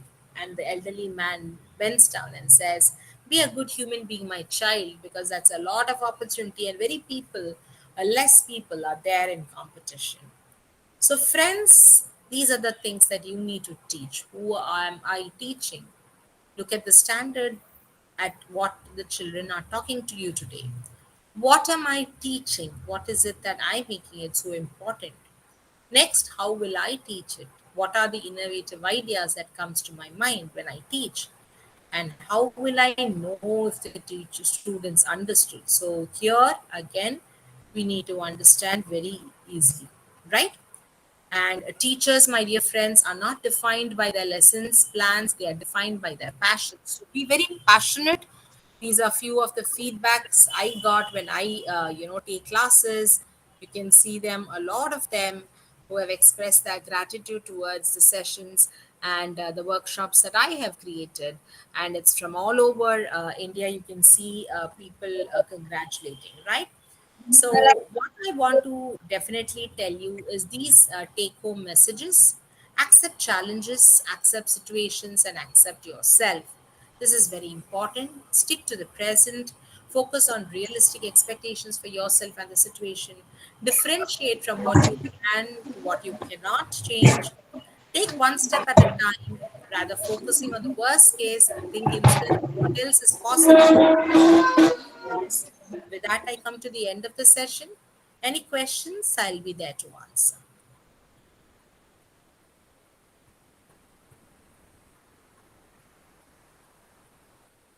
Ma'am, thank you very much for that brilliant talk as usual. It was very powerful. I just want to ask you about the impact of these violent movies nowadays. Because in Malayalam, Tamil, in all the film industry, we are watching very bloody movies and we are listening to such stories also. What is your opinion, ma'am? Are these violent, bloody movies developing a tendency for violence in our society? If you ask the filmmaker, they would say that,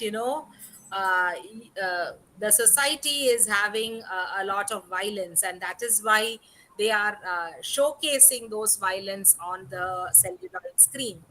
So this is a debate whether, from the celluloid, are we getting violent or we are violent, and that's what is picturized in the movies. However, I would say, we need to understand the world in a much more matured way. There is nothing wrong if you see any violent movies. It's just that you don't apply those negative principles in your life. Don't come back, beat your wife, beat your children, or beat your husband. That's all I would say.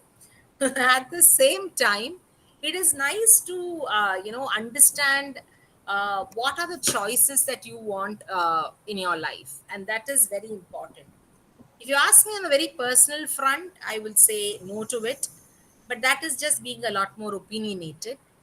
However, if I look at it from an educational point of view, it's very important for us to be abreast with what's going on in the society. At the same time, understand where to draw the line so that we can have a healthy boundary and we can protect our most important, what do I say, kavach, where we protect our brain from unnecessary, uh, technical jargons. So this is very important. Thank you, ma'am. Thanks a lot. Thank you, sir. Thank you for the opportunity as always, and it's a pleasure to come and speak at this podium. Thank you. Any questions that I can answer?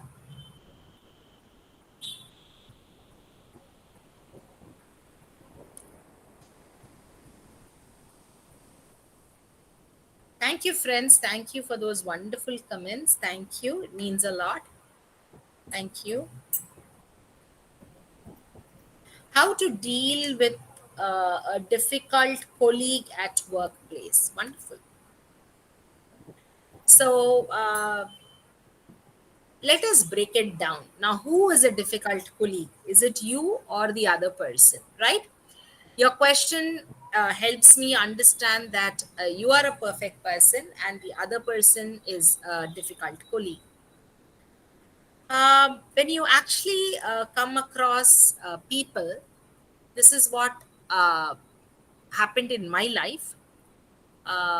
In 2004, it's almost 21 years ago.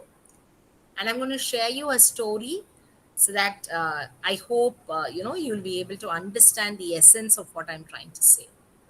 So it was a conference, and I had to go for this conference, and I was the compeer for the conference, and I was just taking down notes and trying to find out who was going to get up on the dais and things like that.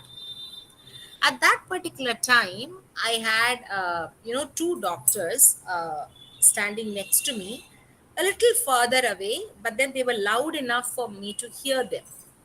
So one of them told, is Vidya going to manage it all by herself? Then the other person said, no, no, no, I've asked one ex-doctor to help her out. Immediately the other person said, oh my God, that ex-person is so, is a terror. How do you expect Vidya, who's new to this place, to actually, handle that person? And the other doctor then said, you don't know Vidya, she'll handle. So friends, each of us are built in with so much of strength within ourselves. We are all like the Lord Hanuman. We don't know our own strength. So unless, Hanuman gets somebody to tell him that, he's strong enough, he can't do things. But all of us know Lord Hanuman is the Lord of vigor, Lord of strength, Lord of courage. So that was my situation, just like how Lord Hanuman, when he had to cross the sea to go and meet Sita, he had to be told that you are Vayuputra, you can just take one step and reach Sri Lanka.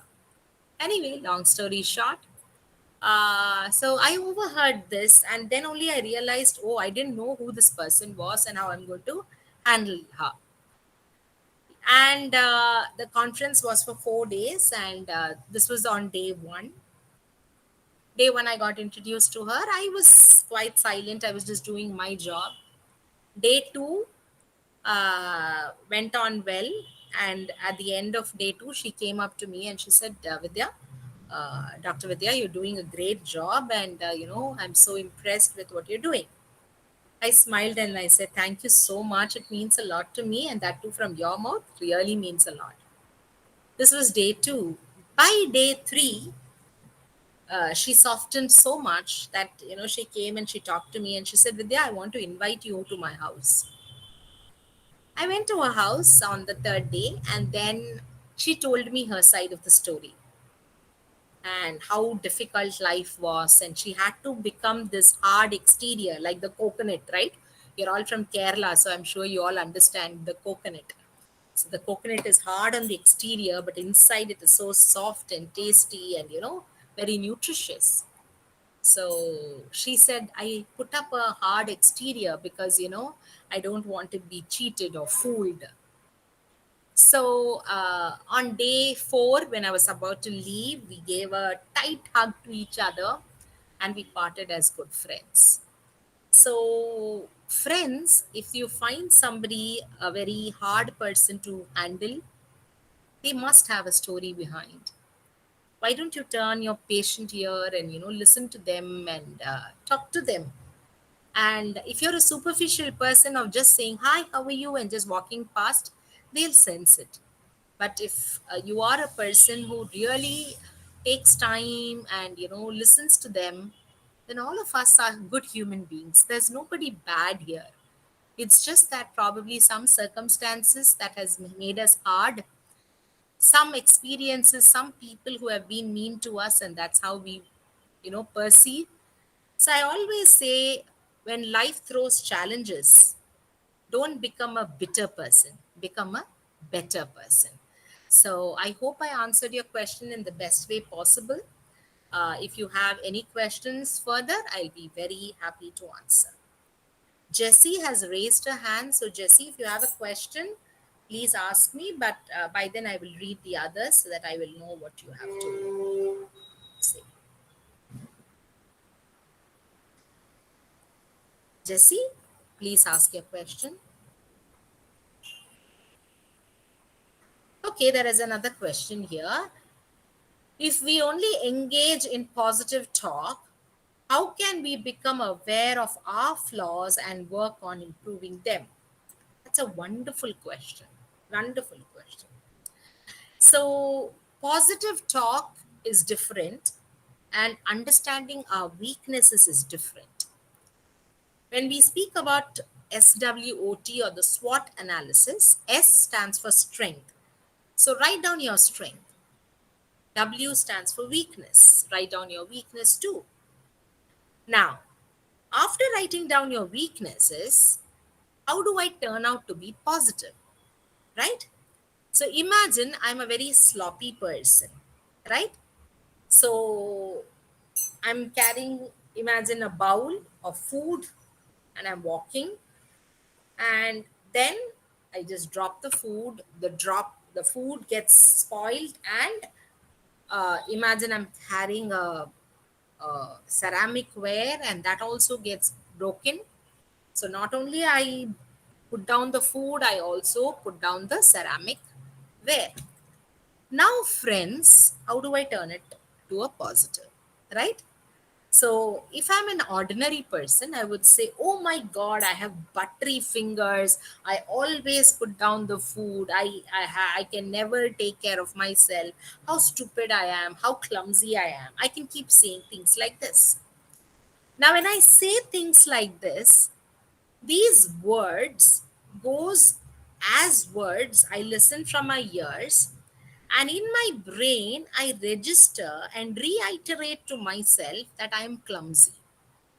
So every time I try to do something, this clumsiness of mine would come in the front, and it will not allow me to move forward. It will be like a brick wall. It will become bigger and bigger for me to actually cross it. At the same time, if I say, oh Vidya, you could have been a little careful. Next time, do it with a lot more care. Now, if I'm going to say this and next time I'm going to take, the same thing and I'm going to be careful. I can do this. This is not tough. I'm going to be careful of taking this and keeping it on the dining table without, I'm going to take it carefully, right? So the way I program myself is going to give me that positive push to help me cross that mind barriers. There is an entire course called Neuro-Linguistic Programming. Neuro is for your brain. Linguistic is with the words that you use and how you can program your mind to do things better. All athletes, all big leaders, all people who are on very high profiles, they use this technique of neuro-linguistic or NLP as we call it, and they program their mind so beautifully well with 3 V's, VVB. First V is visualizing. They visualize themselves. Imagine I have to win a competition. I close my eyes and I'm thinking of myself. The stage is set. I'm thinking, I'm visualizing that I am going to be the winner on the podium. That is visualize. Second, I verbalize. I keep talking to myself. I keep saying, Vidya, you can do it. You are going to be the winner. It is going to happen. It is your day. And you can do it. You are a winner. You are successful. I can keep telling myself this. So this is verbalizing. And third is vitalizing. Now, vitalizing is the most important because it's just not enough if I dream or close my eyes and visualize. It's just not enough if I speak about it. It is also very important that I put in the action plan to vitalize it. So, answering your question, if we engage in positive talk, how can we become aware of our flaws? Becoming aware of your flaws, you need to self-reflect. You need to write down the flaws and start writing down ways in how you can actually comprehend those flaws so that you can become a better person. I don't know if you're all able to see. I'm just pointing out to my mirror at the back of my, which is at the back there, my dressing table. You can see some post-it slips on that. Correct? Are you able to visualize that, friends? Those are my positive affirmations that I say every single day. I have written them and I have pasted them on the dressing table. The reason is every time, every day in the morning, as I go and dress myself up to get ready for work, I read all those shits every single day, right? And it sets my mood for the day. It is those positive words that gives me the strength that I can do what I have to do in a better way. I hope I answered the question. If you have still more, please keep asking. How to create a good atmosphere in the classroom as a beginner teacher. What all things one should note to create a classroom atmosphere to maximize on students' potential? Oh, wonderful questions. Let me put it this way. I don't know any of you on the other side, barring very few whom I have interacted in the past 3-4 years that I have known Jojo John sir, as he explained, like I am not new to the college, right? But most of you, I don't know you, or I'm seeing you for the first time. Now, that means I'm a new teacher to all of you. If I classify myself as a teacher, how do I create a positive environment around? That's exactly what we spoke about for the last 1 hour. Be enthusiastic. Be positive in the way you want to connect with people. I am right now on a online platform where I'm not able to see you all eye to eye, but my video is on, and I'm at least trying to bring my eyes in contact with the people who are in a position to switch on their cameras, right? So in your classroom, in case you are going to talk, you're going to, deliver your classroom content, see that you have an eye-to-eye contact with everybody there. Number 2, your voice, your tonality should be a little more authoritative so that if there is a noise on the other side, they will stop to listen to you. I use this technique. I'll share that technique with you. When I hear a lot of noise, I don't try to scream my voice out. You know what I do? I start to whisper. The moment I try to whisper, the noise goes down because people want to listen to me also. And then once there is a silence, I go back to my original voice. So you need to know how to, tone your voice. You can go for some voice makeover workshop or things like that. I try to attend all these because, it gives me a more understanding of the crowd or the kind of people that I want to talk to. Next is, they say you need to dress up well. I am of that understanding that, when you are confident, then you deliver better. Now, how do you become confident? Look into the mirror and see how you feel about yourself. If you think you're confident, you like yourself, then people are going to like you, right? You don't have to put up a front. That's not what I said. Be yourself, but at the same time, be confident. That's all I would say, right? And if I have to create a positive atmosphere or a very good atmosphere, friends, in Tamil, there is a saying, Agathin Alagu Mugathil Theriyum, which means the beauty inside will be seen on the face. Or if you have to understand that, you need to be a genuine person who's ready to teach and share your knowledge with others. There's a beautiful story called Die Empty. I'm sure you must have heard it or read it in a WhatsApp. I'm just going to, summarize it and tell you here. Whenever you are trying to teach somebody or trying to share your knowledge, share so much more that there is nothing more that you have to give for that particular topic. When you do that, your audience will understand because they understand the true worth of people. So having said that, I will definitely tell you that, when you are trying to share everything that you have got, the students are very, very receptive nowadays. They're very focused. They understand the value of what they are getting, and sometimes they need more. And you are there to give them more, right? So definitely it will happen. So I hope I answered the questions. How do I create a good atmosphere in the classroom as a beginner teacher? I did say that.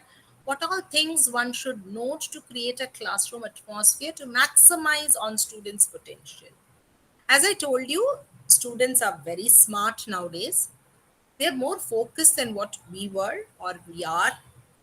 And what I have seen is, the best children, I mean, the students who are toppers, maybe the top 1%, they don't need your help, friends. You know why?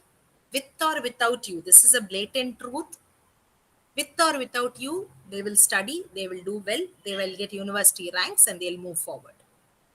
But the children who need help, who are average or below average, a teacher should go to that level of the student and lift them up and rise them up and rise them up.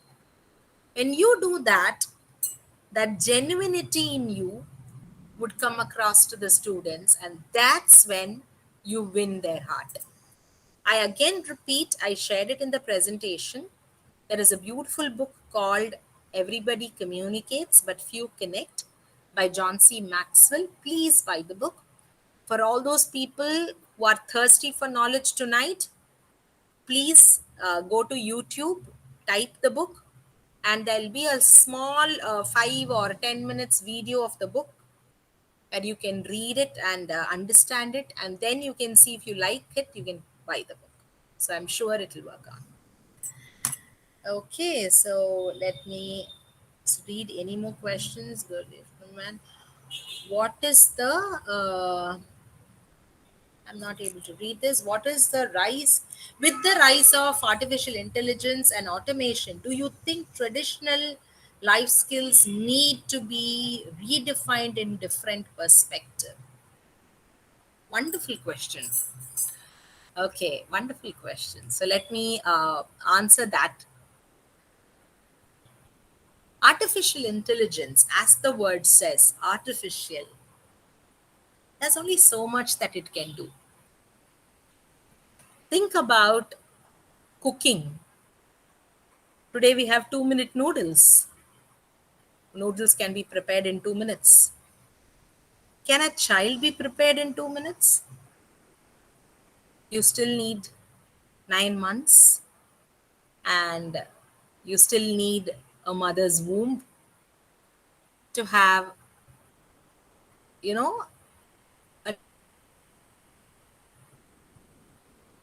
having said that, artificial intelligence probably will have the knowledge, will have the wisdom, but the experience will only come from you all, my dear friends. So if you ask me, is artificial intelligence going to replace human beings? My answer is going to be a no. I am a doctor. There is a lot of robotic surgeries in my field too.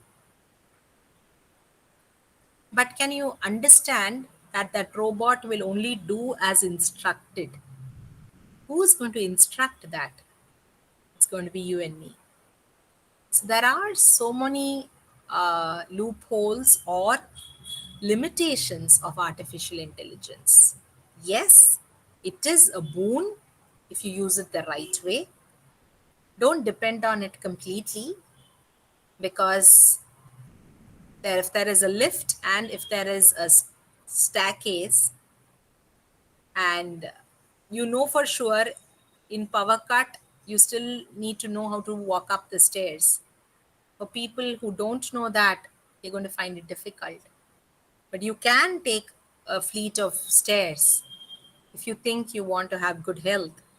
But it's also smart enough to take a lift to go up in case there is electricity. So I think we need to know that artificial intelligence is like that lift, which is going to give you a fast up.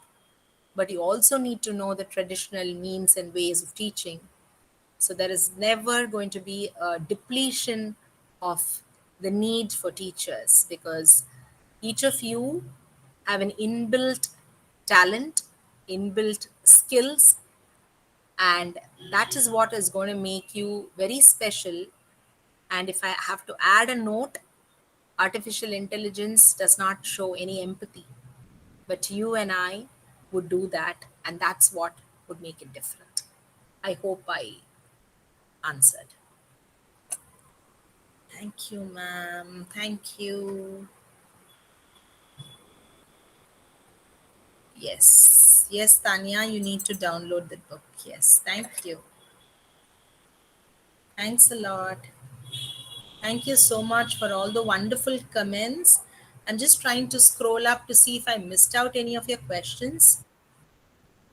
Yes, Esther, please ask your question. You can unmute also if you are. I can hear Swati speak. Yes, Swati.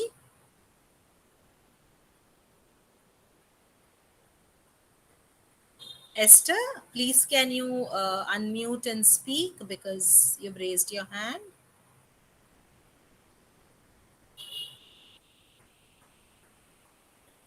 Okay, I think I have answered all the questions. I don't see any questions on the inbox. Oh, okay. I got a question here. How to have better people skills as an empath. Okay. People skills, read these 3 books that I'm going to share with you right now. Book number 1 is Skill with People. Okay. It's a very small book, about 80 pages, but a very powerful book. Again, if you go to Google and YouTube, you'll have this book there called Skill with People. Second book that I would recommend to you would be Art of Dealing with People. Again, a very small book. You'll finish reading both these books within 1 or 2 hours. So it's very fast. And the third book I would, help you to read would be How to Influence People by Dale Carnegie. Now, why do I ask you to read books? The reason is that, for us to understand and hone our skills with people, it's very difficult if somebody shows us the mirror. For example, if I tell you, if I know you so well, and if I tell you that, oh, you need to change this, you're not so good at that. Probably, when we speak things like that, it's going to become quite difficult for us to accept it, because we don't like anybody correcting us. We don't like anybody not, being critical with us. We don't like anybody finding faults with us. And when they do, we always take it very offensive. So what do books do? Books basically become the mirror for us. They help us look into ourselves and mold us, hone us, change us so subtly that we become a better person. And that is why we need to read books. And that is why, if you see, there is a quote which says, readers are leaders. Now, if you want to become a leader, if you want to become exceptional in what you're doing, then read books, my dear friends, because there might be so many, what should I say, sharp edges in our personality, which needs to be toned, polished, so that we shine like a diamond, right? That's important. If the student trying to do well with his subjects, but not able to cope up, how can I help him to do well in his exams? So when a student is trying to put in their efforts and still they're not able to get the desired marks that they are getting, you need to help this child use other methods of learning. First thing is to encourage the child. How do you encourage the child? You use positive words. You say, hey, this is good. You've come so far. You've done better than the last time. And I think, you need to just concentrate a little more, study a little more. And then, I'm sure you will be able to crack the exam. So that's a positive word to say. However, to help them with different methodologies, you can use flashcards. You can ask them to, write flashcards, so that will help them in having better memory of what they have learned. Most important thing would be to eat well, sleep well, because usually these kind of children, they don't eat well, or they compromise on their sleep. So having a good 7 to 8 hours of night sleep is very vital, even if it's an exam time and study holidays. Many people say, oh, I study in the night, I'll get up in the morning late and all, eating at different times. So try to give these children some kind of a timetable, or let them do a timetable, a very structured timetable, so that they have a good sense of sleep. See, when children study in the night, sleep late, wake up late, the melatonin hormone secretion gets reduced, and that will increase the cortisol level, and that will increase their stress level. It will cause more anxiety, panic attacks during the exam, which might bring down their scores. So that is why I always say you need to sleep well. Eat moderate, but eat a well nutritious diet. Try to eat fruits and vegetables, which is going to give you a lot of vitamins, which is necessary. Many children I have seen, when they lack magnesium in their diet, they are not able to perform well. They might have studied, but they might not be able to assimilate it, or they might not be able to recollect it and write it down.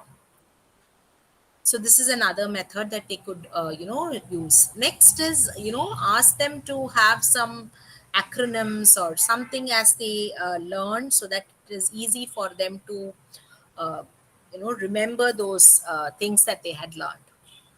Ideally, it is to do your subject every day study, but most of us don't do that. And if it is that way, then what you can do is you can probably start giving them some kind of mock exams to improvise their thought process, writing skills. How you present yourself in your answer paper also matters, using a sketch pen or color pencils, underline important points. Don't write in paragraphs, write down in pointers, highlight in the pointers, structure your answers in a proper way. So these are the things as a teacher that you need to be able to, share it with the children, especially if they are trying to do well and they are not able to reach that level. Because for an examiner, when they are going to correct your answer sheets, it's so very important to see that you have structured your answers in a very vital way. And more important is when you write it in points, it is very easy to read them rather than searching for them in the answers or paragraphs that you have written. So I hope I answered that question, and I'm sure that child is going to do much, much better. Love and friendship's the key. Ma'am, just a number. Make him as a... Absolutely, absolutely. Many parents push their children towards high academic achievements at the cost of free time and hobbies. How can education, like us and policy makers, help shift societal mindsets to support a healthier balance? Okay. I think it starts with you, my dear friend. You've asked a question, Sujit Ghosh, but can I ask you, I don't know if you're a student, a staff, a professor, I have no idea. But then, do you have hobbies? Are you working on your hobbies even now? How much time do you give for yourself? Until and unless you do that, I don't think it'll be right for us to answer or comment. Having said that, I'll take myself as an example. I'm a doctor, I'm a dentist. I have my practice, which just turned 25 years. So now I've stepped into the 26th year of my practice. I'm also a psychotherapist and a counselor, and I have almost 18 plus years of experience in psychology. So I have two professions which I balance. And I have a personal life. I'm a very outgoing person, and I'm a dancer, I'm a singer, and I do all of my hobbies. Now, in spite of having a very high profile life, when I prioritize, I take my time to do the things that I like the most, it becomes easy for me because these hobbies act as stress busters, and we are able to, have a balance. Now, Sanila ma'am is here, Jojo John sir is here. I'm sure they will vouch for what I'm saying because they see my WhatsApp status almost every single day where I am putting up either my Bharatanatyam dance performance or, any casual dance that I do. And it is not about speaking or just for the sake of telling on a podium like this that I do this, I do that, if I'm not living it up on a daily basis. And that's what make the difference. You need to show the children the way. Today's children are very smart. They will not listen to you, but they will follow you if you are doing the same. And that is the most important thing. So they say follow the leader, right? So you need to lead them by example. And how do you lead them by example? You need to do it. And I'm sure the COVID really taught us that, correct? Many people became mandala artists. Many people started doing their hobbies and all that. So you need to show that life to them. Until unless you show it to them, how will they know it, my dear friends? So the answer to this question is you need to lead the children by example. You need to tell them what has to be done, the way it has to be done for them to follow suit. Because parents are pushy. They have their own reasons for that. I'm not going there. Some parents might have not got this opportunity, and when they have that opportunity for the children, they want their children to do the best. None of the parents have any bad intentions of doing it. However, having said that, let's not go behind marks, because mark is not everything. It is how you are consistent with your performance and how well you have understood the subject and how well you're going to apply the subject in real life is what is going to make you a better person. In a class of 100 students, uh, there are, only about a handful of them who really excel in the life. And that is because they are a very disciplined person. They have worked around it. And I don't know if you know this life study done at Harvard University. And they took a class of, I think, less than junior KG or senior KG, so less than 5 years. They had given them the marshmallows, and I'm sure if you're following reels on Instagram, you'll be able to see that. So they found out that in the class they gave all the children the marshmallows, and the teacher said that if you don't eat these marshmallows for the next 1 hour, I'll give you a double set of marshmallows at the end of 1 hour. So what do these children do? Few of the children take the plate of marshmallows and keep it separately, and some of the children, they say, oh, the teacher said I should not eat it, but I can smell it, I can look at it. And then few of them said, I can smell it and probably lick it. And some said, I can lick it and probably have it rolled in my tongue.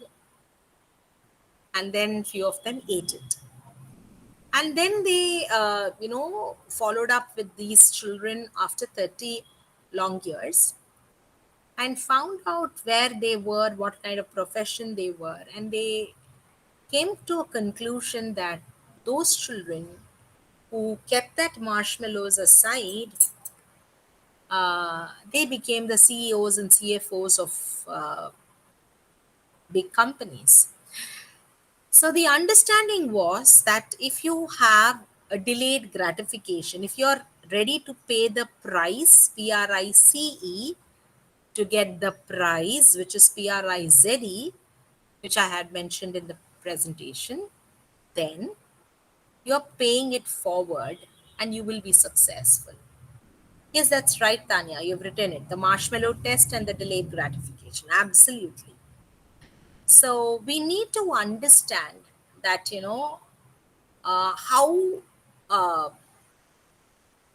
focused we are, how consistent and persistent we are, and how much are we ready to give, or how driven are we. That would decide, or that would discipline us to become a better person. If we want to have the cake and eat it too, and do this and do that and still be the success, I think we're not doing it properly, right? So you need to be very vigilant about it to get the best out of it. As far as the parents are concerned, today's parents are a lot more understanding than what our parents were, or our generation's parents were. In our generation's parents, they wanted to live their dream life through the life of their children, but today's parents are much more understanding. I can't generalize and say, but I'm just giving you a kind of perspective, that's all. I remember some 1 or 2 years back, sometime in April, May, during the COVID, one of the parent whose son just scraped through the 10th standard, maybe some 50 marks or something, she very proudly put the picture of her son and the report card and say, hey, my son passed and he got 50%. And the entire internet made it a sensation and had a lot of viewership, because here is a hero mother who celebrated the win of her child because she knew the child's capability and she didn't pressurize the child. So there was a mother like that. Let me go back some 60, 80, 100 years back when Thomas Alva Edison was there. Thomas Alva Edison's mother is called the hero mother. I'm sure most of you might know the story. So Thomas Alva Edison had gone to school, come back one night, one afternoon, and very proudly gave a small slip of paper to the mother. And the mother, as she read it, she had tears in her eyes. And little Thomas, he asked his mother, "Amma, what happened? Why are you? What is written in that letter?" And then uh, Thomas Alva Edison's mother said, "Nothing, sweetheart. The teachers have said that they can't teach you because you're a brilliant child. So from tomorrow, I will homeschool you." The rest is history. The mother taught Thomas Alva Edison, and he became the inventor of inventors, and the whole world celebrates him. And you and I today are under this light because of Thomas Alva Edison's, discoveries and inventions. Long story short, when he became big, he actually goes to the closet of his mother because his mother passed away, and he was just trying to look into her closet. And then he found a tiny paper which was folded million times and it was in tatters. He slowly opened it and read. And what it read was, "Your son is so boisterous in the class. He's making so much of noise. He's good for nothing. He does not do his homework. He's not attentive. And, he's good for nothing. And we don't want to have him in school anymore. You can take your your child back." Now imagine his mother did not verbally, literally take what is written there, and she thought for herself. Somebody asked a question on positive self-talk. So she asked herself that, is my child really a dud? Not really. And I will see that my child is very, is the most celebrated personality in this world. So this is what I'm trying to say is positive mindset. So if you have this positive mindset and hope and belief in your students, hope and belief in yourself, and you given your best shot, I'm sure each of us are going to celebrate our students, that they are going to become the best in the world, and they are going to be the future of tomorrow. So let's read about these hero mothers or hero people who are doing their best to, bring up their children so that they can excel. It's always nice to understand the strength of your child and support the child in that way. Otherwise, we wouldn't have had a Sachin Tendulkar who has just done his 10th standard. He does not have a degree to himself, but he's the most celebrated cricketer. We have many, many more people like this. Albert Einstein, he was a dyslexic, I think, and then, he is the person that we all celebrate today. So let's not judge anybody. Let's be open-minded. Let's have that mindset that, each of us have the skill, work on ourselves, strength and weakness, and then I think, God has made each of us so beautiful. I read that in the beginning of the lecture. I'm repeating it now. Each of us are beautiful, are worthy, are excellent, are successful, and that's how our life is going to be. Believe in yourself, and I'm sure each of us will be, celebrating our success in 2025. I hope I answered your question, dear. Any more questions?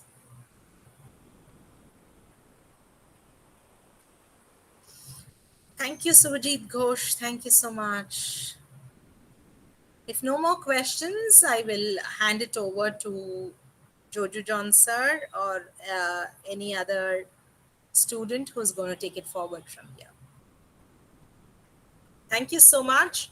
I'm going to write down my number here because in case you all have some more questions that you are a little shy to ask on this podium, that's my WhatsApp number, 98401-76088. I've sent it here. So in case you have any questions, you want to share your feedback, you're free to do that on my personal WhatsApp. Thank you so much. Over to you, Jojo Johnson.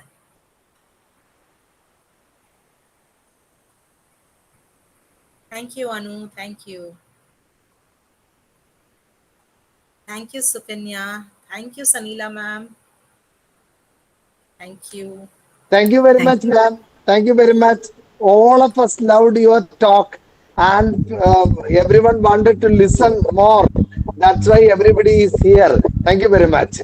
Over to you, students, please.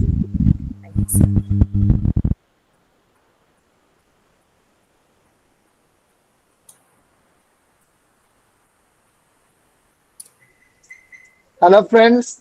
I would like to thank everyone for your precious time and for being here all the time from 6 o'clock. Thank you very much. And tomorrow we have offline and online program. Registration starts at 9, and the inaugural program followed by Simon Tattal sir's talk and Ashish Shankar sir's talk would be held offline, and you can attend online also. So thank you very much, everyone. Keep in touch with MTTC. Looking forward to seeing you at MTTC tomorrow morning, or try to join online. Thank you. Thank you. Thank you, sir. Good night and best Thank wishes you, for a ma'am. fantastic conference for the next 2 days. Thank you. Thank you, ma'am. Thanks a lot. Good With night, this, we everyone. come to Bye. the end of the conference. Thank you. Thank you for joining, everyone.